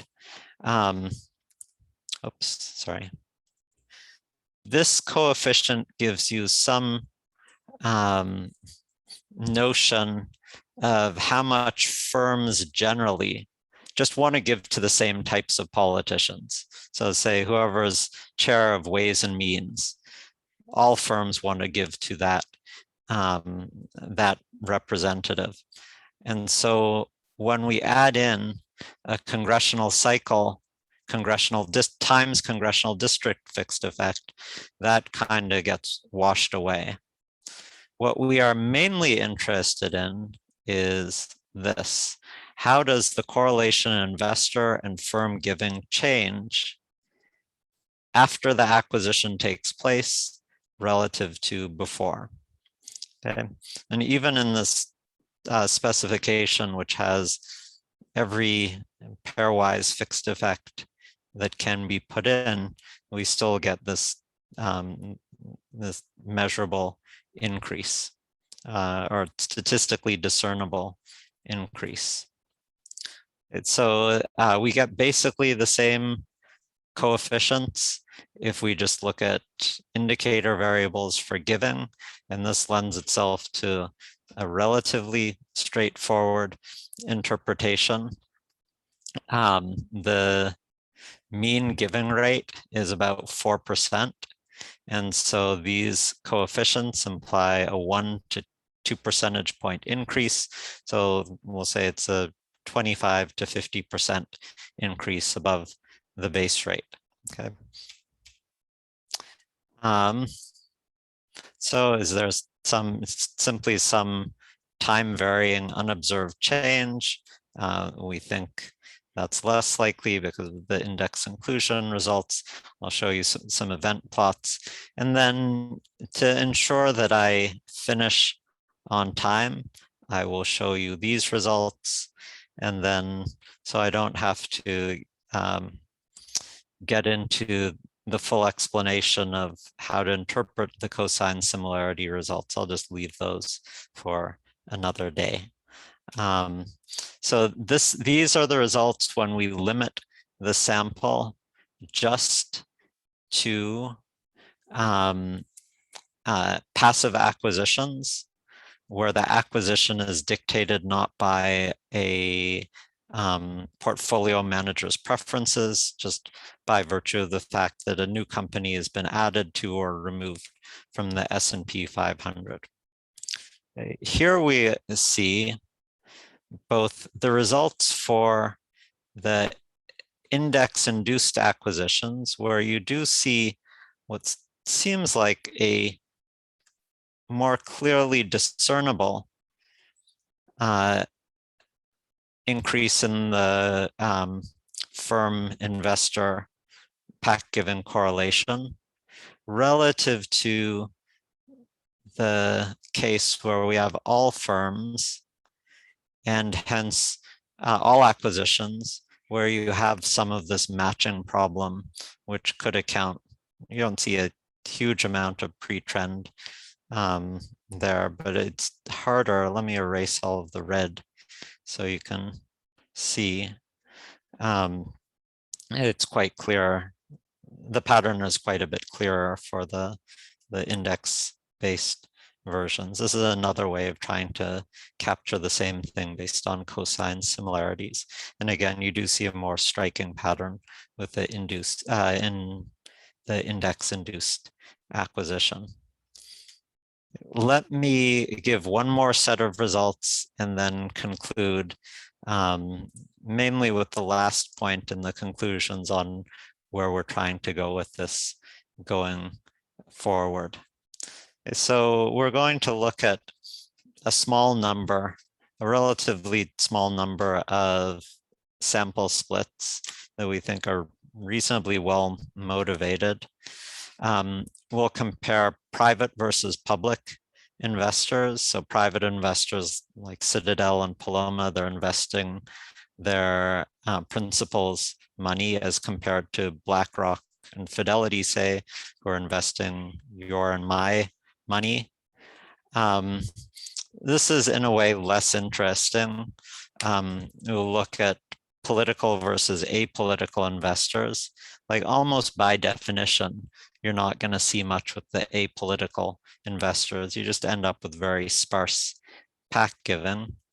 But then among the political investors, you look at the ones that have relatively high skewness, have relatively high political preferences, or relatively strong political preferences.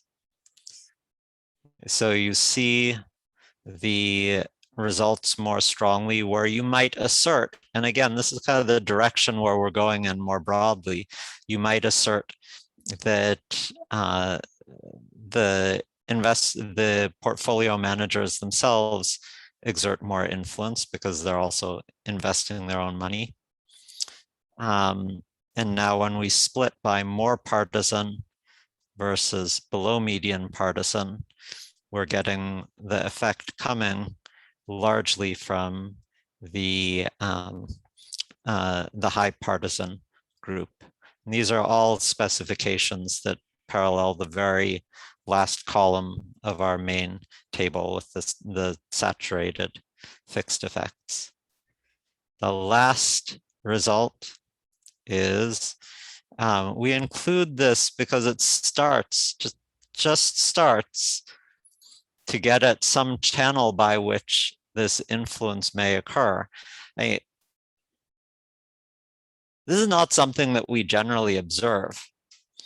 The fact that Ken Griffin can get on the phone and have a chat with Tim Cook, like Tim Cook will take Ken Griffin's phone call because he has so much money to throw around.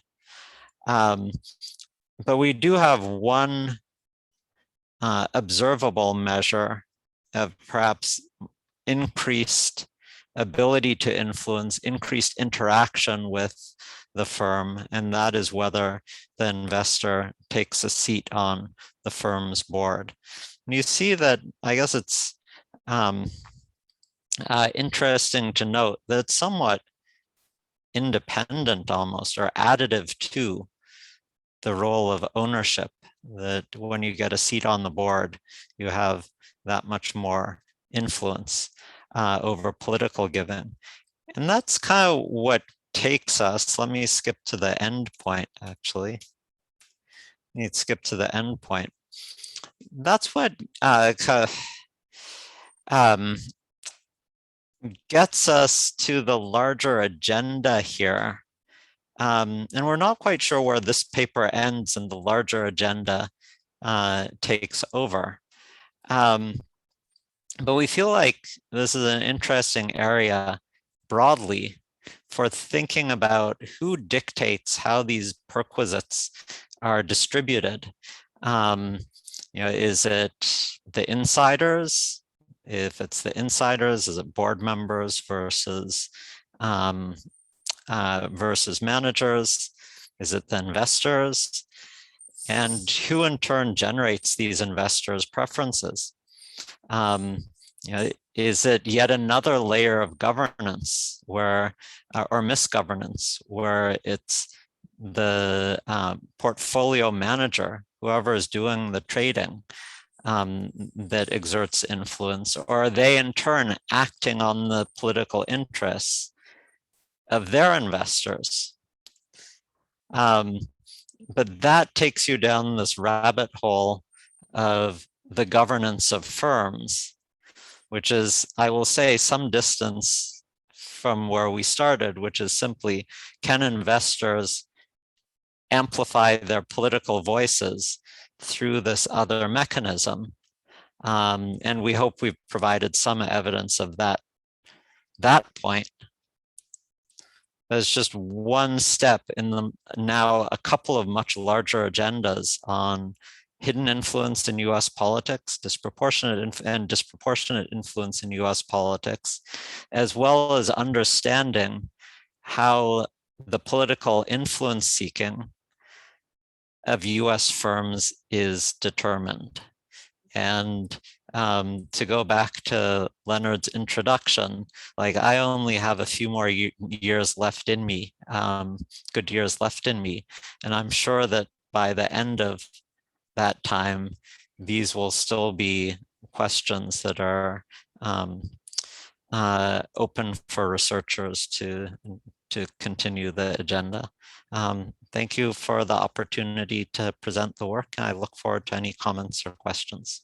Yeah, thank you very much. Thank you, Rich. But every additional year has been and will remain very, very valuable. So yeah, anyway, so question, comments?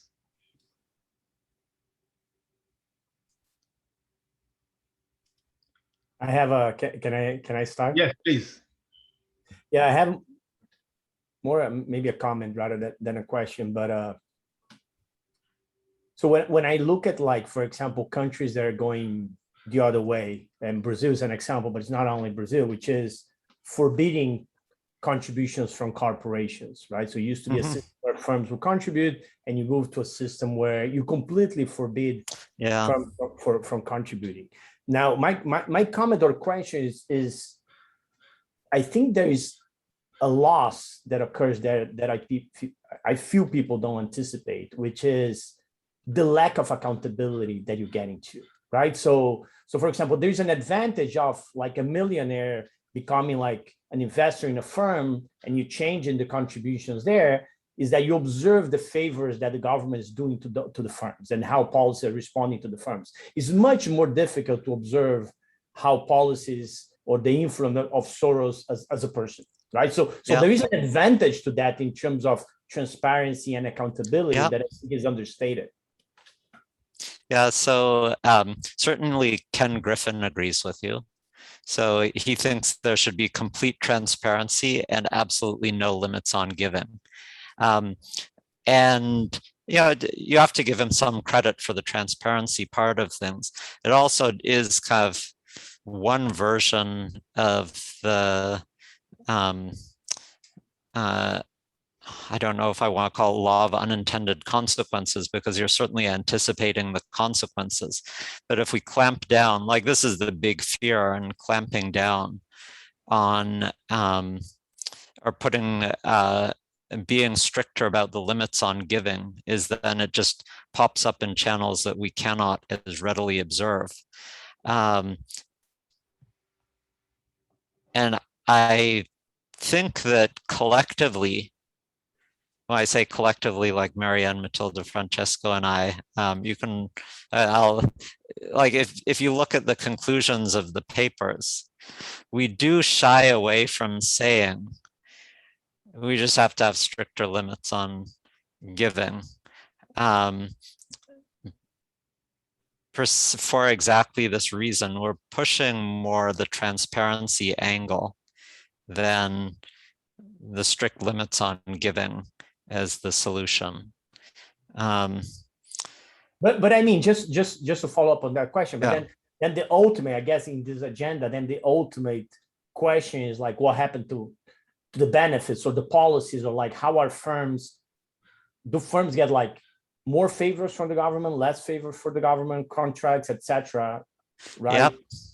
So that maybe it's, I don't know if you're already working on that, but I guess that's the... We're trying, like, it's hard. So it's hard to, so in the papers that I mentioned at the beginning, like here, we're not even trying that at all. But in the other papers, we're, in the first one, we're just saying, here's the quid, never mind the pro quo. In the second one, we're saying, here's the quid, here's very tentative evidence of the pro quo. I think that's what people are really looking for, is something more tangible to say that there is this payback. I think there are hints of it here and there, but it's hard to see the payback. Imran has a question. Imran? Yeah, I was wondering if you could say a little bit more about the observable characteristics of Congress people that investors and firms differentially contribute to, beyond just Republican or Democrat. I mean, you mentioned before that some individuals on particular committees, are there systematic differences in who investors want to back versus firms? Yeah, so I think that's part of what we have in mind also with the above median skewness, that we're then thinking about investors who aren't just giving to Chuck Schumer because he's from New York and hence is on the relevant finance focused committees. This is something else that we have been planning to get into, but have not yet done, which is this kind of more basic question that you're asking, which is, you know, what characterizes the giving of investors versus firms, and in what ways are firms pulled towards, along what dimensions, are like, do firms start giving to Chuck Schumer more when they have more institutional rather than retail investors to answer to? So I don't have an answer to the question, but I can say that the same question has occurred to us, and so hopefully sometime before I expire, we will have something. Very, very super interesting, Ray. I have more of an open-ended comment or question in the sense, I mean, some people have expressed concern on Chinese actors investing as shareholders in US corporations or things like that. I mean, would those be like political actors, or, can there be some work on this kind of international influence through this door? I think that's a very interesting question. And it does, again,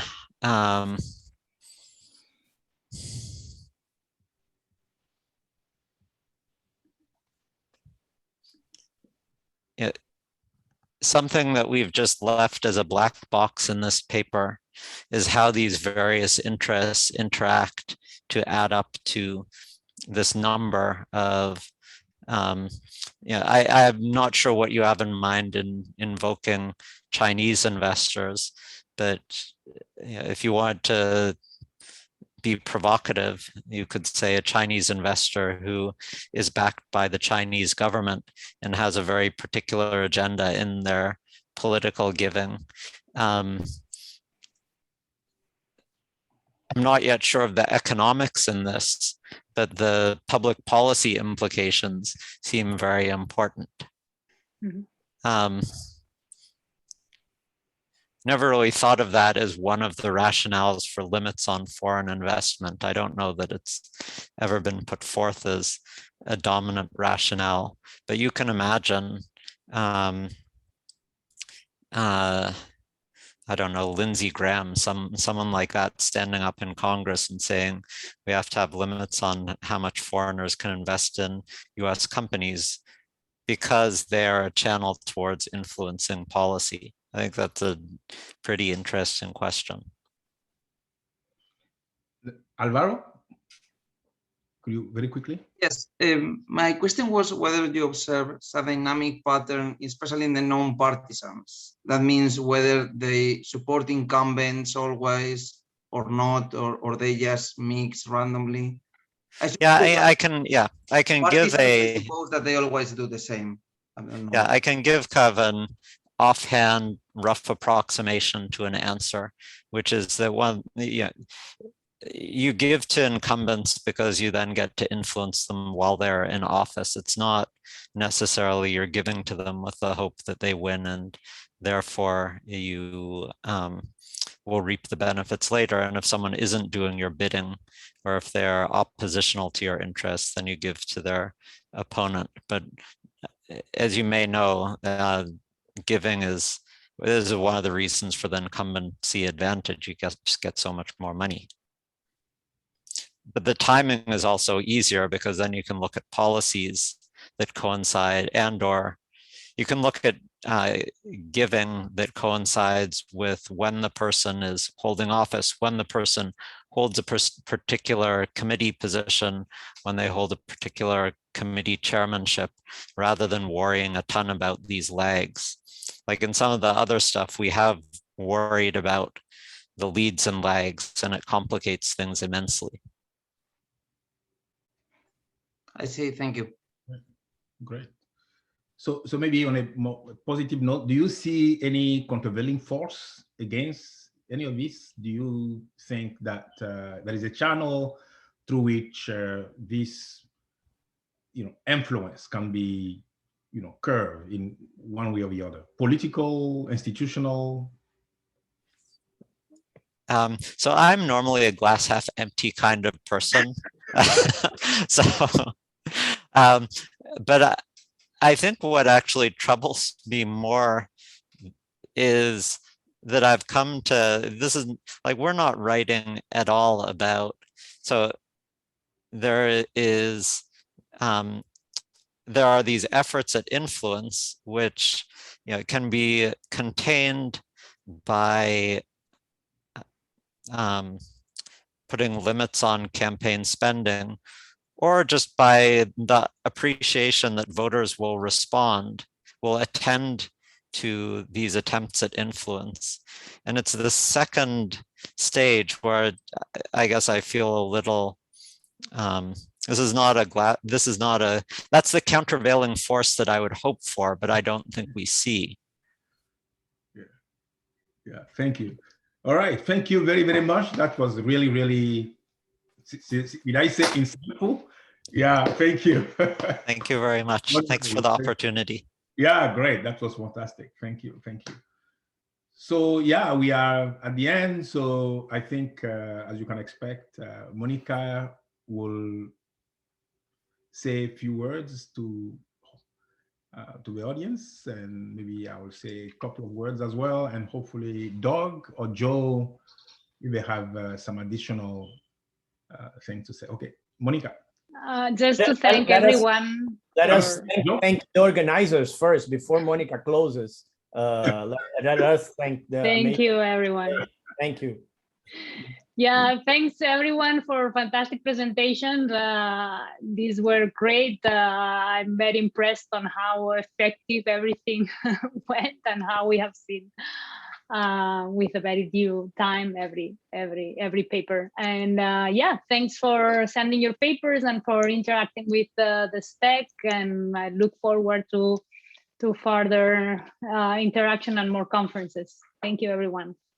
Yeah, thank you. So thanks, everyone. Yeah, what I'm going to add is maybe big picture remark would be that, I very much like diversity, junior versus senior theory, empirics, micro, macro, regional coverage. So I think, we just need to keep working to develop, perhaps an increasingly coherent story about development and politics, development and political economy. And I think we are getting there. So I cannot, this is just hopefully a, one small step that we are making every single day towards this goal. And I'm very grateful that STEG project give us this opportunity to contribute to this effort. So thanks to everyone for joining, and thanks.